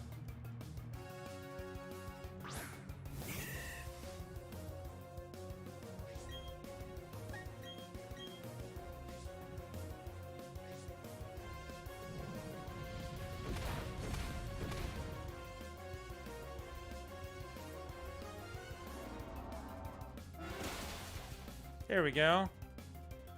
He's getting involved. Good job, Claydol.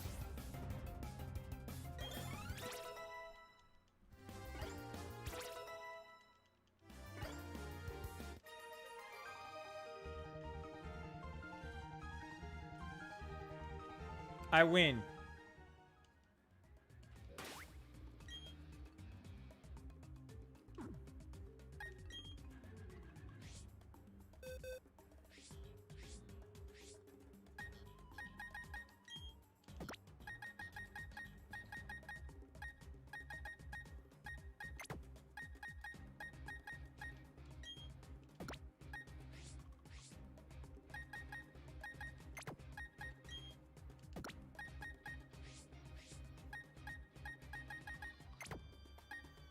I'm gonna make Rotom look like a washing machine and then level him up that whole time.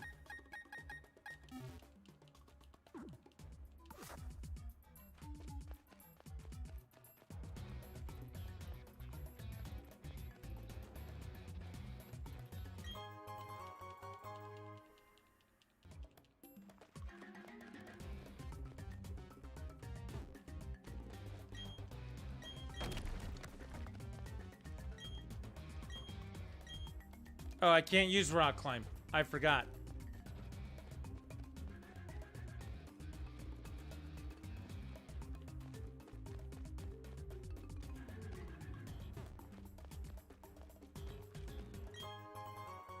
Flame plate, that's nice. No Arceus in the game, but I got plates for days.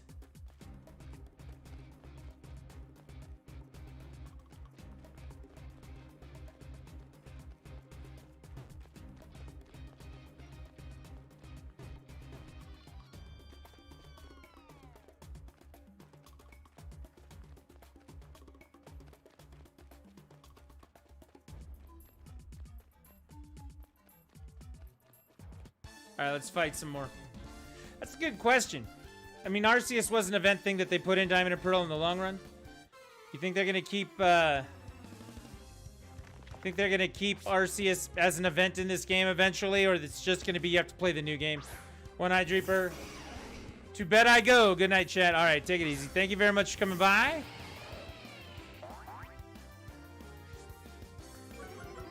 Appreciate you hanging out, doing the thing. And don't worry, we don't think you're a bot. Have a good stream. Thank you very much. Appreciate it. Appreciated. If we could get through the rest of this cave, I'll chalk that up to a good stream. That's what I'm going to call it. A good stream. And after the stream, if I can get some nachos... What?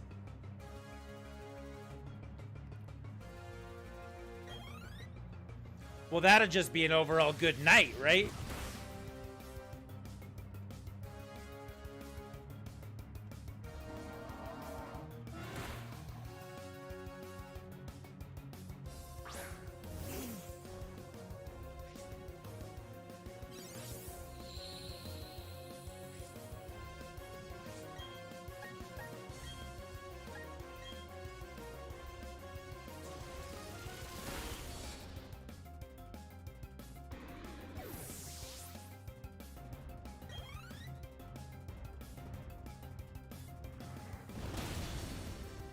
Torkoal's not gonna make it, everybody.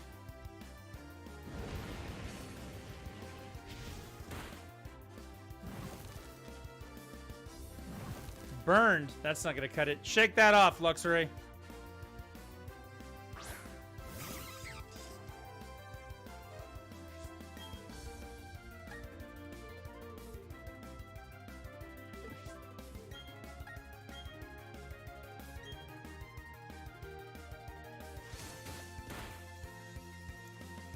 That's not gonna work. Torkoal's out. I said he wasn't gonna make it. Didn't make it.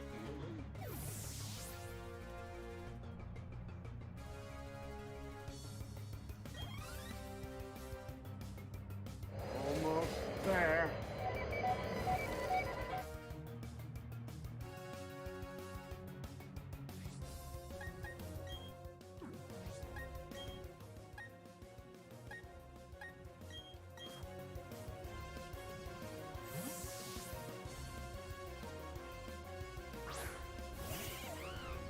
I know I haven't done a lot of swapping, but we'll be good. This'll help.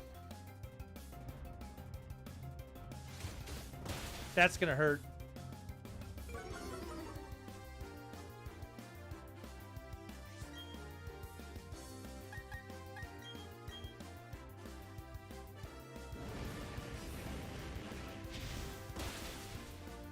Super effective. Get out of here.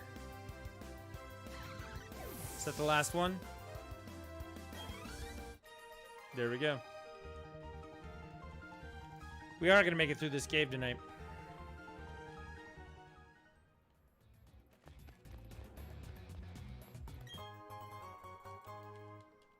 Rare candies are nice.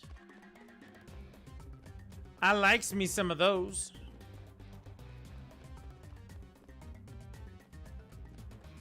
You know when you go out trick-or-treating for Halloween, you go to that one house and they give you Tootsie Rolls, and you're thinking to yourself, really?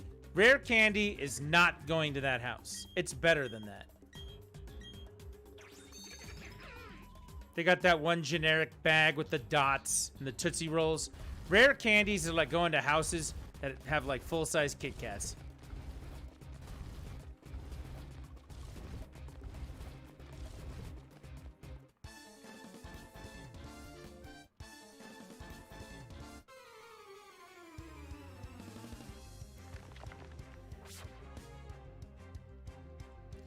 Also, I have a question. How many of you out there hand out candy for Halloween as full-size candy bars? Because from my understanding of it, what happens is most people, as children, go, I'm not going to hand out lame candy when I'm an adult. And then when they become an adult, they're like, I'm not spending money on candy for other people's kids. It seems like something we all get over. Maybe I'm wrong.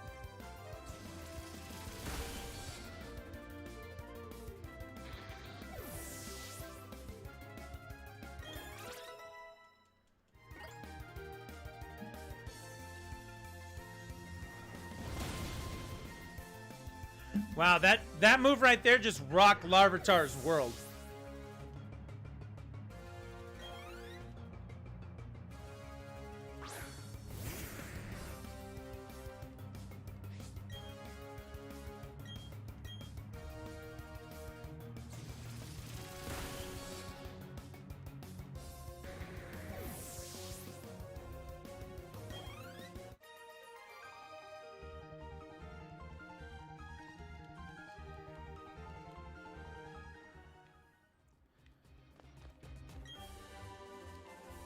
I feel like we're getting closer. Like, significantly closer. But that's just a feeling. Who knows if that's real or not.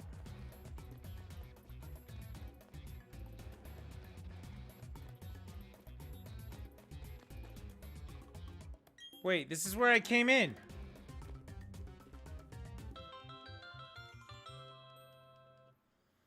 I live in the country, so no trick-or-treaters, but if I had any, it would be a handful of fun size.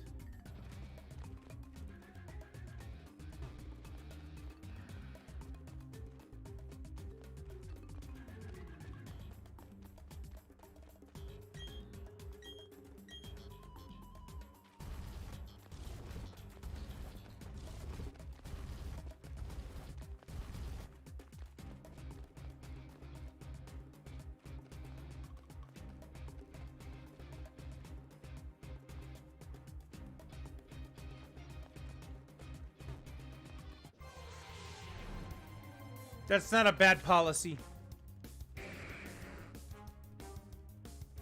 It's so not bad, I would call it a good policy. You know, if the trick-or-treaters came by like 2 or 3 days later after we go to the store and buy everything on clearance, maybe I'd hand out better candy. I'm just saying. I'm just saying.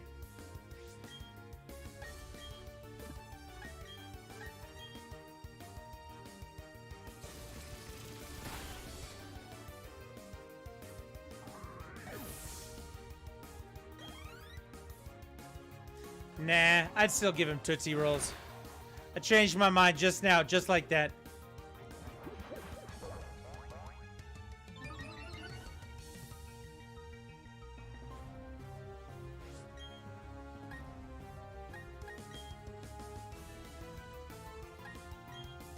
Got the first gym badge. Finally need more game time, less work overtime. Hey, but you got the first badge. That means if you want to trade, you can. Means that the world is kind of your oyster. I don't know why the world would be your oyster, but it's kind of.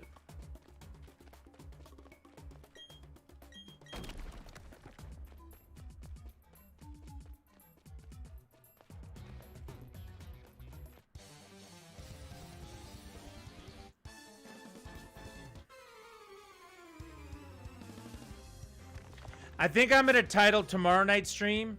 It's going to be called You Get a Starter, and You Get a Starter, and Everybody Gets a Starter. No, should I not do that?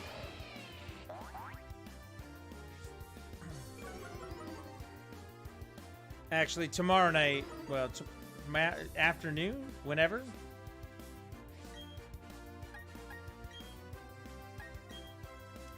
I think we might actually play Metroid tomorrow.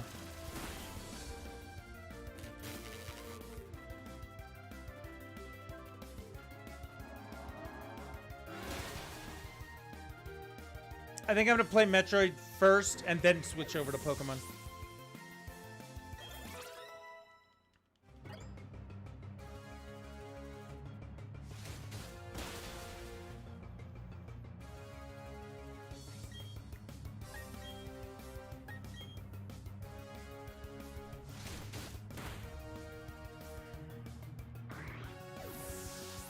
takes me about 2.5 hours to beat Metroid Dread. So if I just sit down and go through it, it's something to kind of break it up, because this is all I've done for a week.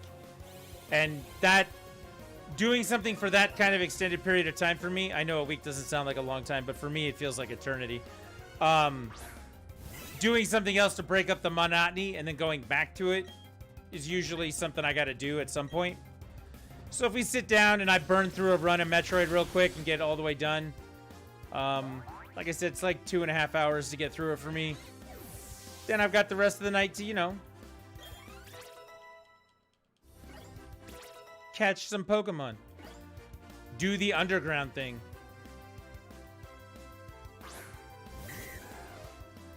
Because that's the real problem. The real problem comes from doing the underground stuff. That is going to be so time consuming and so soul draining.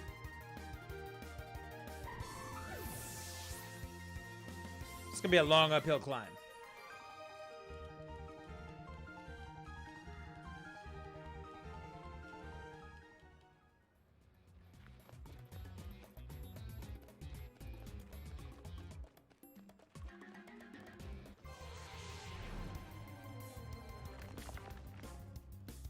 Out of curiosity, MDW, which one are you playing, Diamond or Pearl?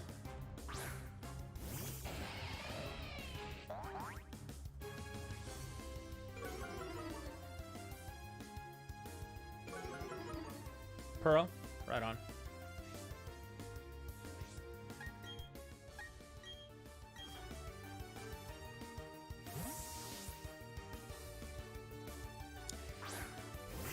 Yeah, I play Diamond on stream, and then I play Pearl when I'm not streaming.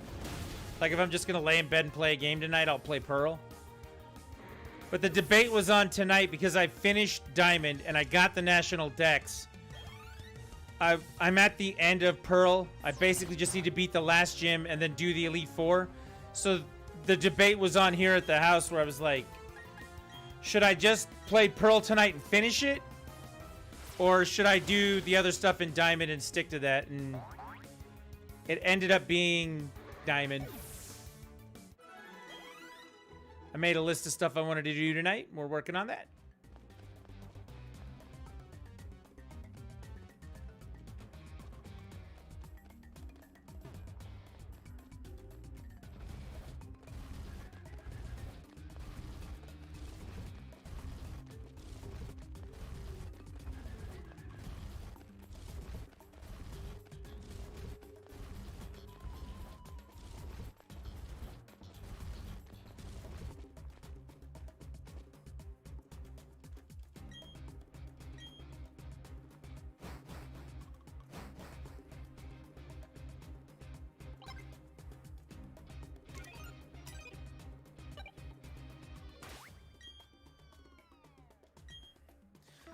If this is Heatran, we're going to save it now.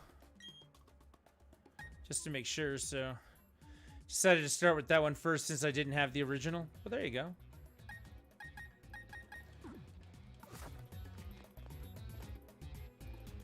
Check this out, Trisket. This is the Magma Stone, Treasure of Stark Mountain. This is not good.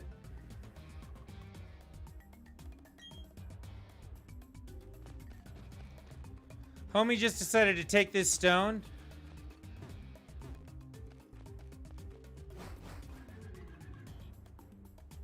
It's gonna cause an eruption.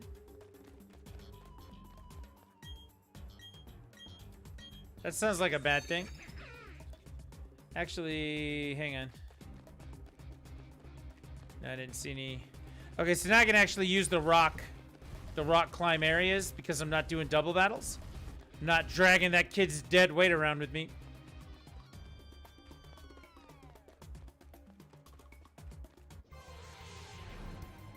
And maybe we can catch a couple Pokemon we don't have. That would be cool.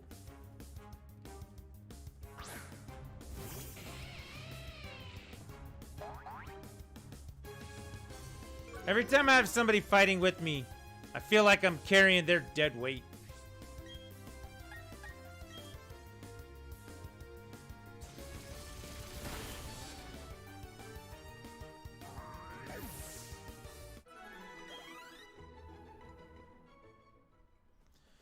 You started with Pearl because you didn't have the... Did you get them both? Or did you just have Pearl?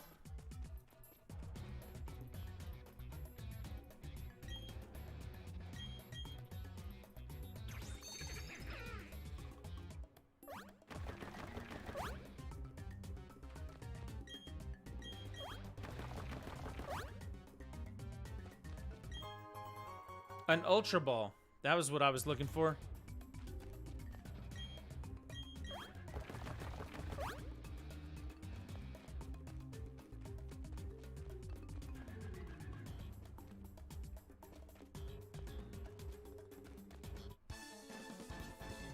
I'm gonna use my own Pokemon this time and not carry that other kid's dead weight.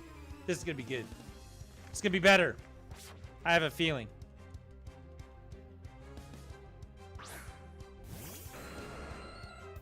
Yeah, I think I got this.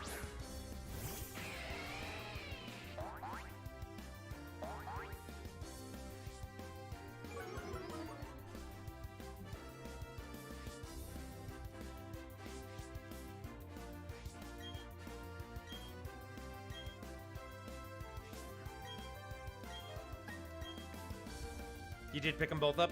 Cool.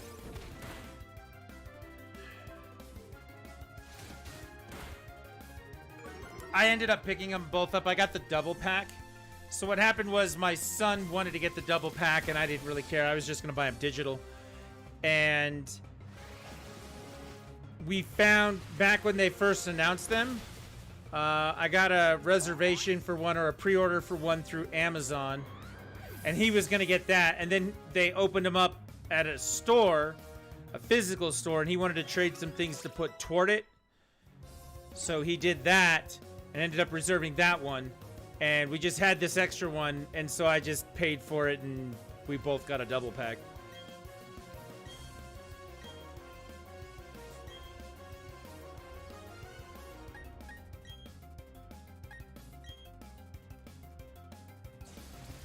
It works out well because it means my daughter can play one. Like, whichever one he isn't using, she can use. Whichever one I'm not using, she can use.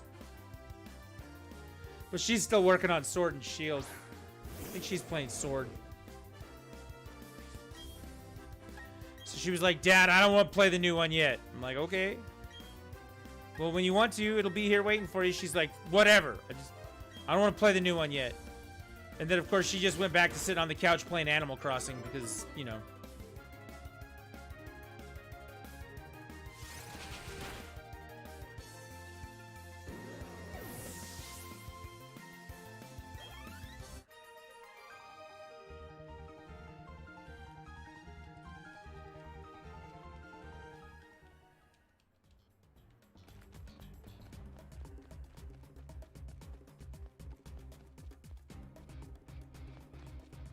My daughter only talks in memes and Animal Crossing things.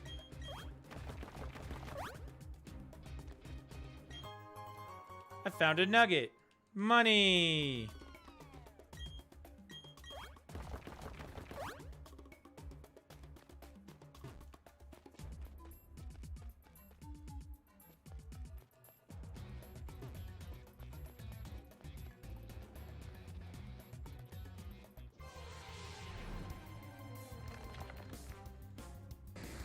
I do not have a Weezing yet. This wouldn't be a bad catch. I'll take this.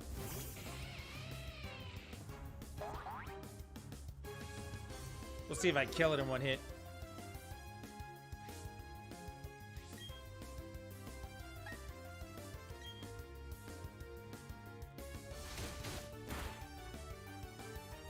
Nope. I think we're gonna be okay.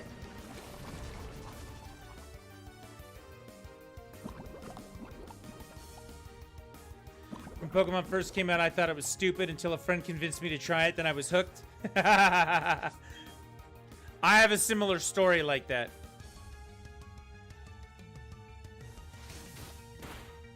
So here's my problem. When Pokemon came out, I was 18 or 19 years old. I mean, I missed the boat on it. There was a TV show that I knew about, but I didn't know about the games. I didn't have a Game Boy. I didn't really care about any of that stuff. In fact, I was actually a hardcore PlayStation 1 RPG gamer at this time in my life.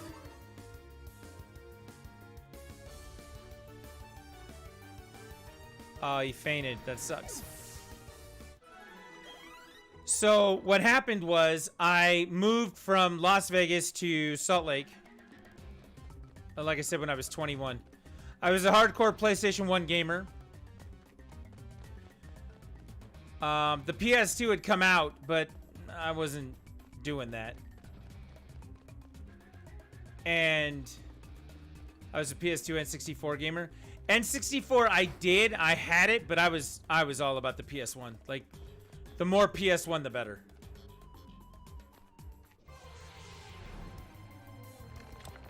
And I had everything. Like, every Square Enix RPG. It was Squaresoft at the time. I had Brave Fencer Musashi. I was playing Parasite Eve 1 and 2. I was playing, I mean, everything. I had Saga Frontier when it came out. I had all of it. I was a Gran Turismo junkie. I still am a Gran Turismo junkie, I'll be honest with that. Metal Gear Solid, Lunar 1 and 2. I mean, I had all of it.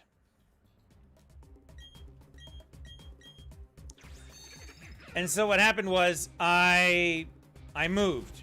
There's circumstances and other things that happened around that, and I ended up going. Went from Las Vegas to Salt Lake, which is a very, very interesting culture shock.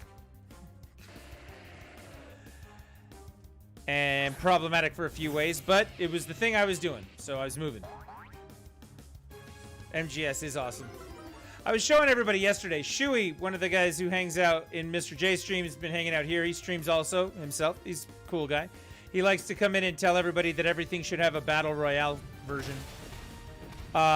He's actually an MGS junkie too. And yesterday I was showing him all the Metal Gear games I have over there. I have like the old PS2 trilogy with the PS1 discs in it. I've got a limited edition PS4.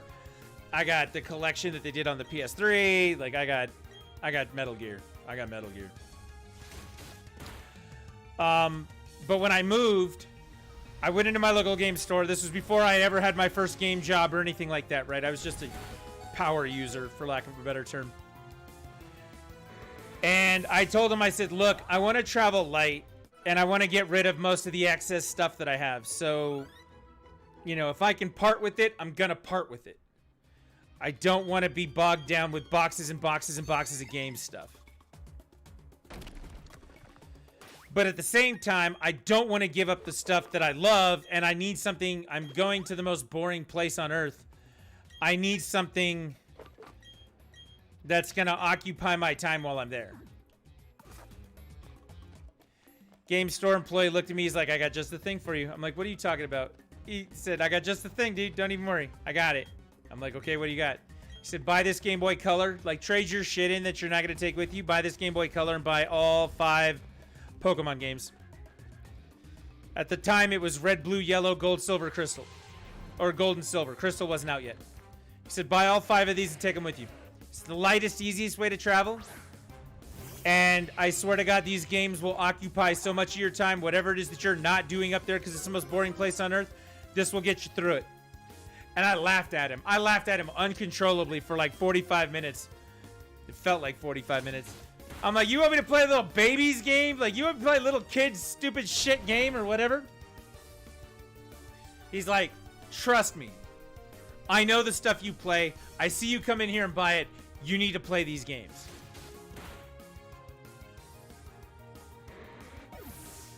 And I was a hardcore PS1 RPG gamer. The thing he knew about me, and this is something that's well documented, is my favorite RPGs of all time, since the beginning, are Dragon Quest 1, 2, and 3. And I actually bought Dragon Quest 7 from him on the PS1, and he knew that I loved Dragon Quest. And he was like, dude, you just gotta play this game. And I'm like, okay, I guess I'm playing this game. I took his advice. He said, look, if you don't like it, he said, when are you leaving? I said, I'm leaving in 3 days. He said, okay, if you don't like it, return all of it. And we'll find something else before you go. I'm like, all right, doesn't seem like a bad thing. And so I played it for the 3 days before I left. And in that time frame, I had some other friends that were helping me out with it because they knew about the Pokemon and whatever was going on. But I left with my Game Boy Color and then red, blue, yellow, gold, silver. Like, I didn't take them back. These games are the closest thing I have ever played to the original Dragon Warrior games. The way that the system works, the way that the menus work, it feels like Dragon Warrior to me. And he was like, yeah, that's 100% of the reason why you should be playing this. I can't believe you're not. You want to be a hardcore RPG gamer? What the fuck are you doing? And I was like, okay. And I will tell you what, the first probably year I was here in Salt Lake, my Pokemon games are what probably got me through that, so.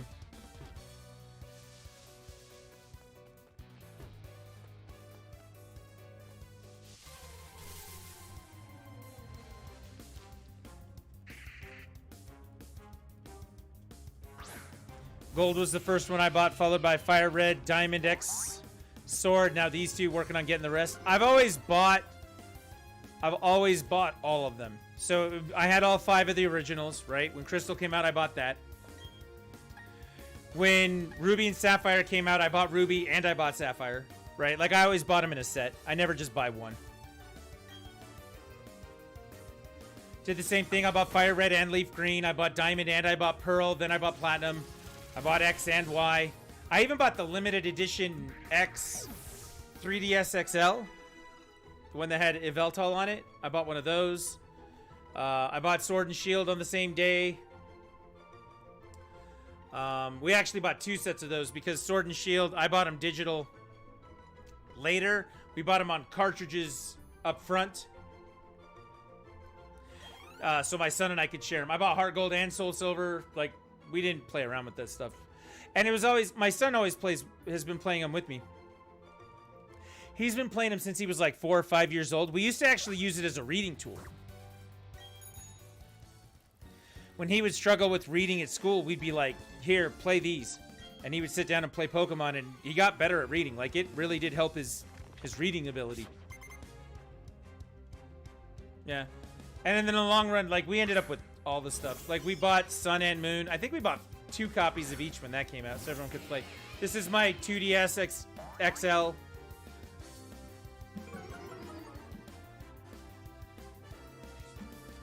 I never had the social structure to support, you know, just trading, having one version and trading with other friends and stuff like that. I never knew anybody else who was really into it because all my friends were older. And, you know, we all missed the boat on that originally. So I had 2 systems and I had multiple copies of the game so I could be my own friend. Yeah, that sounds as sad as it actually was.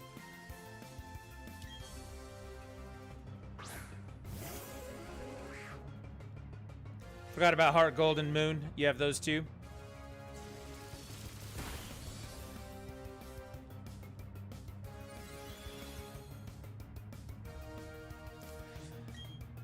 I don't have the cartridges for them anymore. I had, oh man, dude, we had so many copies of Black, White, and Black and White too. Like, it was nuts.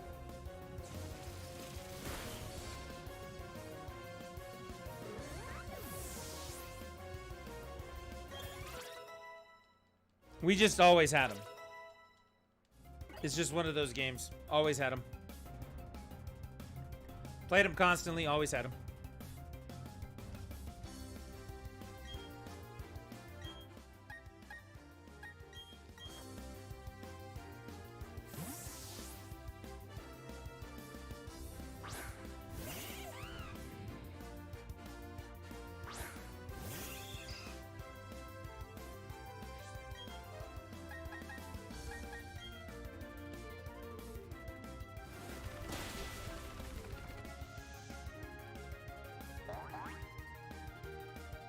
And I mean, it's not just always had them, always played them too.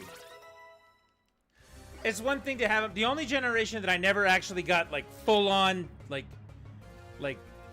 balls deep, go crazy on was Sun and Moon. I don't like those games at all. I do not like those games for whatever reason. I finished one of them and was just like, I am so done. I am so done with this stupid game. I was so mad at that game. X and Y. Sun and Moon are the generation that I played the least. X and Y, I played as much as I played the original games. So red, blue, yellow, gold, silver, crystal.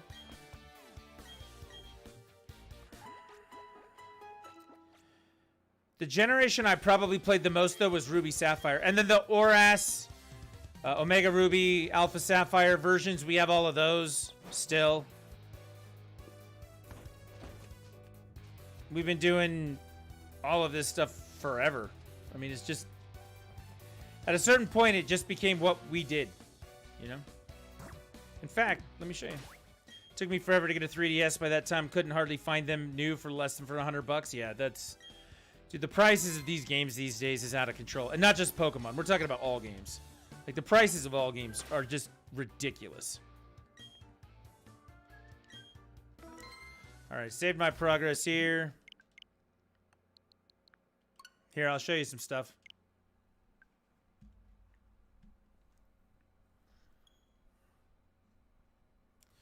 So Pokemon Home does not connect to the new games yet. It will someday, but not yet.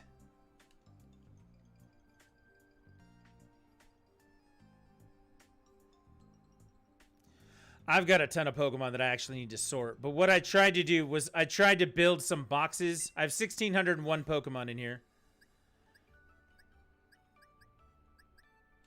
We'll look at Shield. Actually, let's just look at Home.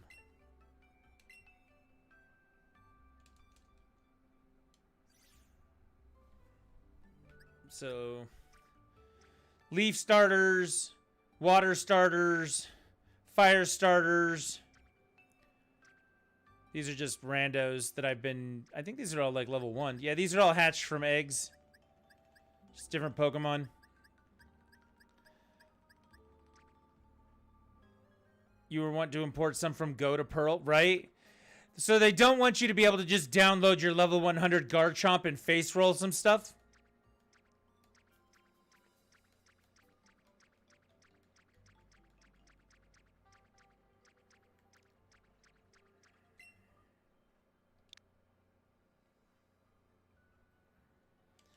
That's why they don't connect them.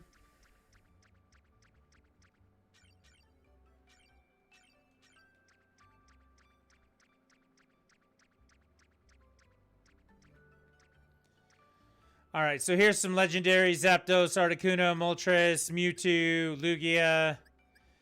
Some from Black and White here. And if I actually look at them, you look at like their summary. Seems to have been first met in the Unova region. Like, these are from Black and White. Victinis. These are Sun and Moon, which, again, I only beat the one. I don't have a ton of these ones. Volcanion is the one where, I think... Isn't that what we're looking for right now? No, not Volcanion. Heatran. Diancie, Xerneas, Yveltal, Hoopa...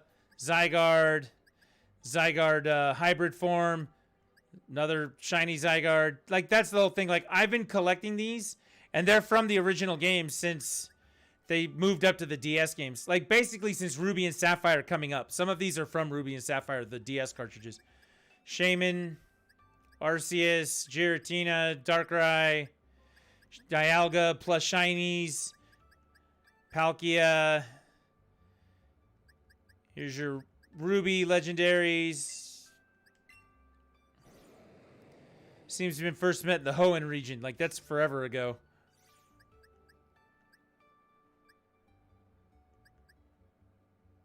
Some of these Jirachis are actually kind of funny because I have the bonus disc over there to just download Jirachi onto a Game Boy Advance cartridge.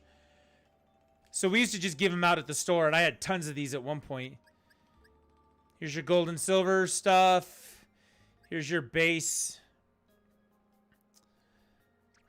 And then going back here, these are just ones that I've been leveling, or was leveling and worked on.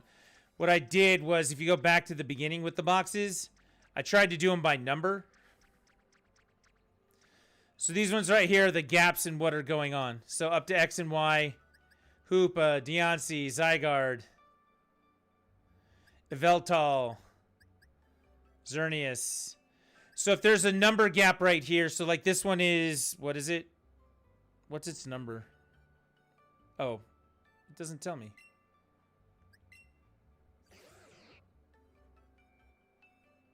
Number 690. So the one next to it would be 691. This one's 696, then 697, 698, 699. Like I've got these boxes here set up so that I can put one of each in there, and I know exactly what I'm missing. So if I wanted to go farm it, I could.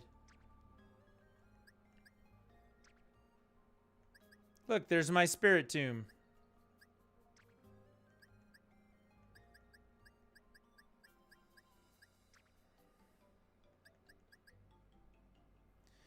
Here's your ruby sapphire stuff. Here's the first 150. I'm not missing any of those. These are Pokemon that came over from Let's Go. Yeah, I have 1,600 Pokemon in here, and I've been collecting them forever. So it really pisses me off that they still don't have a game that allows you to put a complete Pokedex into it on the Switch. That really sucks.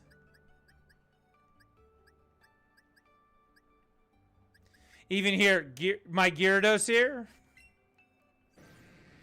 First met in the Johto region. It's the red Gyarados from the Lake of Rage.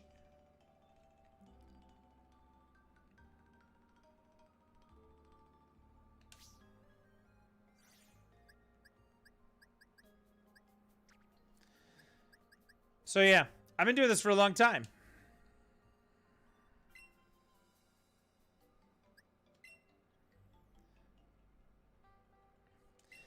You have more in your boxes than I probably caught in all my games combined, even counting all my duplicates. And that doesn't even, like, that's not including, like, Shield is my main cartridge on this for the old games. So I'm going to take a look at what's in Shield. That's these ones here. Boxes, that's 7 full boxes. Eevees, got all the versions of those. And look, you can see it here, just like I did in the other one. A box of fire starters, a box of water starters, a box of leaf starters. These ones here are infected. I actually got a Pokemon on Shield that had Pokerus on it. So all of these Pokemon right here are infected. Because you're in the danger zone from TopCon. My goodness. Grimchester bringing the raid. Thank you very much for hanging out, doing the thing. Yes, you did it, Bolin. You did the thing. Host, bringing the host with the 5 viewers, bringing the raid with the 5 viewers. Thank you very much for that. I appreciate that, Grimchester. Welcome in. I brought the people. Mr. Grumpy Scotsman's hanging out. What you doing, Grumpy? We're just playing some Pokemon. Right now, we're actually looking at my Pokemon Home listing here. Grimchester with the follow. Yes, Nonstop Gamer Guy, Bolin. 551 with the follow. Thank you very much for hanging out and pushing the buttons, doing the thing. But yeah, you can see here, all of these have Pokerus on them, so I can spread that around if I need to. I actually gave some to some friends as well. These ones have all had it and been cured.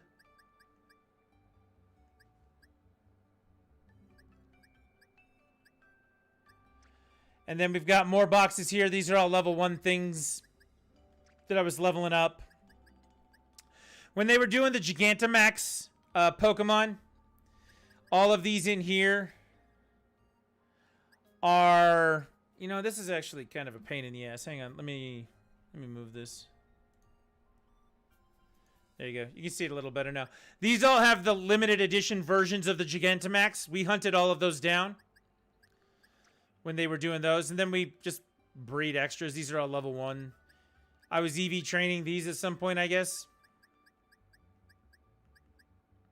There's my Rotom. My Lawnmower Rotom.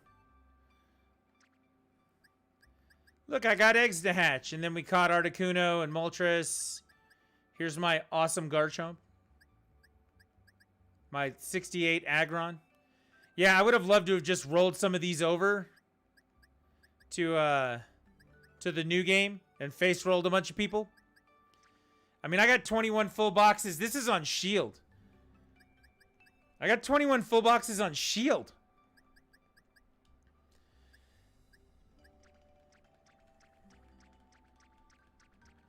Box after box after box after box after box after box of stuff in home.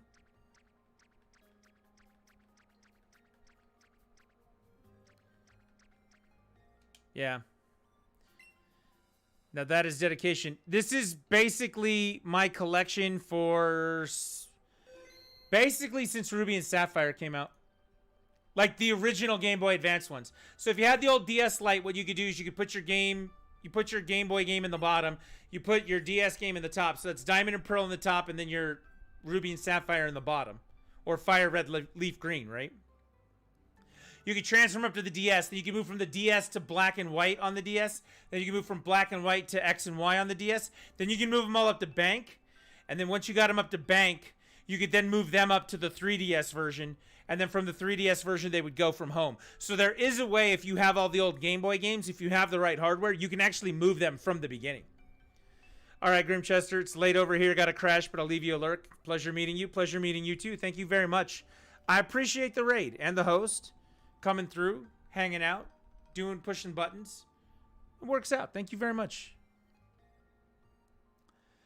So yeah, in the long run, it's 1,600 Pokemon that I have on home.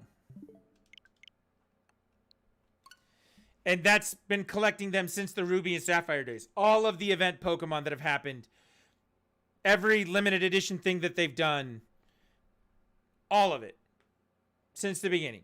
Every time you do a transfer, I could do it.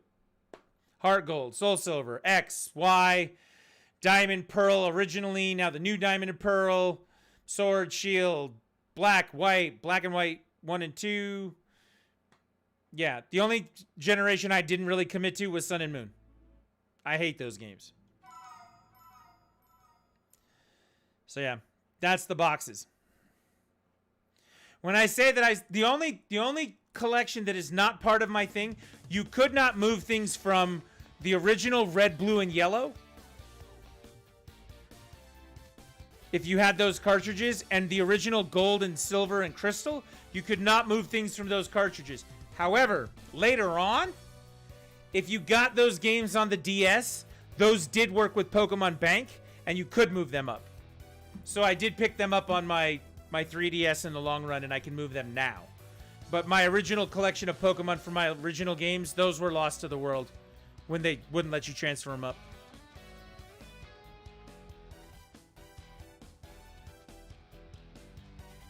I feel like we didn't get enough done in that cave. That kid jacked the magma stone or whatever it was. Yeah, the original 3 are on the 3DS store. See if I can show you. Hang on. Let's see.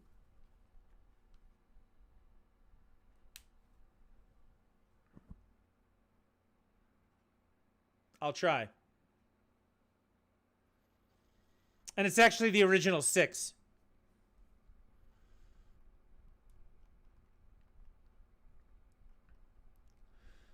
So I have a folder on the side here. It's really bright.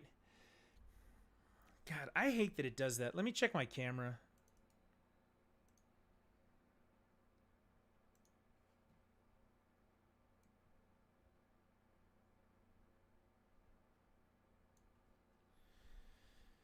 Linking your 2DS XL is easy. I don't know if you can see that, but right there at the top, so the row down the side, it's got gold, silver, crystal, yellow, blue, red. I have X and Y digital. I still have Pokemon Bank in there. I got to figure that out. I think that expired. But yeah, all 6 of the original games are on here.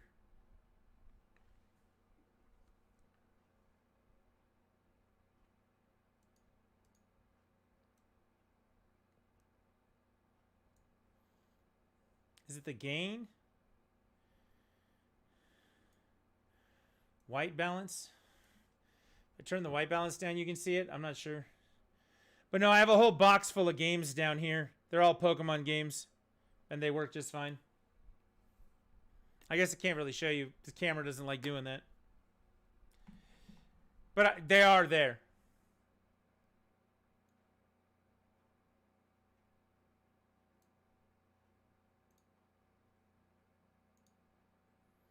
And they're all movable now. Whoa. Harambe's still up there. Let's do it. That's the other thing, too, is that they made it so that the original game... So you go play Red and Blue. You catch everything in Red and Blue, and you can move them up to Pokemon Home and Pokemon Bank. And you can put them up in the new games. So I have Pokemon from those games that are in Sword and Shield.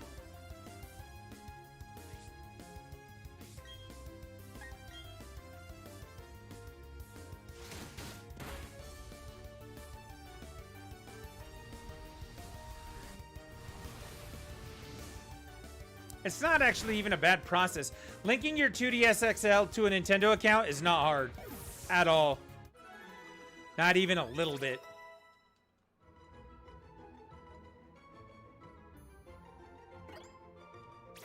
You just log in with it. Whatever your Nintendo account is, you just log in.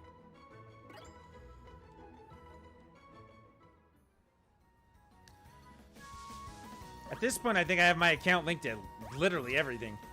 Like, I log in on my Wii U. It knows me.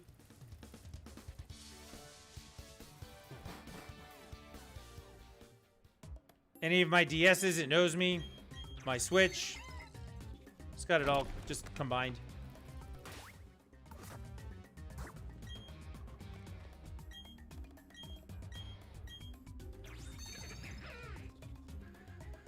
I feel like we missed something in here.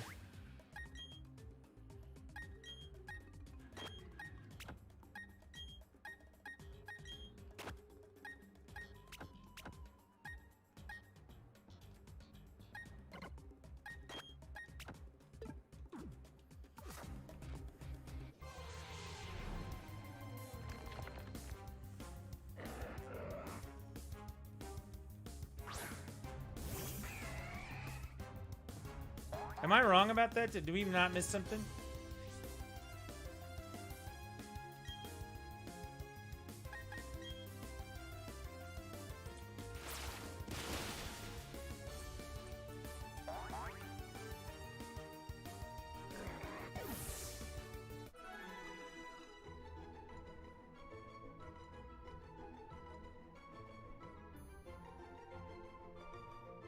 No idea I wasn't here? Yeah, I know.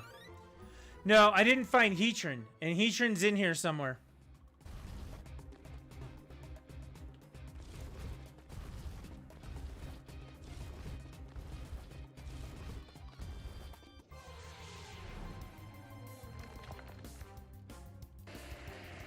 I got to the very last cave, and in the very last cave, the kid took the Magma Stone, and I want it back.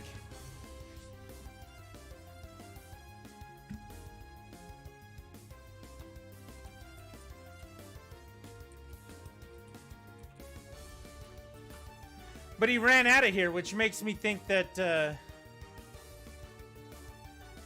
I have to go find him somewhere else.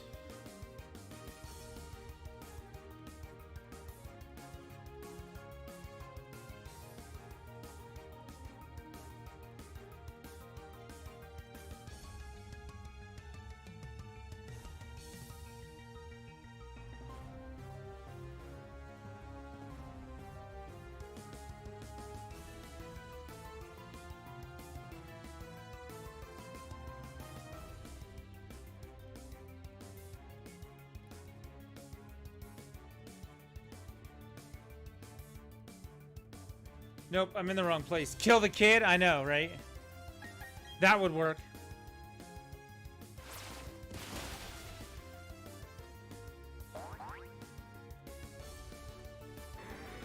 All right, I gotta get out of here. I'm in the wrong place. So.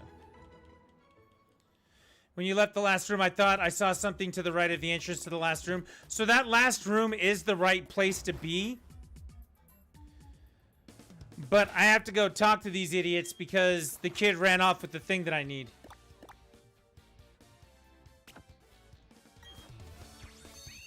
So I'm going to fly back to talk to the idiot. Yeah, Empoleon used waterboard, right? But after I talk to them, he's going to give me the item and go, my bad, I screwed up. And then I'm going to go up there and the Pokemon's going to be there. So I have to go through it all again. That'll be fine, though. Everything's pretty much open at this point. I already beat all the trainers, so it doesn't matter. Hopefully it'll go faster this time.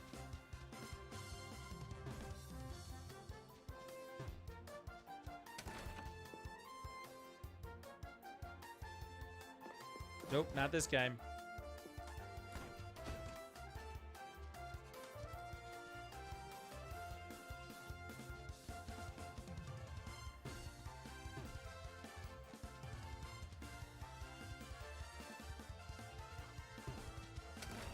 It's this guy. You say the Magma Stone was found. Does that mean the legend was true? If so, comma, the Pokemon of the volcano may awaken and cause an eruption, exclamation point. Oops. Gotcha, comma, Gramps, exclamation point. I'll put the Magma Stone back, period. The Magma Stone was keeping the Pokemon of the volcano under control, period. It's alright, comma, though, period. I can put it back myself, period. Alright, I guess he's gonna run off. Now I gotta go chase him. We got this. We got this.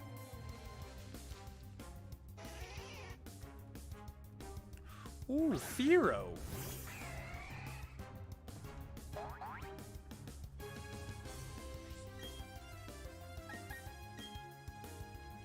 Grumpy Scotsman, were you part of that raid? Like, were you hanging out the other channel? Trying to figure out what were you guys playing over there.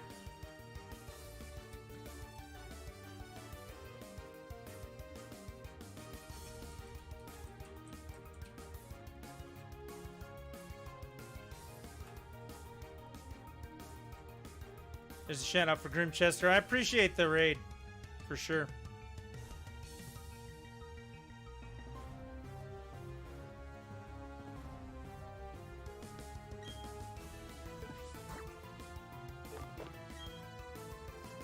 It seems like there's a lot of people playing Pokemon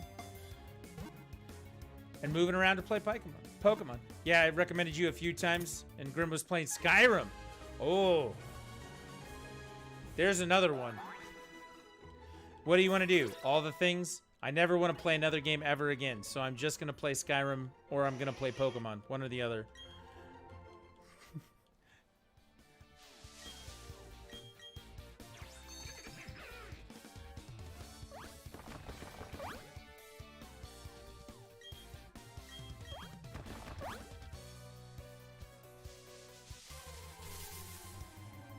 I don't know if Pokemon's my forever game. Maybe it is my favorite. Maybe it is my forever game. I mean, I did play World of Warcraft for a lot of years. Let's be honest, but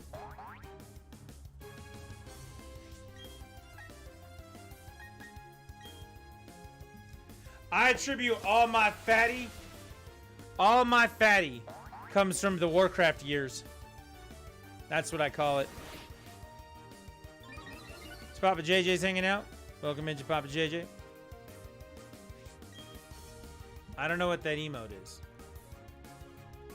To Papa, yeah. He's avoiding the main story. He hasn't played Skyrim before. Well, he would be in the same boat that I'm in. I own it in like 25 places, but I've never played it. Not for more than like 25 minutes.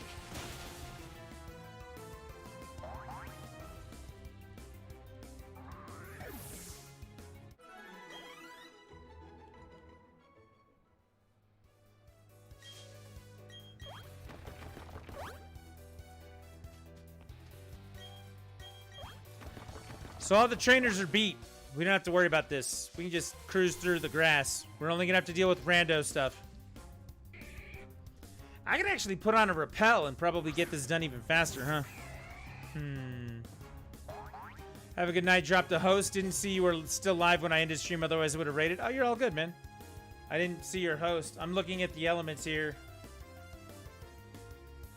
I don't... What the Jin, all this stuff. Like, it didn't notify me. That's very strange. But either way, I appreciate it. It works out. It's 1:19 here right now. I've been live. We're about to cross the 5-hour mark, which typically my rule is I try to stream for at least 5 hours. So anything past that, we're going to call overtime.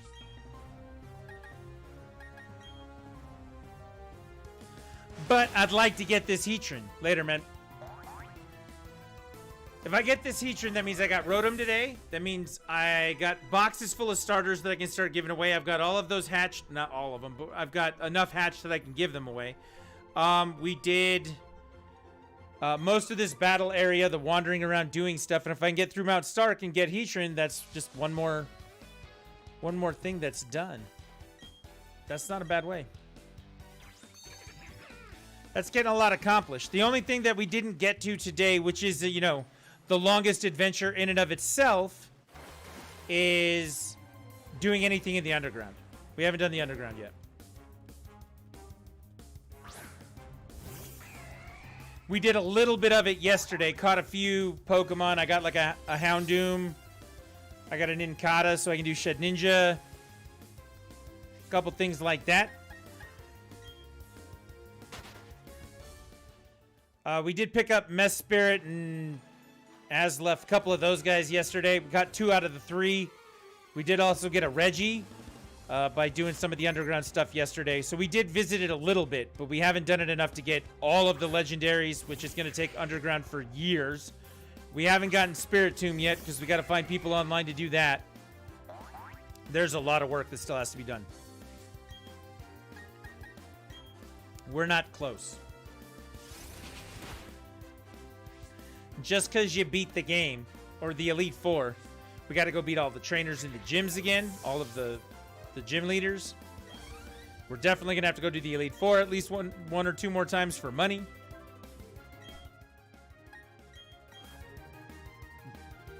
We ain't done.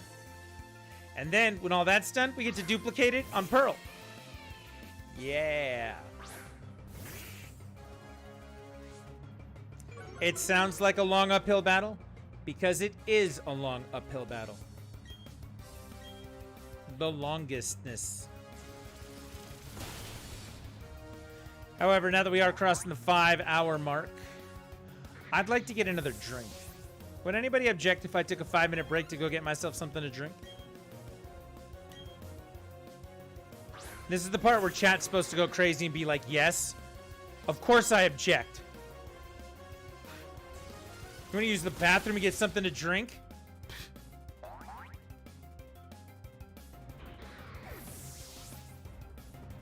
Stay here, monkey. Dance. Dance, monkey. Dance.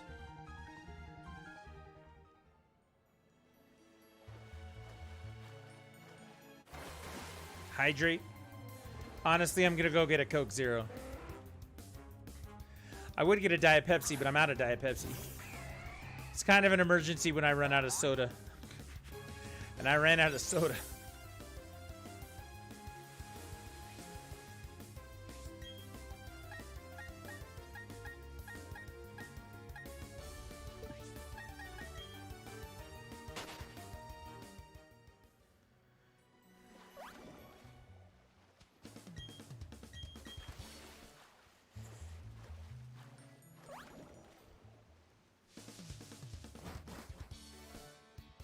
Kind of an emergency. It's not a real emergency, but it feels like a real emergency. All right, that's not the way to go. We haven't been through that area yet.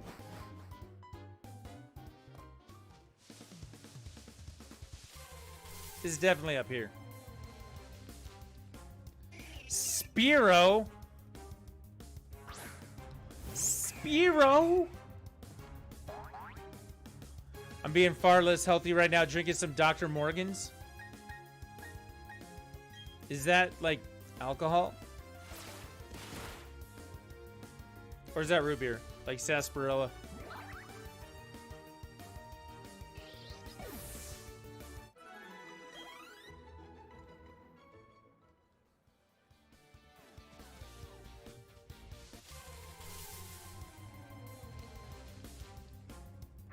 Ooh, it's a Numel. Dr. Pepper with Captain Morgan. That's what I'm saying.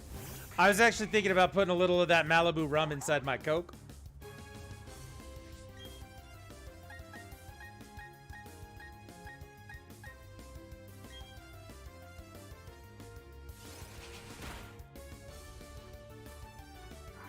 Maybe.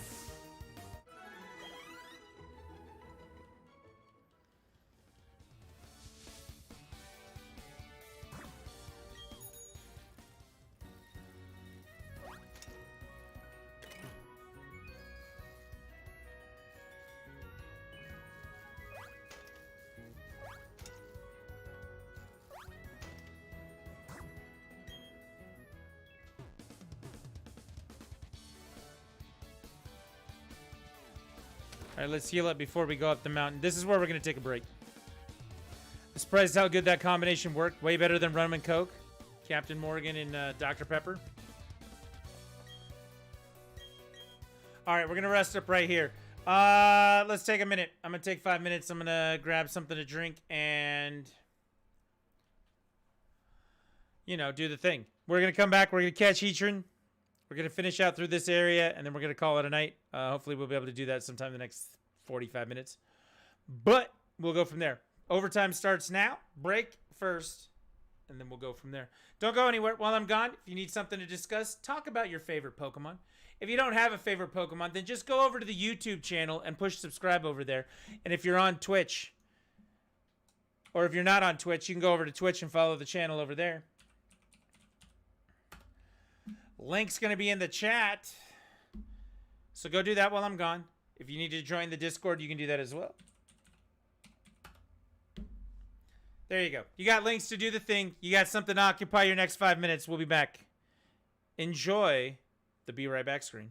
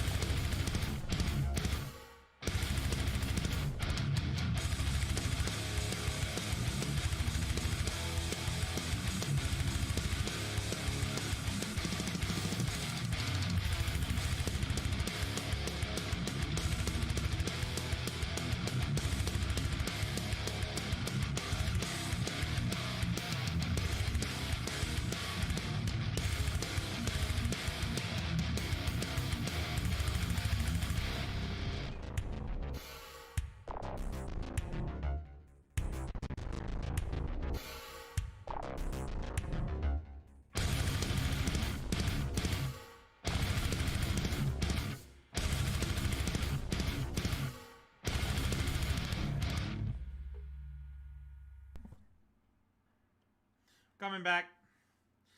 I went upstairs, and it turns out that disaster of soda proportions has been averted. Somebody went out and found bottles of Diet Pepsi and brought them back. It's probably my wife. She also bought the stuff to make nachos tomorrow, it looks like. So all is right in the world. Had a little cheese ball with some crackers. So got a little sustenance. Filling my cup right now. And then we're going to go catch this Heatran.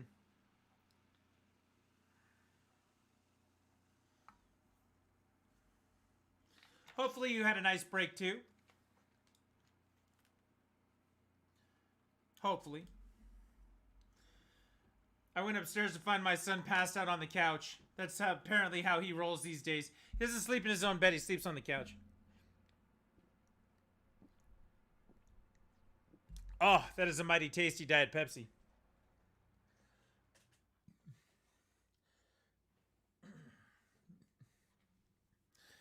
That is a Diet Pepsi. That tastes extra rewarding for all the hard work that's going on. Let's get back into this. Who's ready to catch a Heatran? We're here. We're doing the thing. I appreciate everybody hanging out doing the thing tonight. Hopefully it hasn't been too unpleasant. A little unpleasant, but not too unpleasant. Oh boy, I need this Rhydon.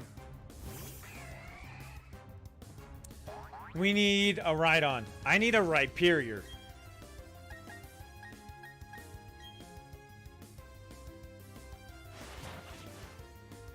That move is not going to cut it.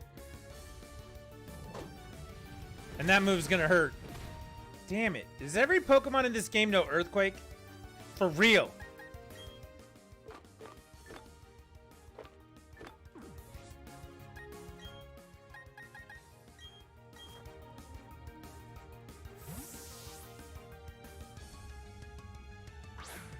But now that we're all refueled and ready to go, it's time to go.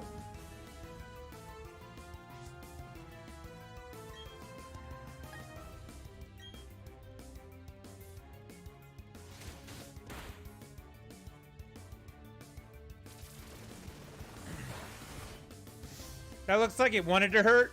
It was really dramatic, but didn't actually hit me for very much.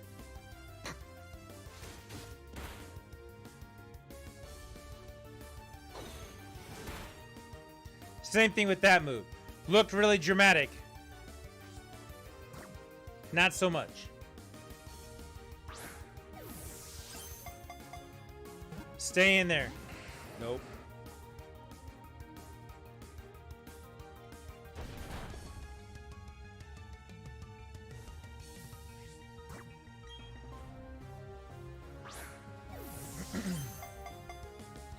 One, break out.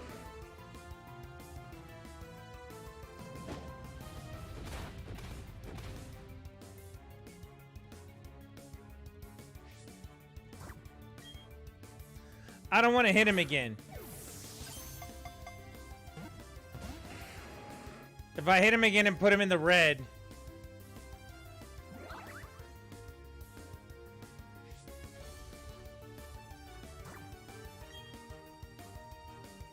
it's either going to kill him or put him in the red, and then he has a move that he actually does hit himself, so it'll actually kill him.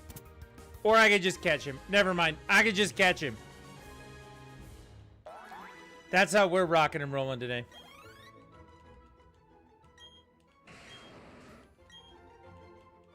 Alright, so with a Rhydon, we can make Rhyhorns. With Rhyhorns, we can do full Rhydons and then do Rhyperiors. We need to get the item. I think these guys hold them sometimes, don't they? That sounds about right, doesn't it?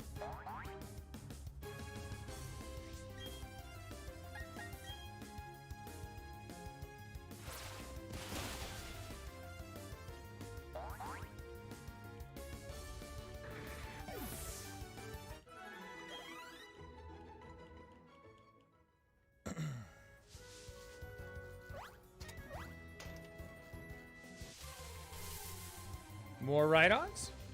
Nope, camera up. Already caught one of those.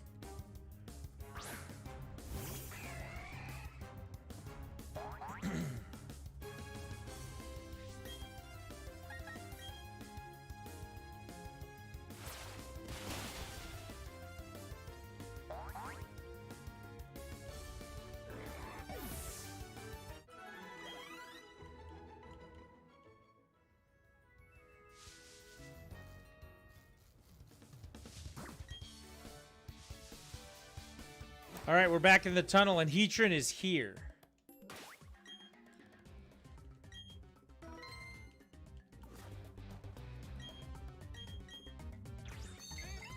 We are not going to use a Master Ball.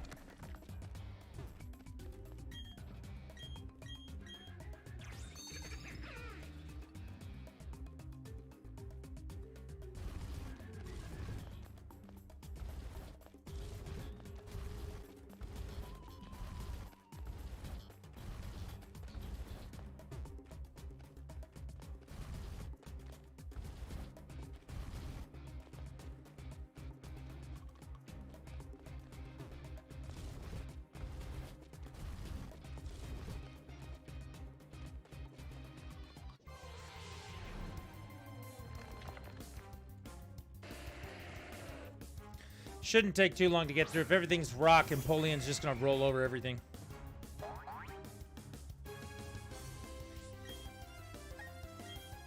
And that is not the move I meant to use. Whatever. Oh, he uses Explosion. Thanks for that.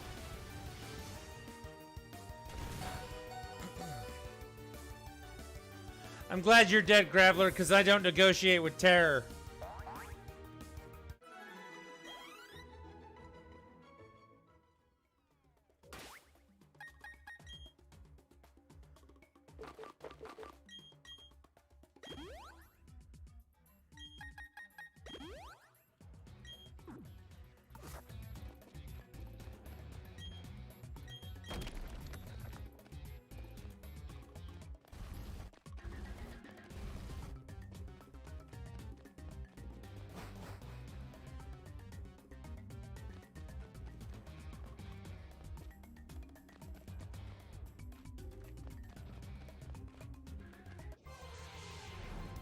See what we got.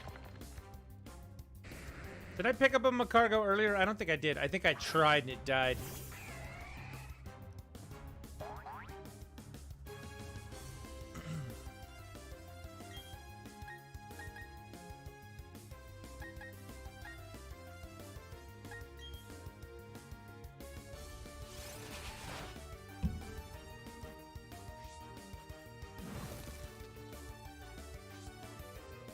That guy's got Flame Body. We need to catch this Pokemon. That's going to help us hatch eggs faster. Alright, we're just going to take a few minutes. We're going to catch him.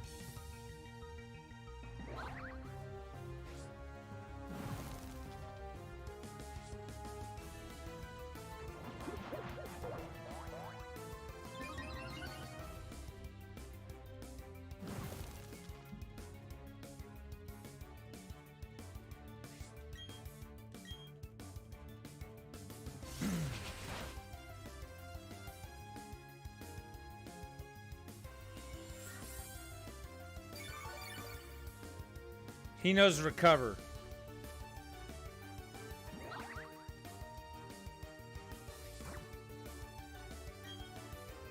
Forget it. We'll just throw balls at him. I don't care. 1, break out. 2, 3, break out. Or we can catch him. That would just worked. I was not expecting that.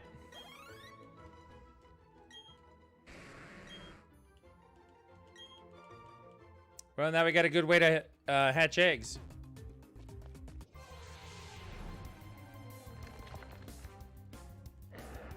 Hi, camera up.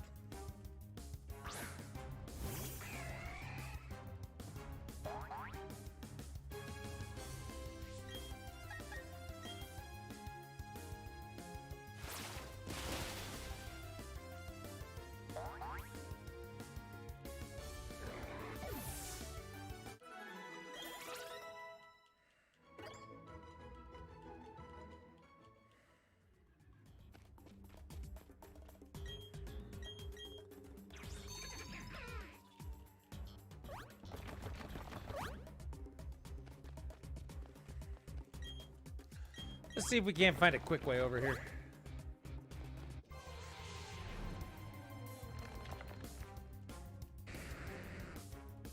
We've already got him a cargo. Just got one.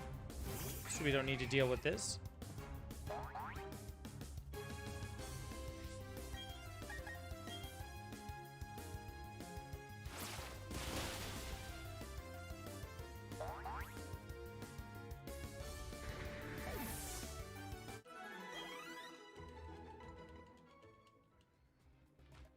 All right, we're almost there.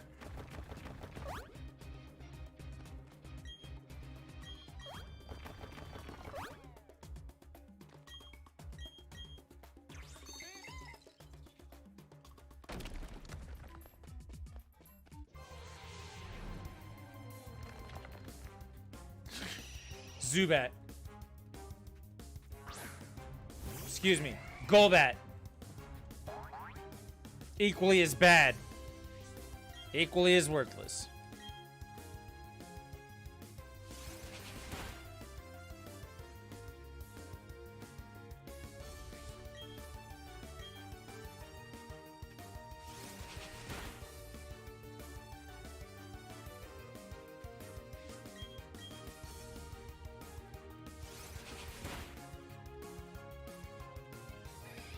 Finally, it fainted. Empoleon's level up. Torterra's level up. I will take that. Everybody's in their mid to high 70s. Except, of course, for the Alakazam. He got put in a box for a while. And we need to level him up.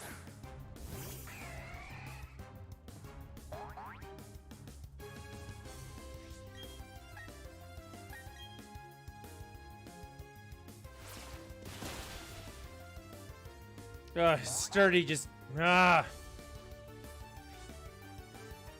He kept 1 HP so he could blow himself up.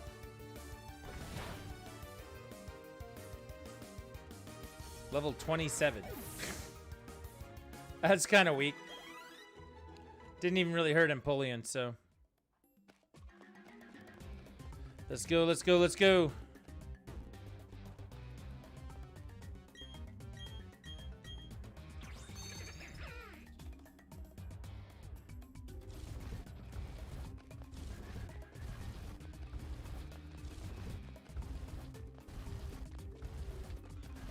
The longest final mile ever.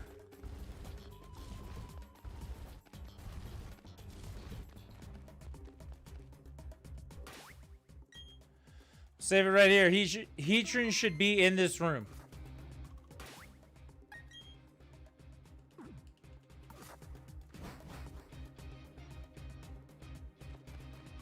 There he is.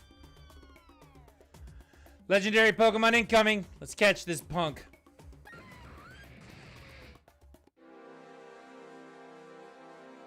That was very dramatic. All right, 1,000 Ultra Balls later and 15 tries with a bunch of resets. That's where we're at. That's what's going to happen. He's level 70, so... I imagine even hitting him super effective is not going to put him in the dirt right away. They're not going to be one-hit KOs, I don't think. Halfway.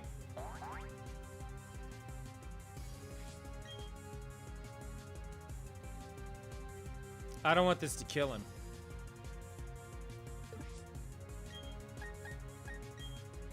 We'll use a different move.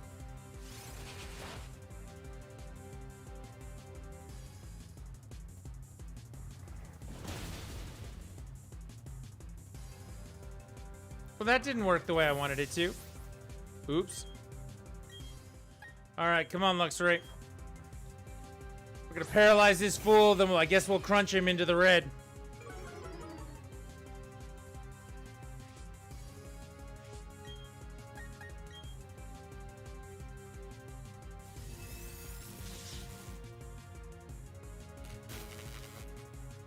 Paralyzed.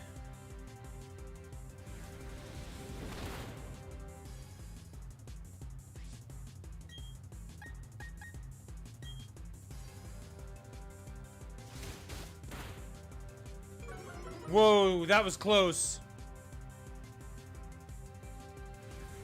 That was very, very close.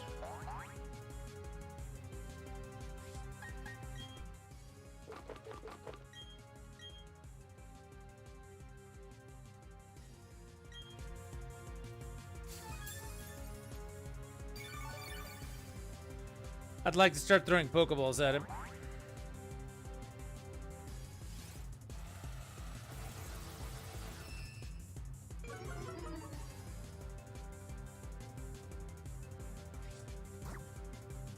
Here we go.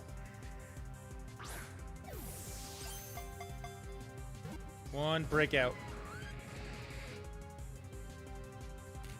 Paralyzed, I'll take that all day.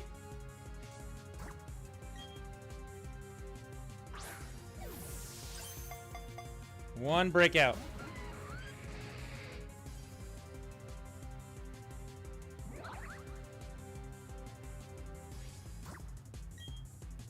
We get 3 tosses in a row without being interrupted. Here we go. One breakout. Another paralysis. 4 tosses in a row.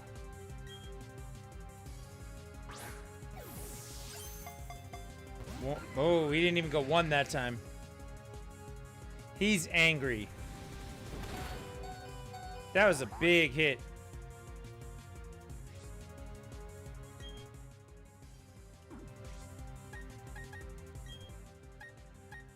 The problem right now is that he put some status effect on to lower his special defense, which means I run the risk of getting critical strike against me and dying in 1 hit. By swapping him out right here, I'm hoping that it will change that.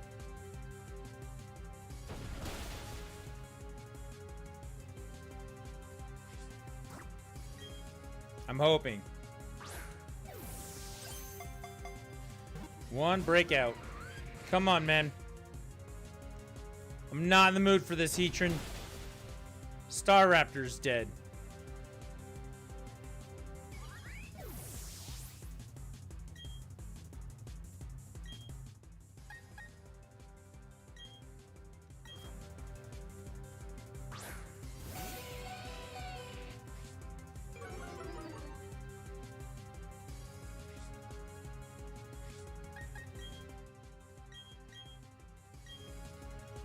We'll heal him up.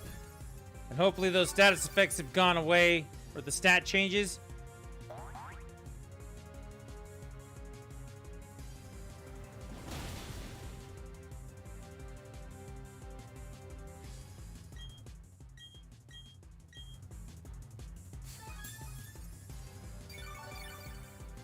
I don't want to do this like we did the Elite Four the other day, where I have to constantly hold out using items.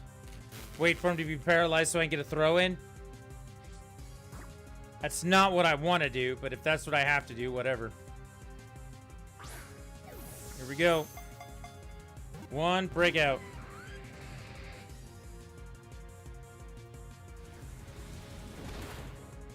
That did not hit me as hard. I think I can survive this.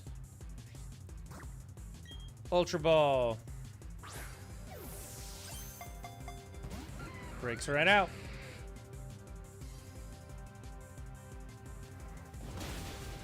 Killed him. Good shit. Thanks, Heatran.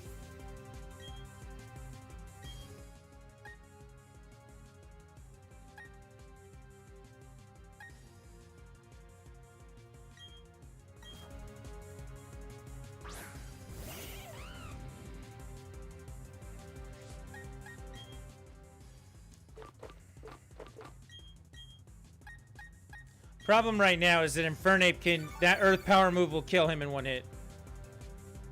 Heat Wave's not going to do anything to him. That doesn't matter.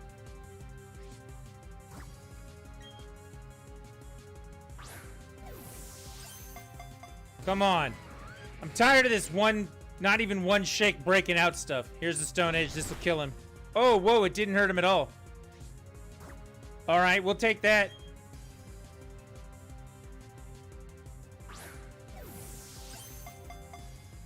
One, 2, breakout.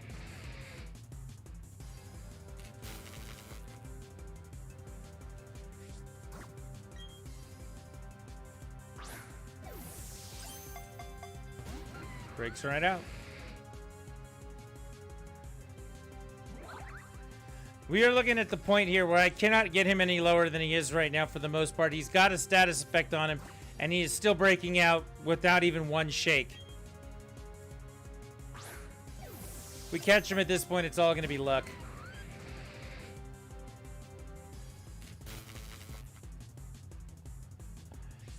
It's going to be the game just kind of looks down and goes, all right, it's okay.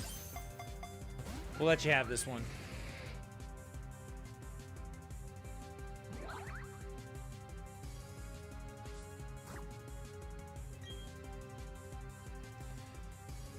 It'll show pity on me. Just be like one of these times, be like, okay, fine.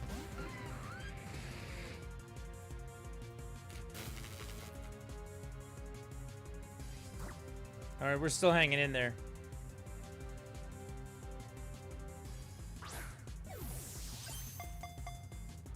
One, break out.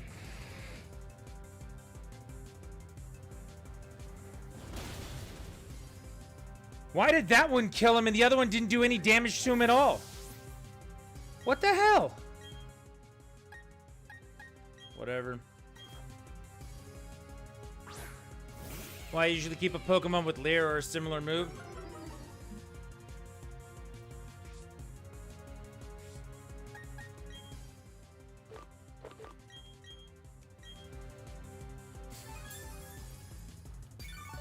I mean, he's paralyzed. And he has no HP.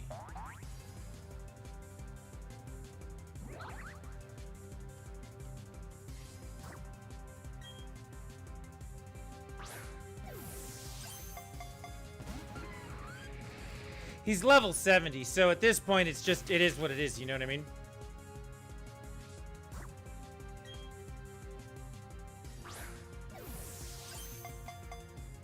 One, break out.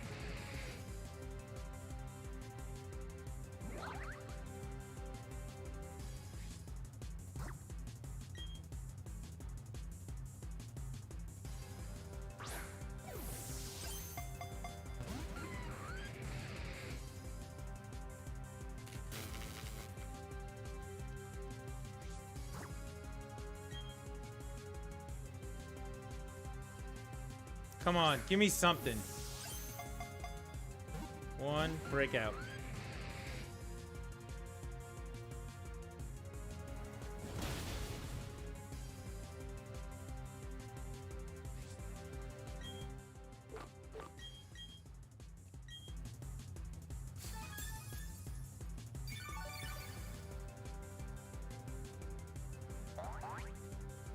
I got him right where I want him.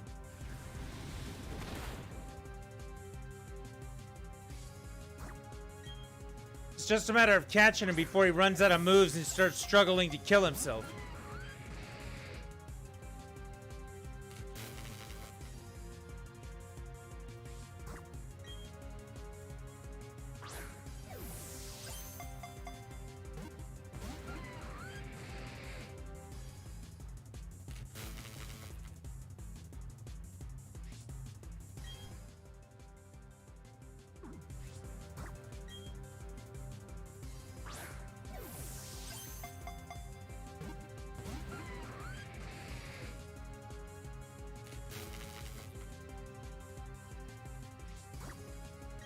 This paralysis is working really, really well. Come on. 1, 2, 3. Breaks out. Man, that was... We were almost there. Luxray died again. Alright.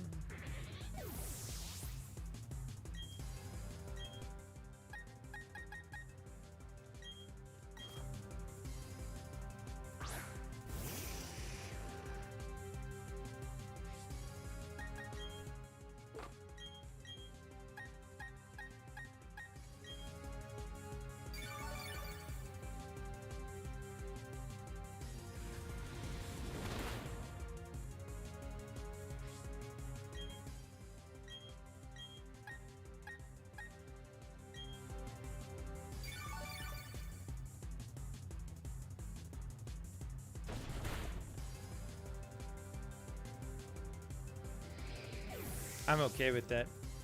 I lost one and I revived two, so I'm good.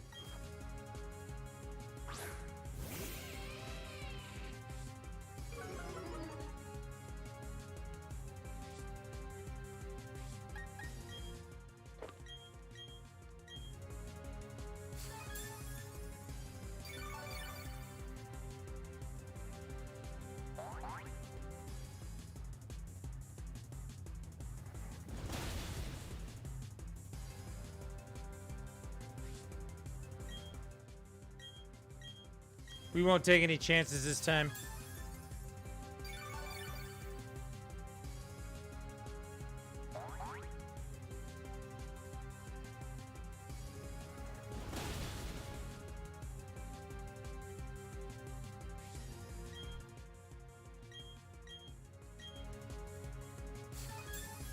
Come on, video game.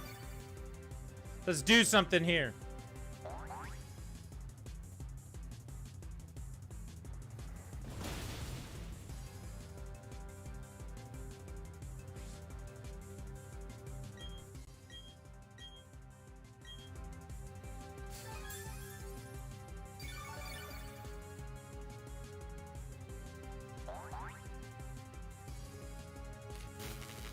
Alright, he's paralyzed, so we're gonna get a throw in.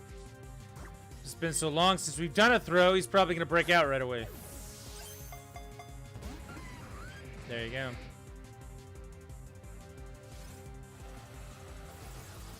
That's a bad thing.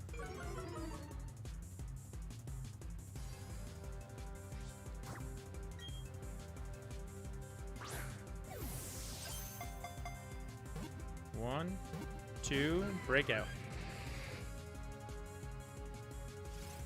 He might be using Metal Sound because that's the only move he has left.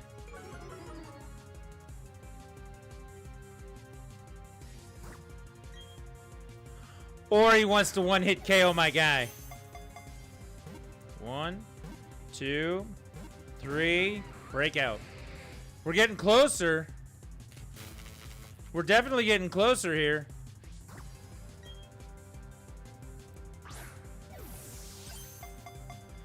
One, breakout. See, I say it, and he does the exact opposite, right?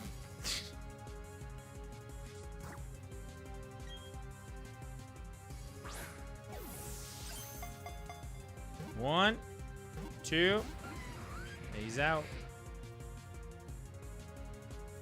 Yeah, I think he's using Metal Sound because he's out of other moves, which means he's going to start struggling in a minute and kill himself.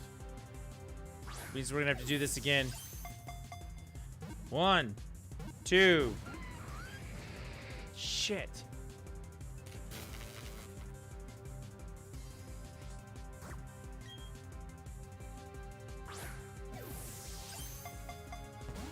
Breaks right out.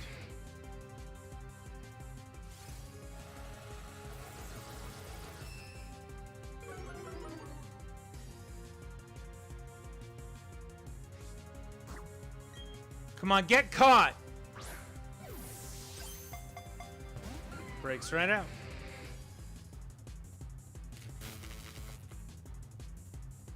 The paralysis is doing well because it's giving me extra throws.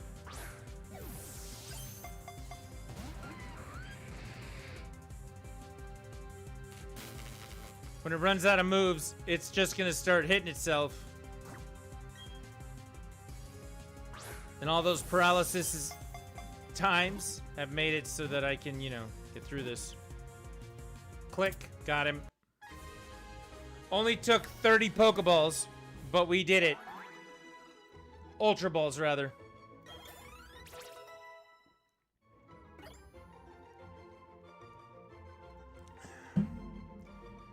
Oh, man. Excellent! Got a Heatran.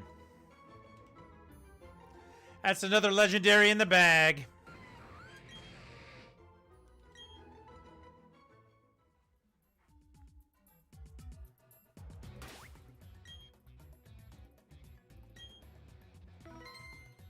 Did it.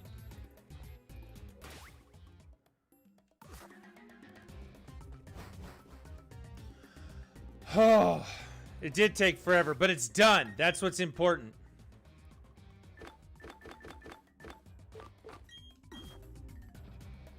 I am very pleased with that.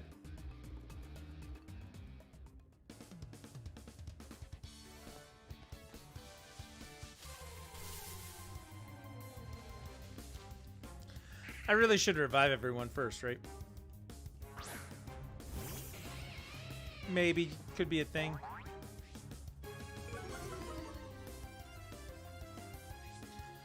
It took forever, but it's done. That's what I care about right now.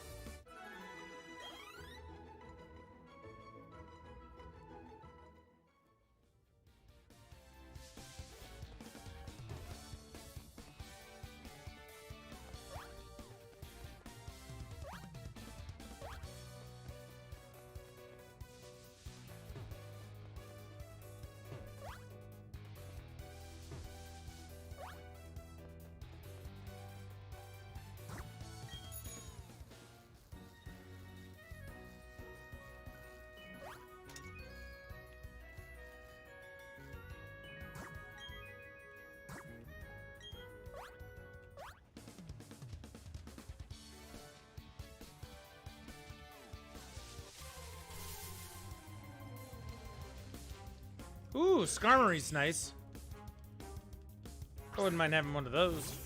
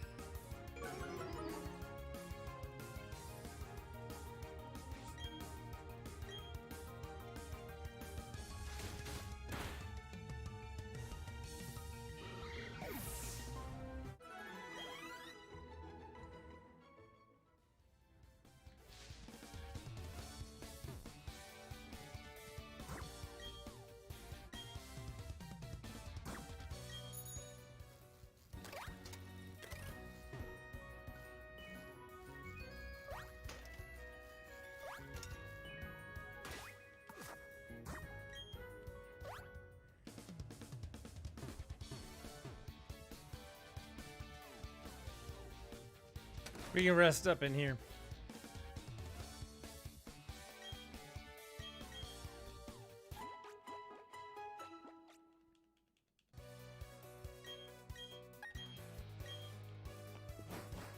All right, now that we've done that, we can go over to this sand area.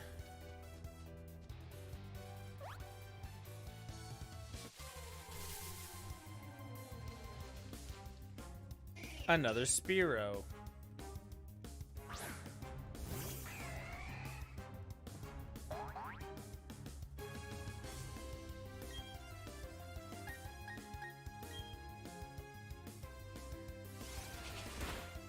I'm not sure how Drill Peck is effective against another bird, but okay. You'd think they'd be resistant to that sort of thing. Alright, we have not finished off the area. We are still going through this new zone.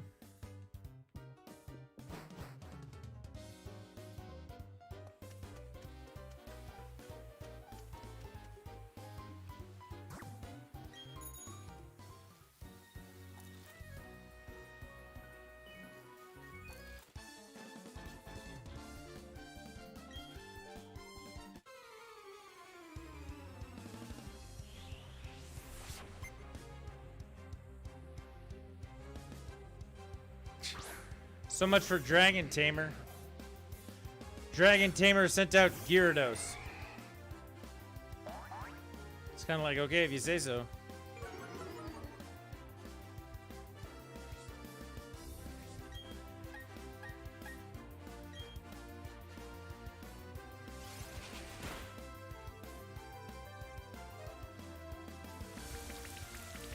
It's raining in a sandstorm now.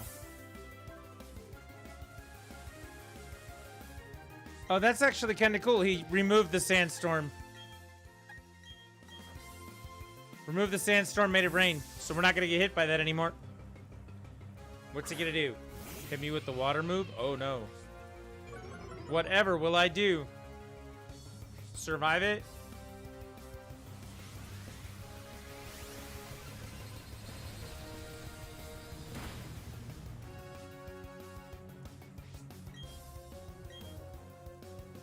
You're looking at the drama of that hyper beam thinking to yourself, well, this is how it ends.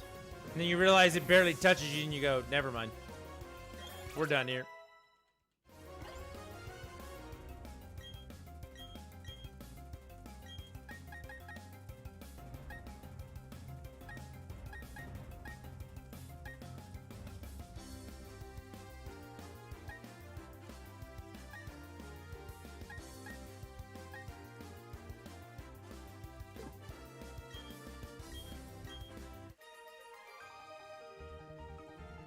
I already have Thunderbolt, which is a better move than that one.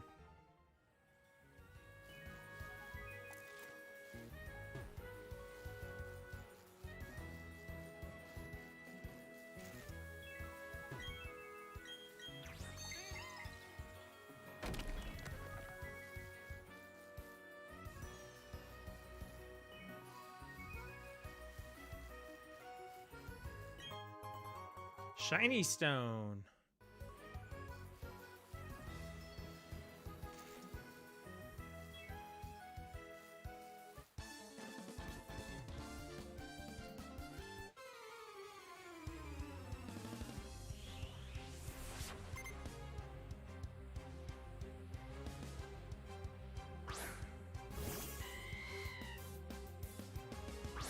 I did not realize it was going to take me several hours to get through this section over here. I also wasn't thinking I was going to catch a Heatran tonight, so I'm good with that. I think the only other legendaries, so we've got the one that's flying around that ran away. And then is Giratina in this game? Do we know? Does anybody actually know?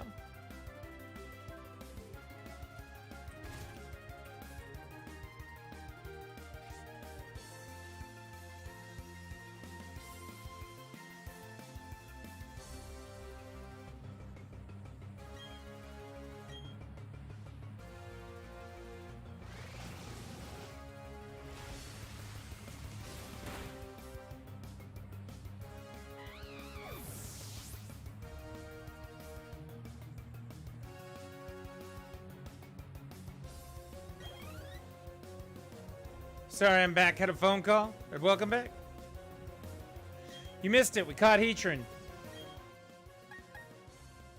It's been so long since I played Diamond. No idea what legendary. That I understand. We caught a Heatran. I'm checking to see if Giratina's in the game or not. I think it is.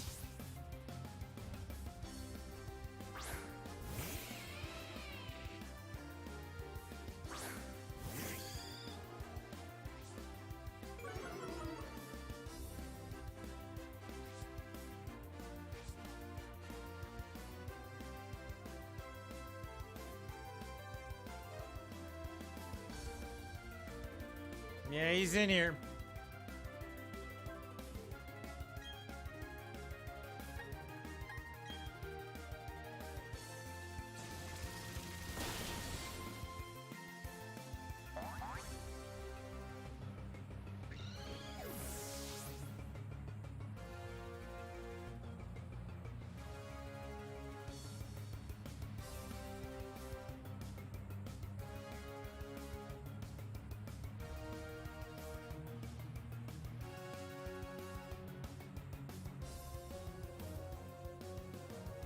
Oh my goodness.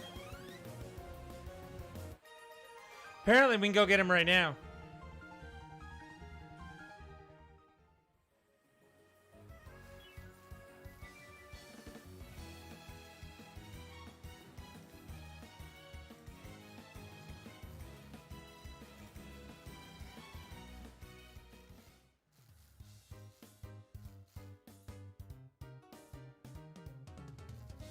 Time to hit.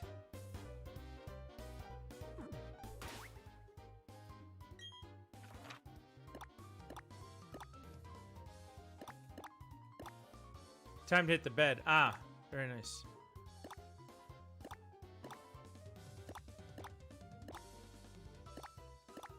It's down here.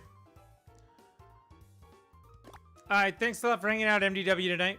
My phone screen is being ridiculous. We haven't been to the resort area yet. We're almost to the end of this. So, we're going to try and get to the end of this. And then I'm going to fly over there to the other area. And maybe we'll end tonight on trying to catch Giratina.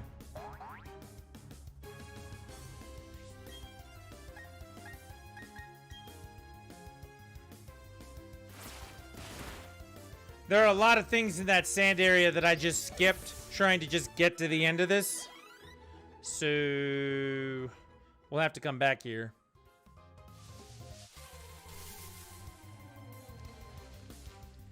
And fight through all the Pidgey to do it. There's an outbreak of Pidgey right now in this route.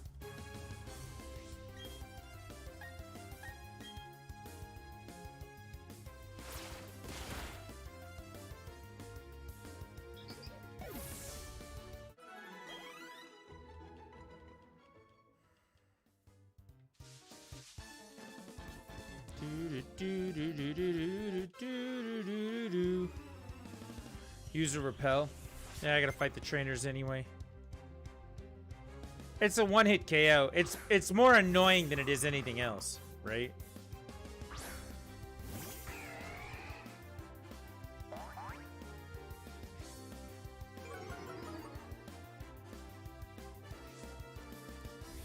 MDW, have a good night. Thank you very much for hanging out tonight. I appreciate you being here.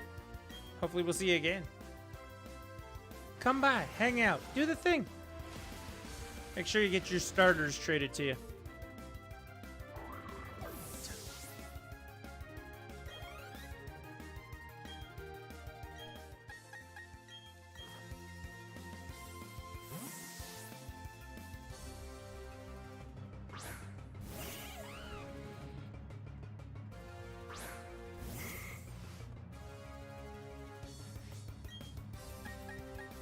I think I chose poorly. I was thinking it was something else. Move still did the job, though.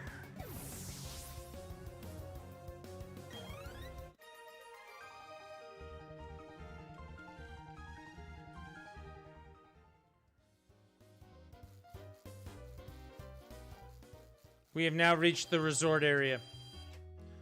So we should be at the end. And we've reached the Pokemon Center. Yes.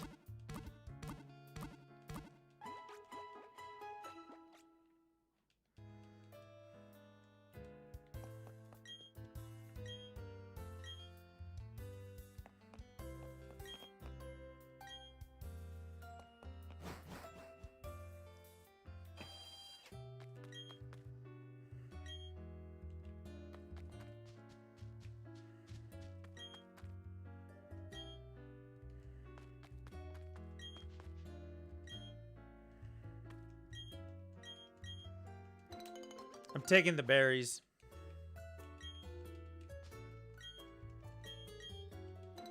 And I'm not replanting them.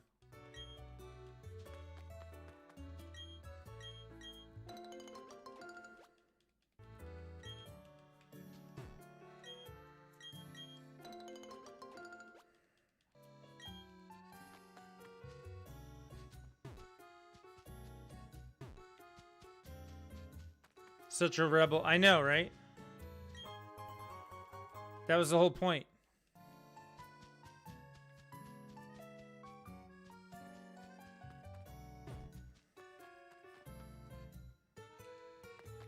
That was my Rage Against the Machine moment right there.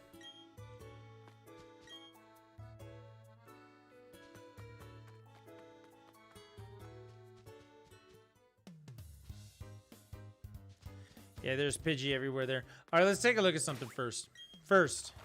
Can I just fly here?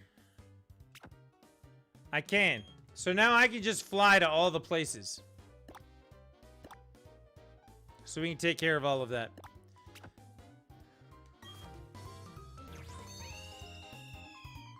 We're gonna see how well we can make this work.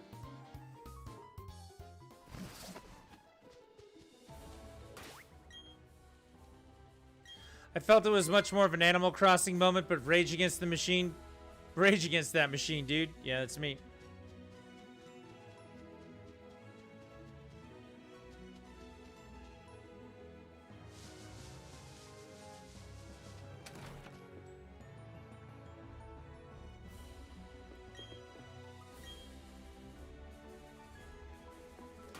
Show me a Pokemon that's level 29. Do I have one that's level 29?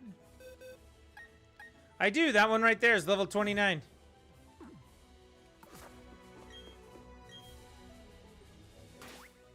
Apparently I have to put it in my group, but... Let's try that. Your skunk tank is level 29. I got a black belt. That... Okay.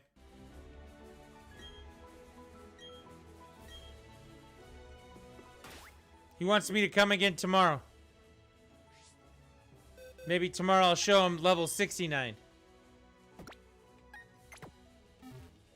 It only makes sense, right? Alright. I am gonna put on a repel for this.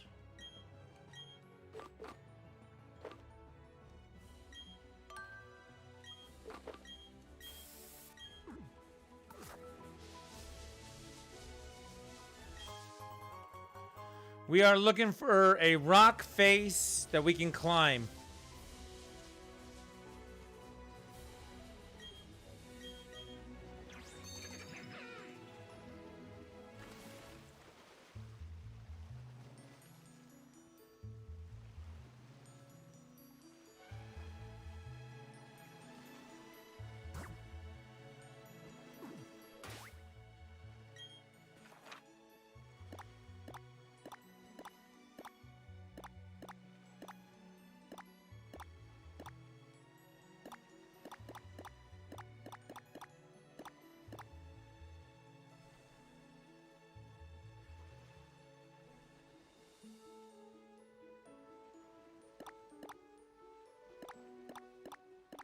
I'm in the wrong place.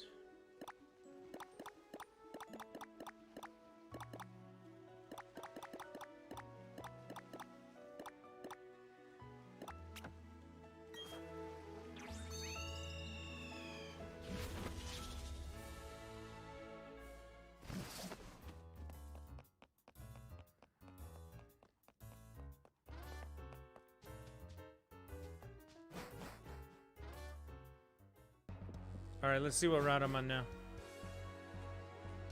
214.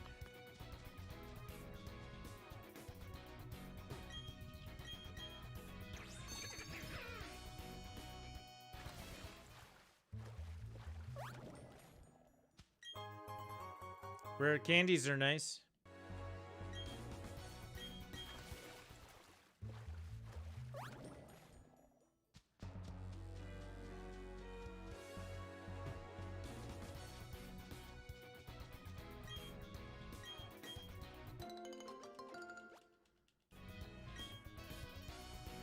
Says head east on Route 214. Can you duplicate items in this? No, not that I know of. Most things are for sale, though. So I can just buy them in most cases.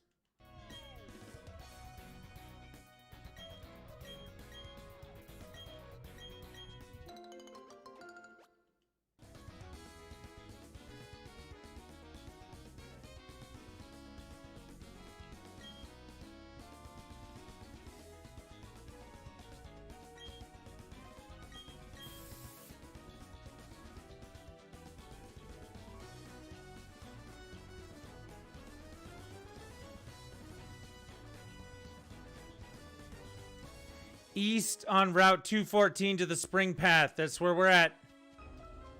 This is new. This was not open before.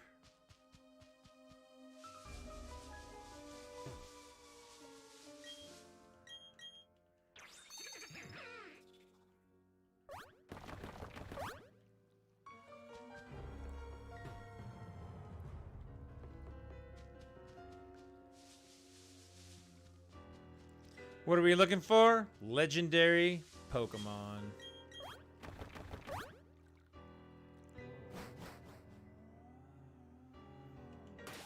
Alright, so this is the problem. Defog.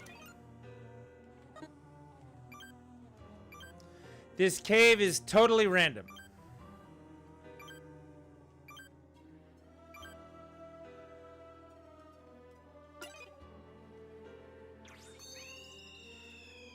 We have to find past 3 pillars to the sleeping before 30 is surpassed. We have to find 3 pillars and do something with them before we find 30 rooms total.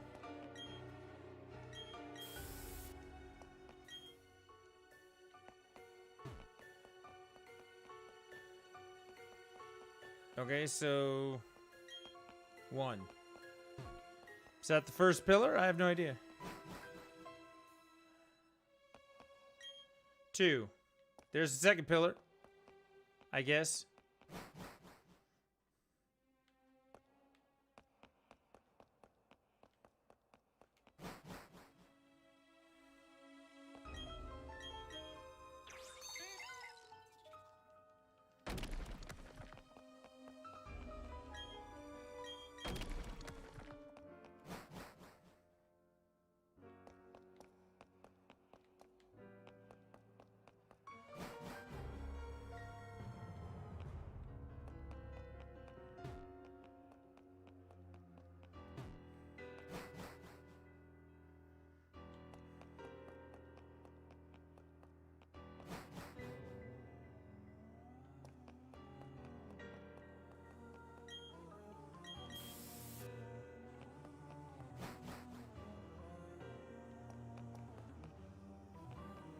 I guess I need to stop just going north.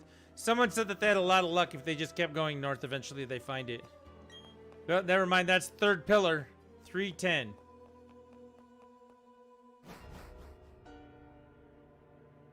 There it is.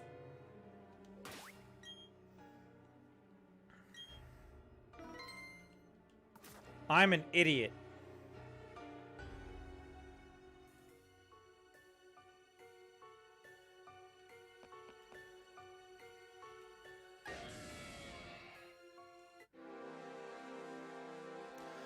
I did not refill on Ultra Balls. I only have 30. This is going to be harder than Heatran. That was easy. Yeah.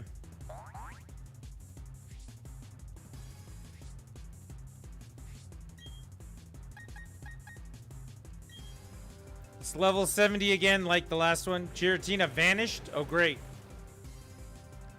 Oh, good.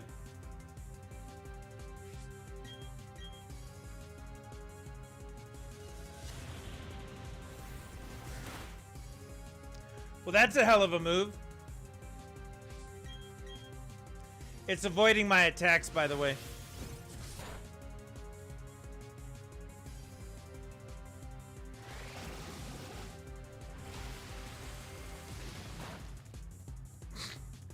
That's his strongest move.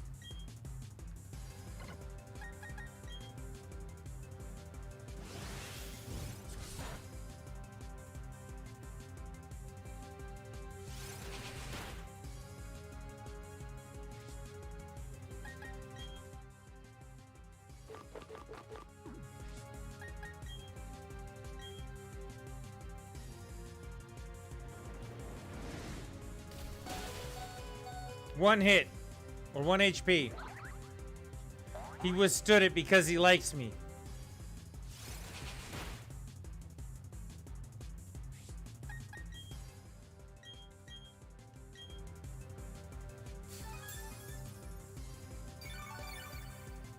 All right, here we go.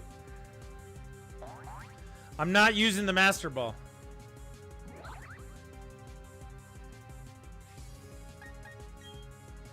This seems like the sort of thing you should use a Master Ball on, but I'm not gonna.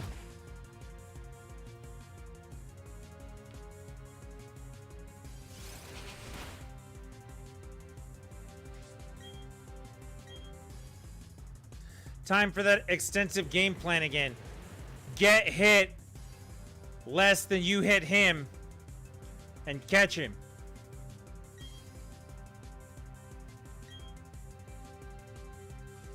All right, here's that that move of thingy.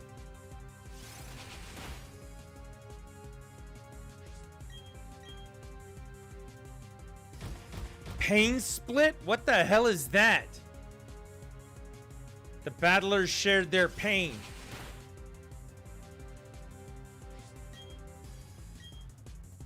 My HP went up when he did that. Okay, then it went back down.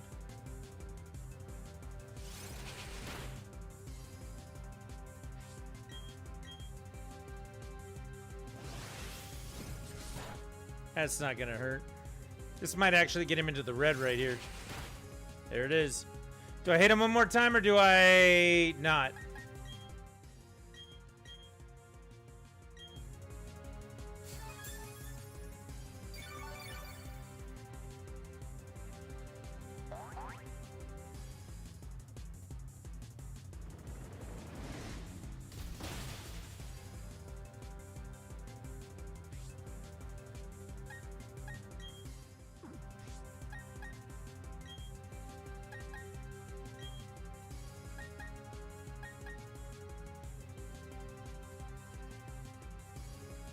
I'm not gonna hit him again.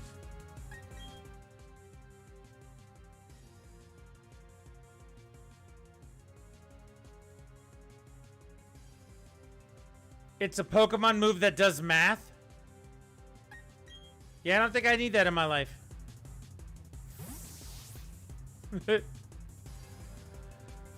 Math?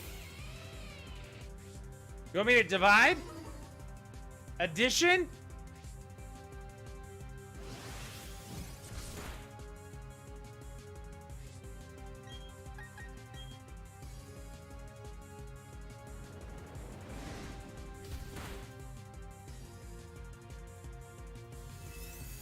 Here we go. He's paralyzed. He's in the red. I don't want to hit him again. I feel like if I hit him again, I'll kill him. We have 29 Ultra Balls to get this done. It's not going to happen. Breakout.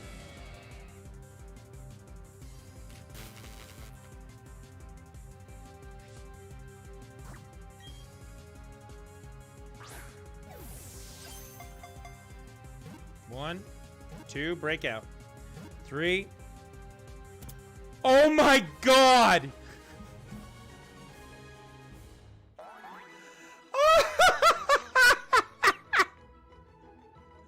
Oh my god! Oh my god! That was the second ball I threw at him. The second.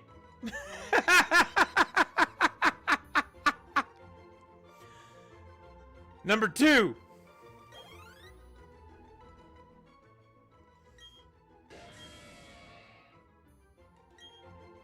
Clip that as well.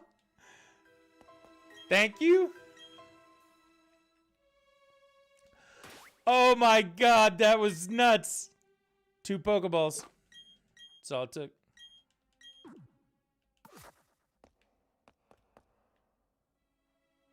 Two Pokeballs. 2 Ultra Balls. They were Ultra Balls. See that right there? That's the way out. We've already reached the way out. I wonder what other Pokemon are actually in here. I used Repel the whole time. Here we are. I cannot believe I just did that. Alright, we got one more to catch. Do we really only have one more?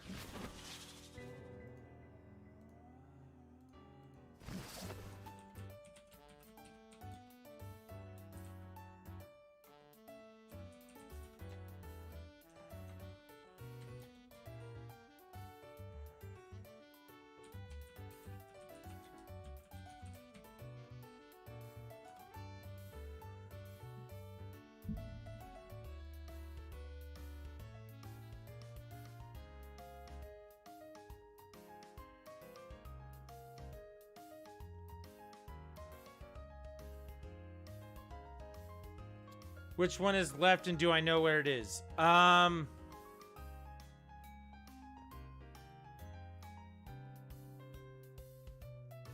Sort of.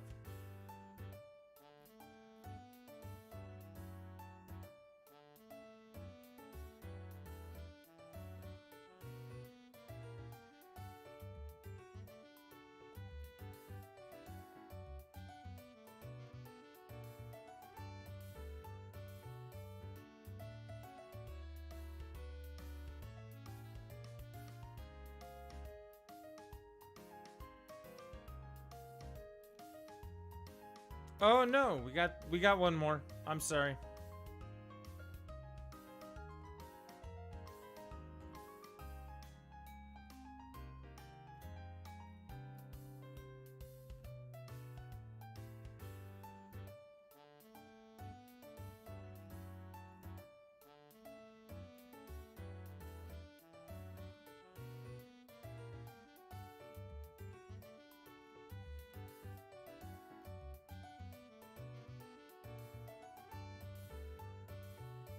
We got one more.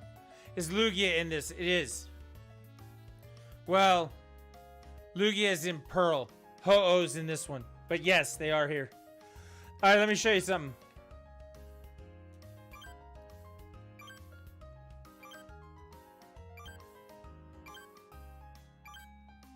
This is a map. Right here.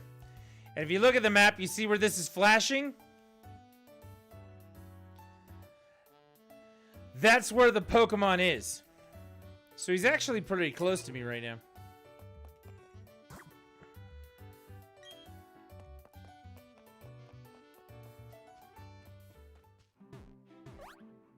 It's right here in the grass.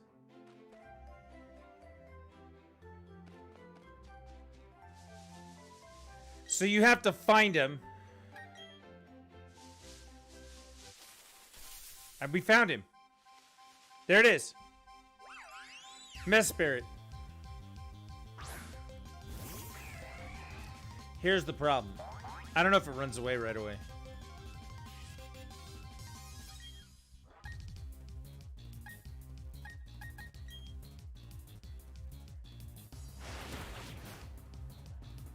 Yep, and then it just runs away. So the next time I encounter it, it won't refill its life. And now what I'm going to have to do is... every time you fly, it shows up in a different place. Okay, so... watch. I'll fly back to this town.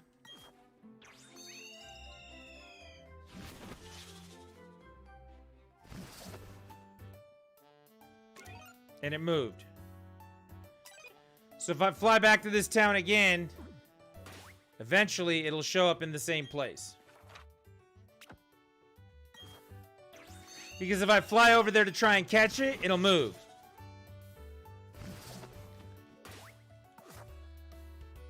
So now it's right next to me. Look at this. Now it's right next to me on a different path. So if I keep flying to this city until it's right next to me, then we can take care of it. So now I'm here, and it just moved.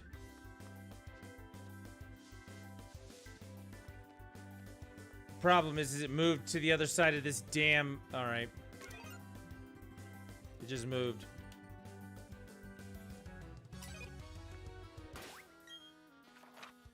So let's fly back.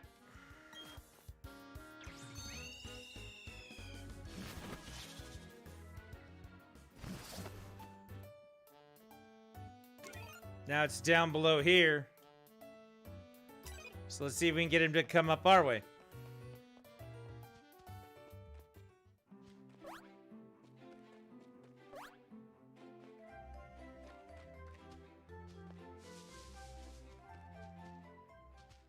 Nope, it's moving away from us again.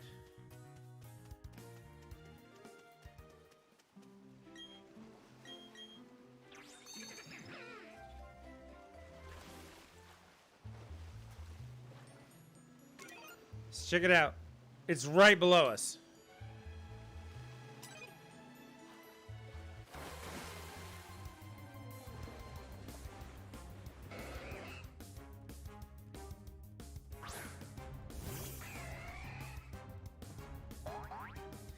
So, for this Pokemon, because it runs away, it's probably easier to just use the Master Ball.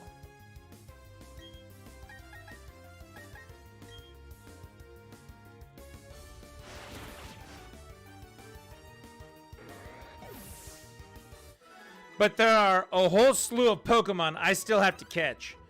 Things like Mewtwo, and Ho-Oh, and Breaku Entai Suicune.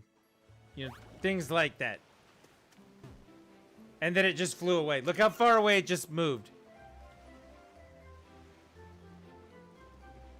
So now we gotta try again.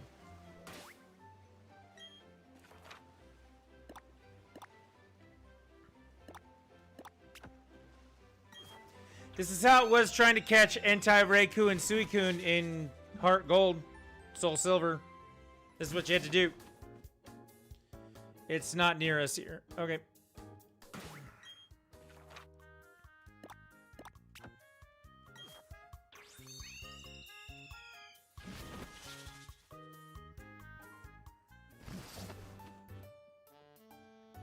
Oh, it's definitely far away from us now.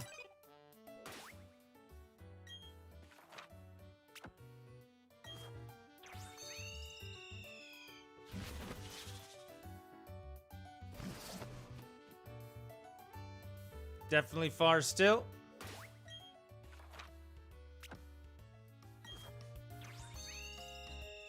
I might put a dono goal up for this game. Seems fun. It's not bad. All right, it's right next to us now. Take a look. Right next to us.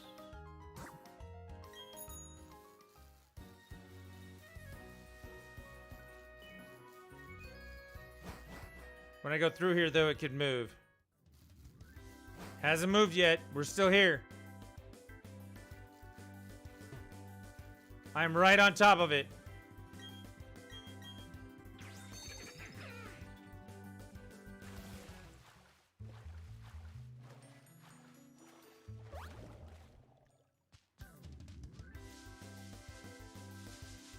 It's not in here. It's in the water.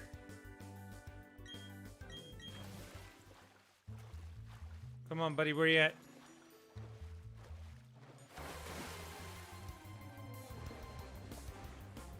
This is not the right guy. If I get out of this fight and he's fled, I'm gonna be pissed.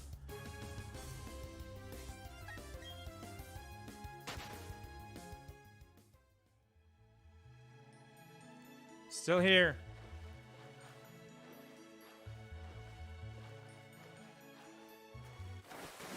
Here he is.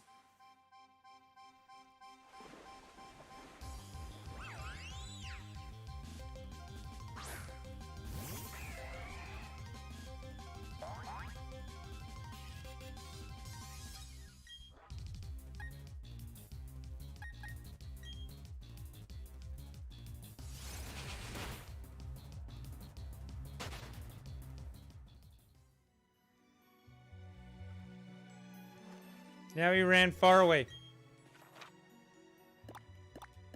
All right, so we've gotten 2 hits on him. It's not bad. Notice how he didn't heal himself.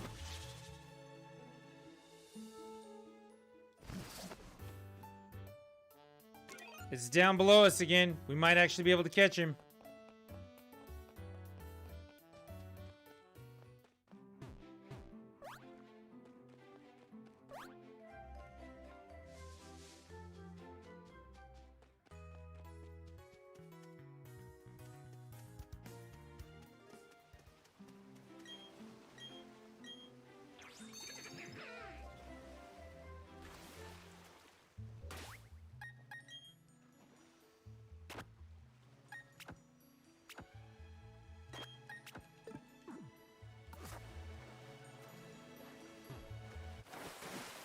Got him again. We're actually doing pretty good at finding him.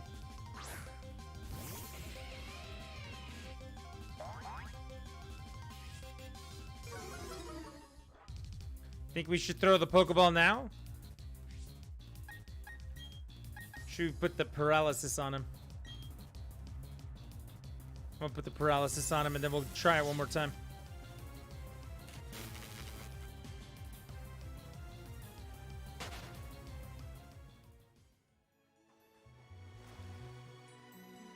He flew far away. He's gone.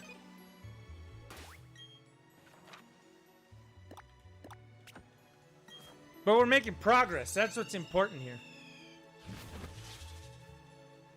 Man, we can catch most of the legendaries in one shot here.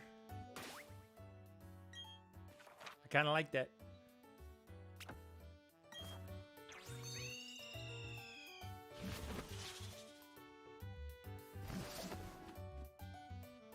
It's down below us again. Let's go get him.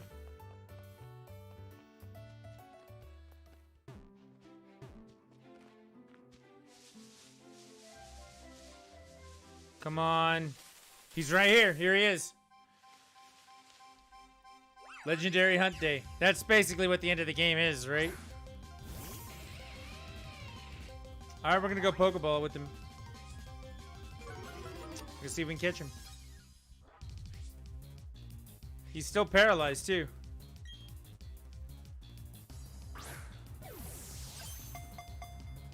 One, two, broke out. Alright, we're gonna have to do it again.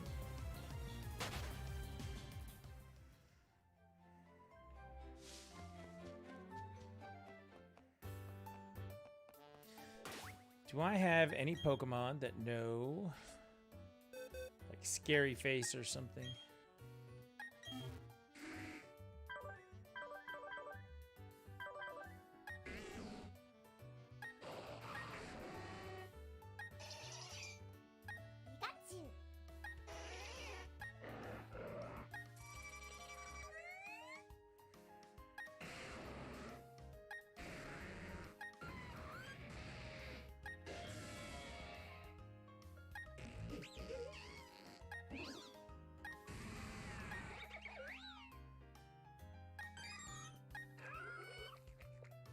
Put it to sleep.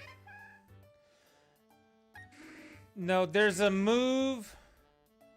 Not in this box. Gengar doesn't know it.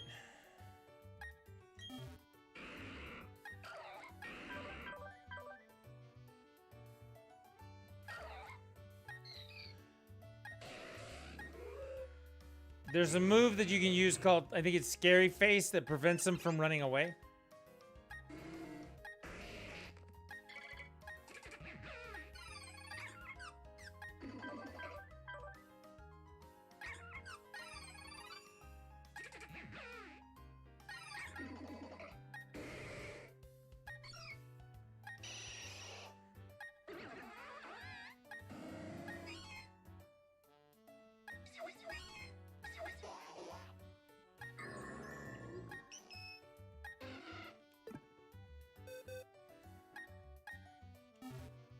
Mean look.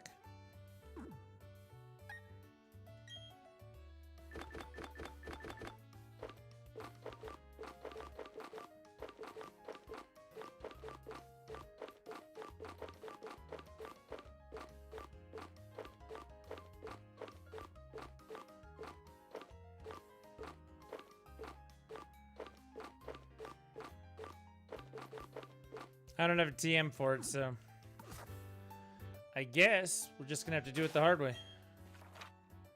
It'd be kind of cool to catch him the hard way.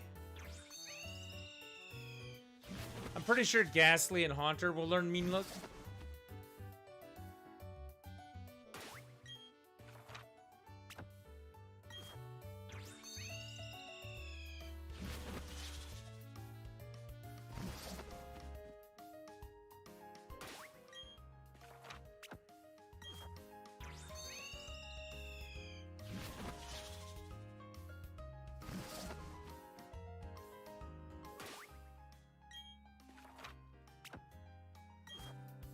I wonder if it's a TM I can go get at the department store.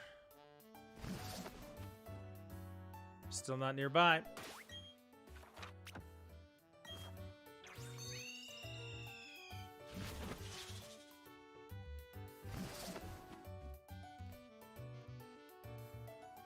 He's actually right next to us. See him there? Same place as before. Bind can stop it, but it does damage.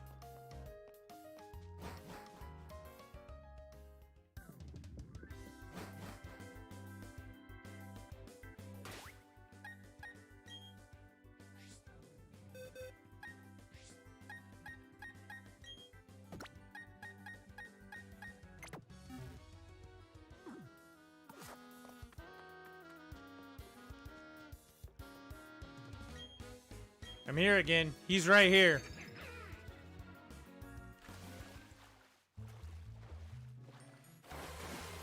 That's not him.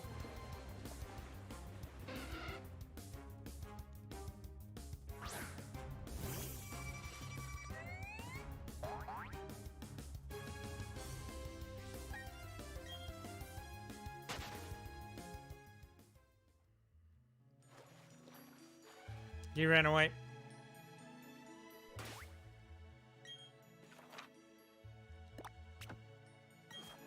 He ran away.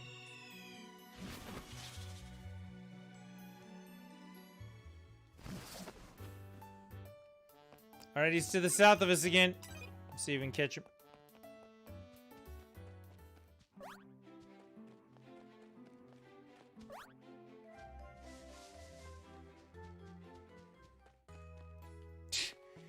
He just flew all the way by. Dude, he's moved 3 times in 2 seconds. Hi, Shinx.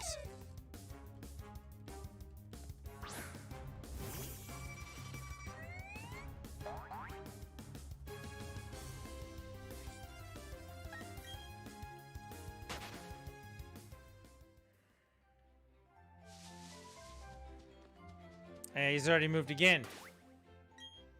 All right.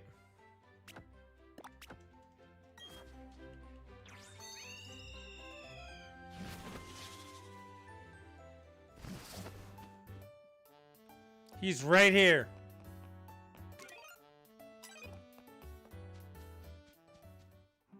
Then he moved.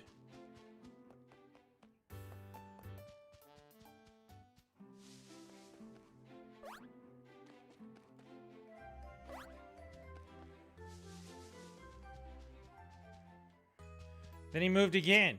Then he moved again.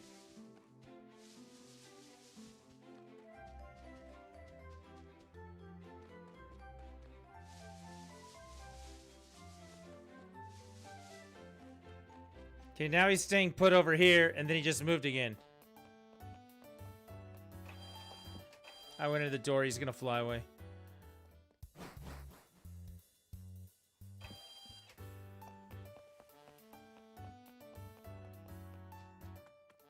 Yep. Yeah, he's further away now. Look how far away he moved.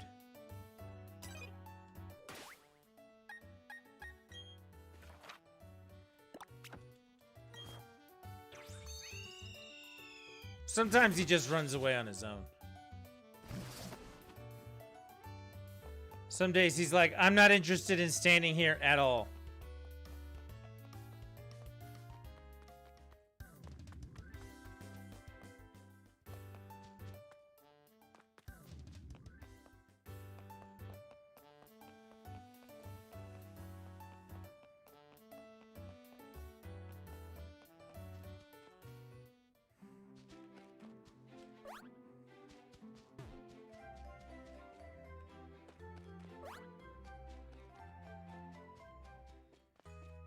Now he's above me. Now he's above me again.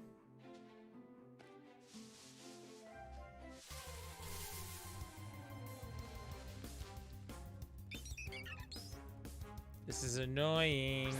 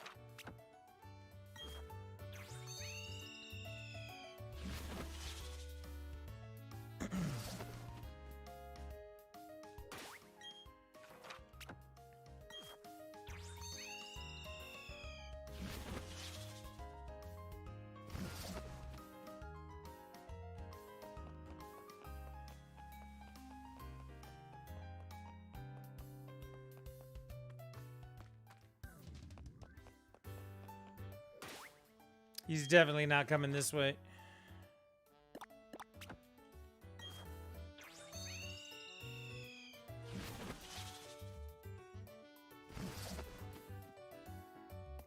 He's right above me. If I switch routes, though, he's gonna run away.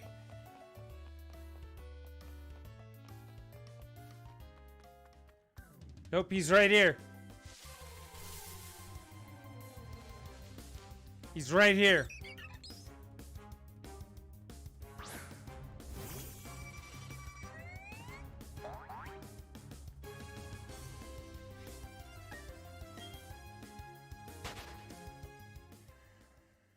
Don't move.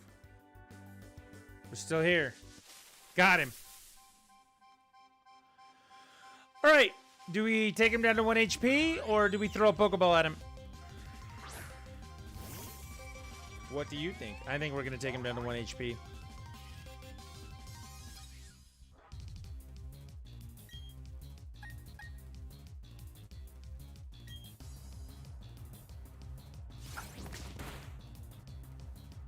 That didn't help.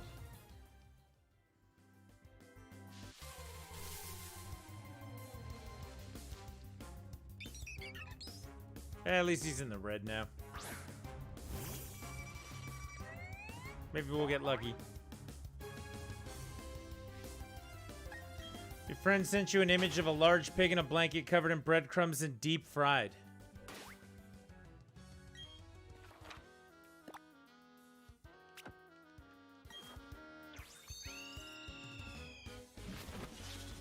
I think Mr. Grumpy Scotsman's having a stroke.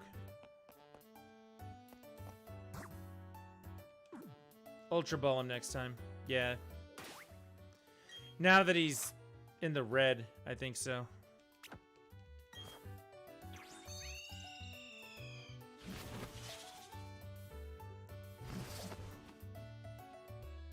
He's right here. We'll see if he stays right here, but he's right here.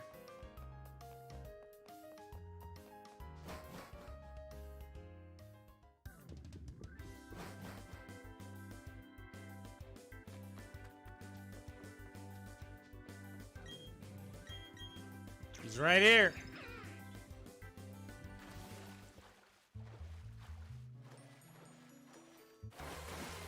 Not him.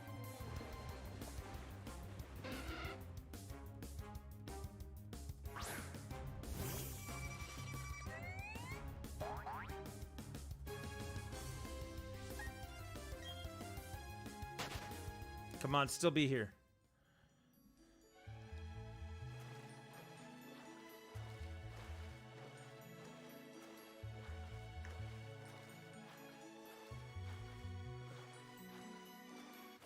Here he is. Got him.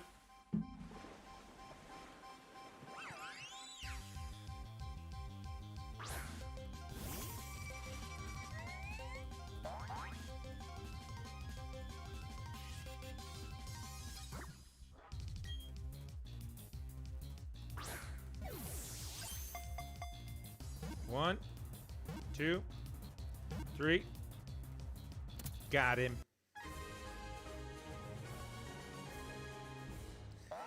Takes a little bit of time, but that's how you do it.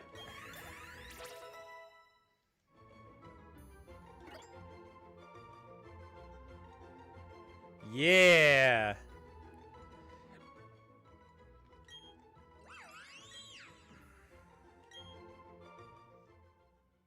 GG indeed.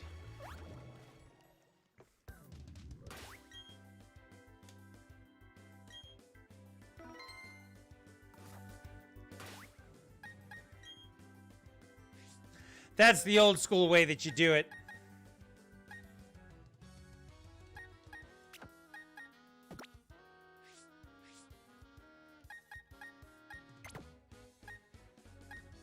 All of our legendaries sitting here. See, look. Got all three of them. So Uixie, Aslef, Mesprit, Dialga, Mew, Jirachi, Riolu. But that's not a legendary, but it's just not easy to find. Same thing with Rotom. Not easy to find, but not a legendary. Giratina, Heatran, Registeel. We're on our way. There's one left to get.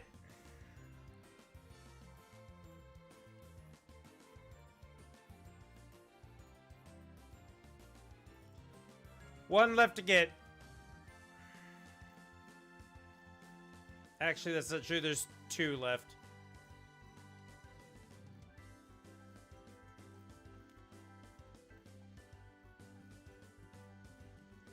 We can't get Regigigas until we have all the Reggies, which we got to go do the underground part for. But there is one more that we can just go catch. Might be worth doing.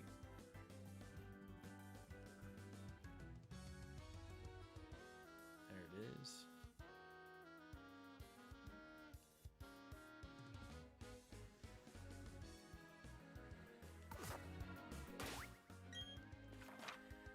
Clip that one as well. Good deal. Thank you.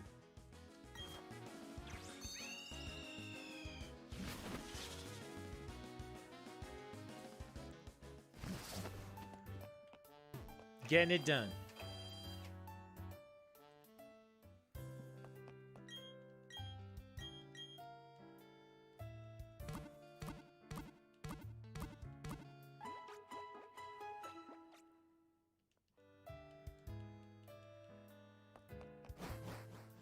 We don't need the map anymore. That's always nice. We do need some more Ultra Balls. We're running low. That Heatran capture took, 40 of them. 30 of them, something like that.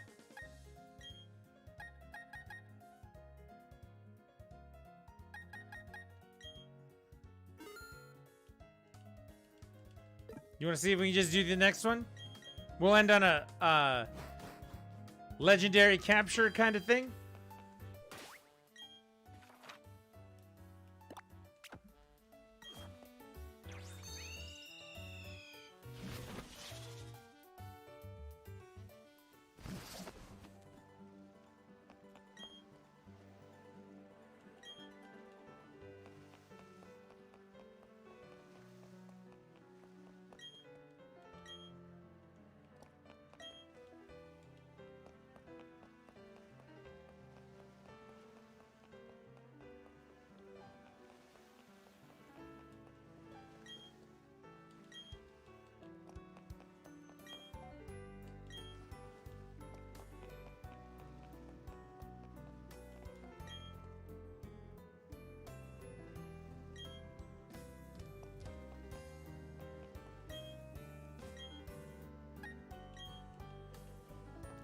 We don't want to go to Iron Island. There's another island we need to go to.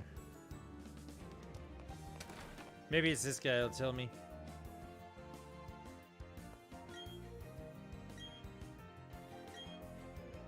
Look at this. Dark is watching me.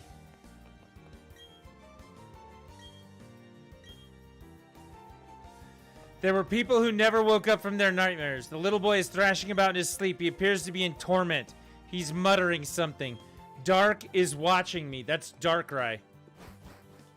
That's a Darkrai thing. So they're talking about him. He's here. He's in this building here. You have to get a key to go in there and catch a legendary, which is kind of cool. But that's how you do it in the old game. They haven't added the event yet. It'd be nice if they did. Darkrai is a great Pokemon.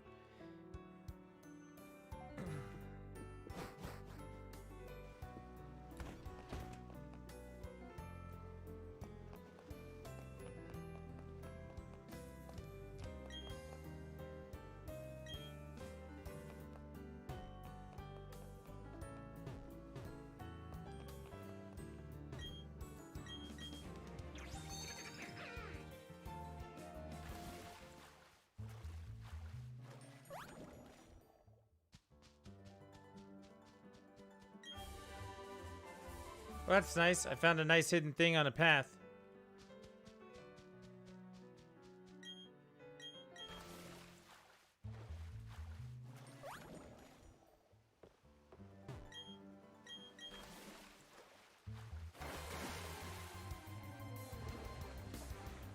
That is not a legendary Pokemon.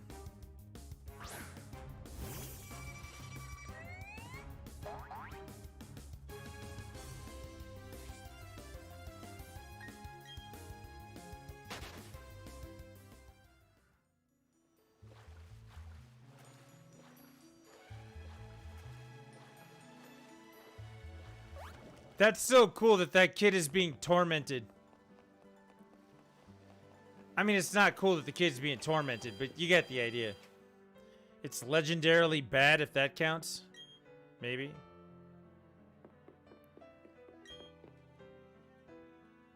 We're looking for a sailor.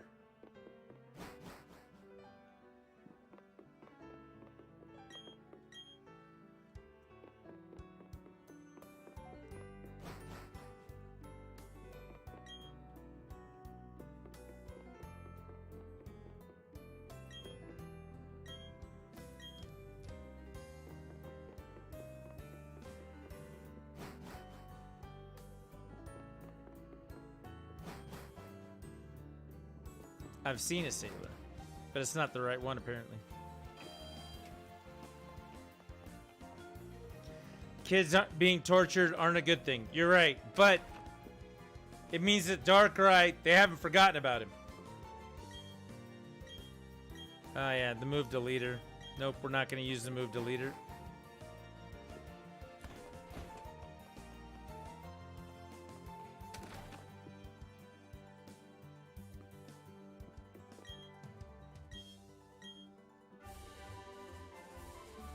Where is this guy?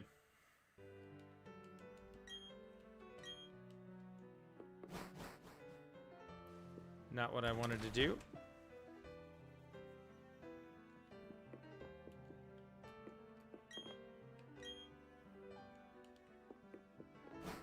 That didn't help me at all.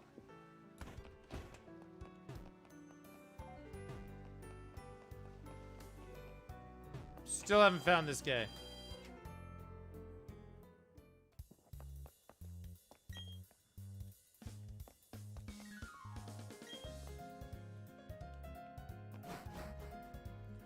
Okay.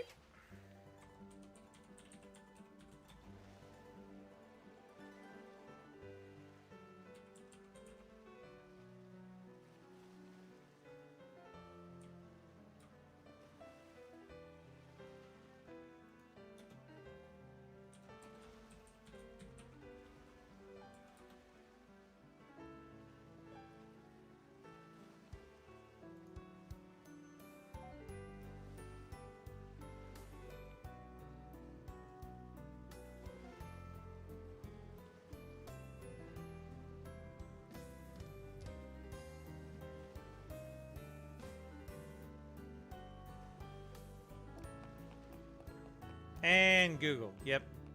So it's the mom and the kid. We talked to the mom, we talked to the kid, then we talked to the sailor.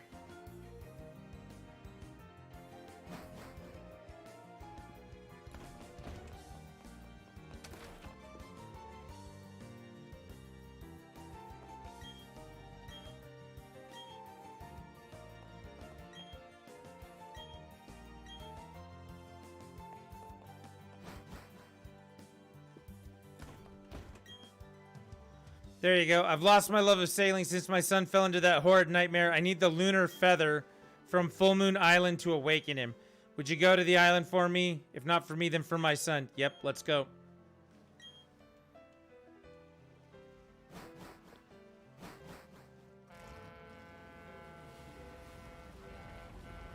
So he's being tormented by Darkrai. And Cresselia, the legendary Pokemon we're about to go catch, drops that lunar feather, and that will cure him of the nightmare that Darkrai has put him in. We can't get Darkrai yet. That's an event. But we can get Cresselia. And we will save it here just in case, you know, everything goes wrong. There it is. The lunar Pokemon.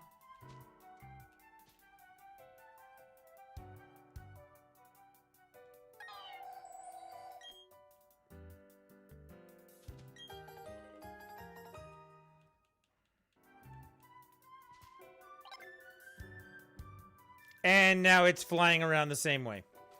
Shit.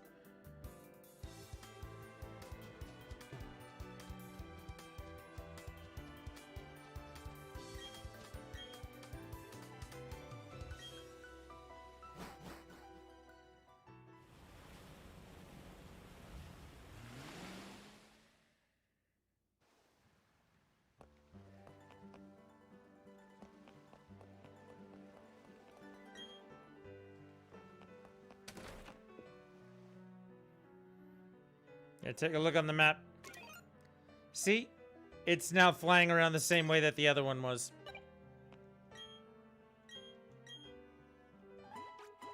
The little boy woke up. Screw you, Darkrai. That's one of his best features. Darkrai puts the opposing Pokemon to sleep, and then while they're asleep, he gives them nightmares, he does Dream Eater, he's basically ruthless. Like, your Pokemon will go to sleep and then not wake up. It's ruthless. It's awesome.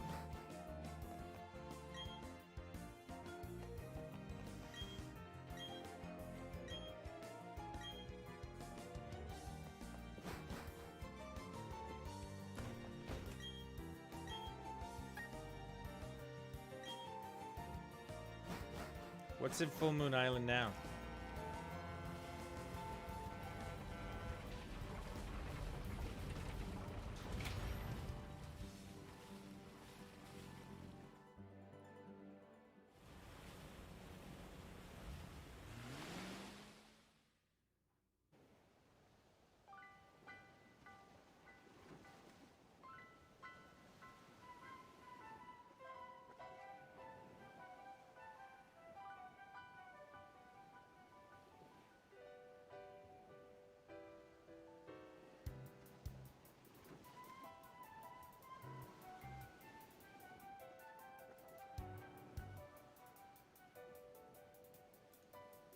Yep. He's not going to show back up. We got to go catch him the way we did Mesprit a second ago. That's why I like Drowsy from the first gen. Could do the same thing and basically one-shot Pokemon. Yeah, Darkrai is the... If Drowsy is high school football, Darkrai is the Dallas Cowboys. Not that I like the Dallas Cowboys, but I'm sure their defensive line could, you know, crit a bitch. All right, well, if nothing else, we've managed to get Cresselia to appear. So Cresselia is going to now be something we have to track down, just like we did with Mesprit.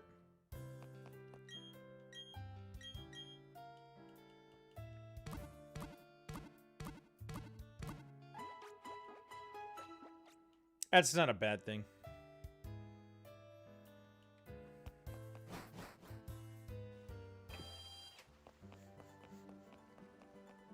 Ugh.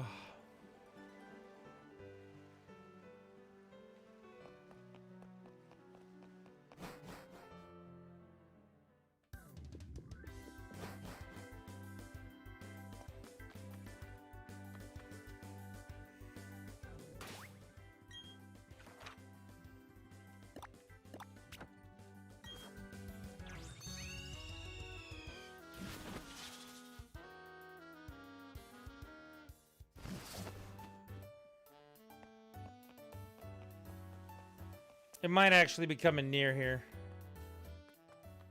Nope, it's going the other way.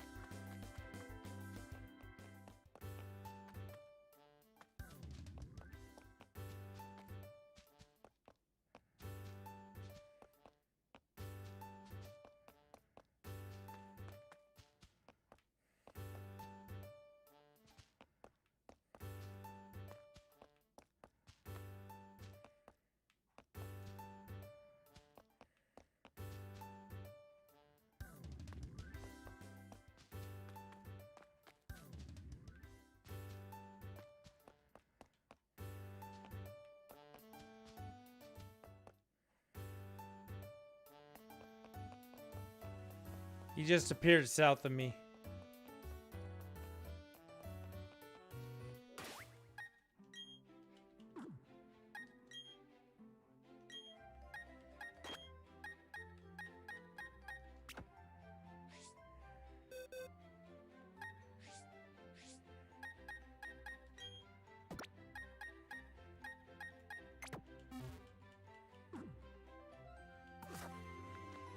See if we can get one hit on him.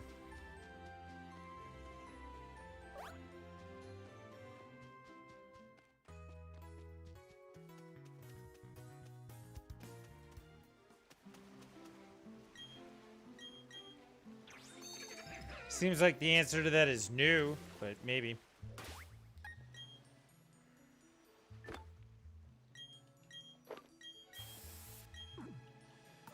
The Pokemon that we're looking for, the legendary one, will still show up even if we have a repel on, so...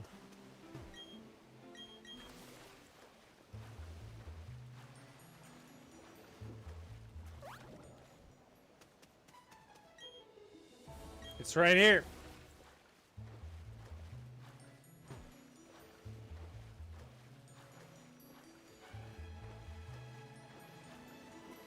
Come on, tag me.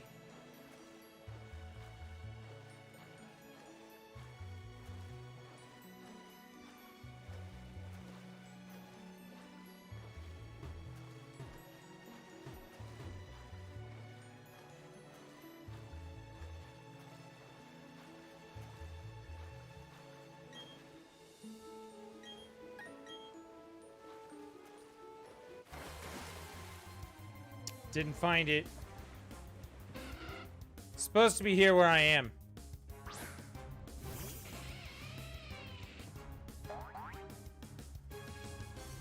I didn't use another repel because I wasn't sure if it was keeping it away.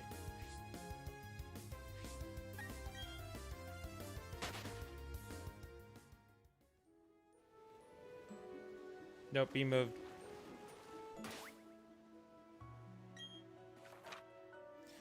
Alright, well, I don't think we're going to get Cresselia tonight, but we got all the rest of them.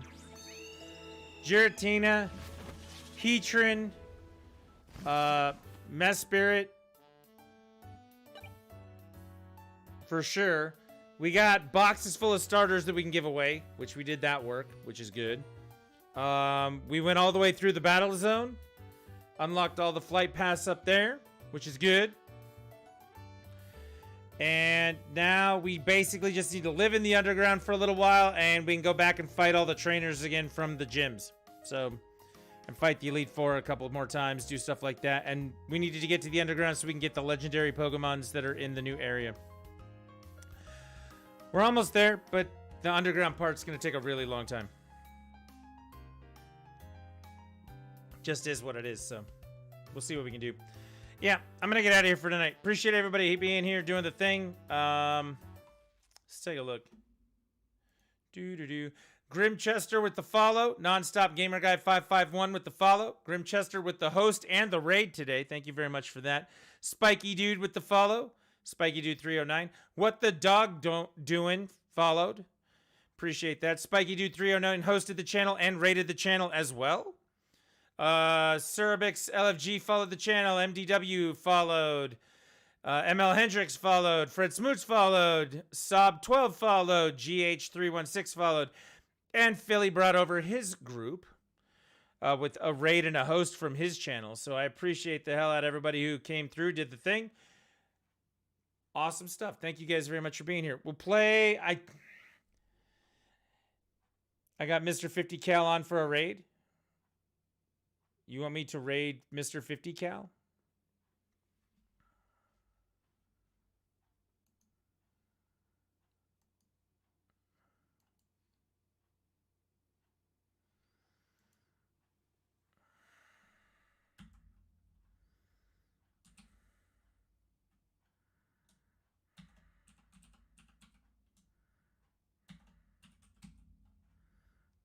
Yeah, whatever works.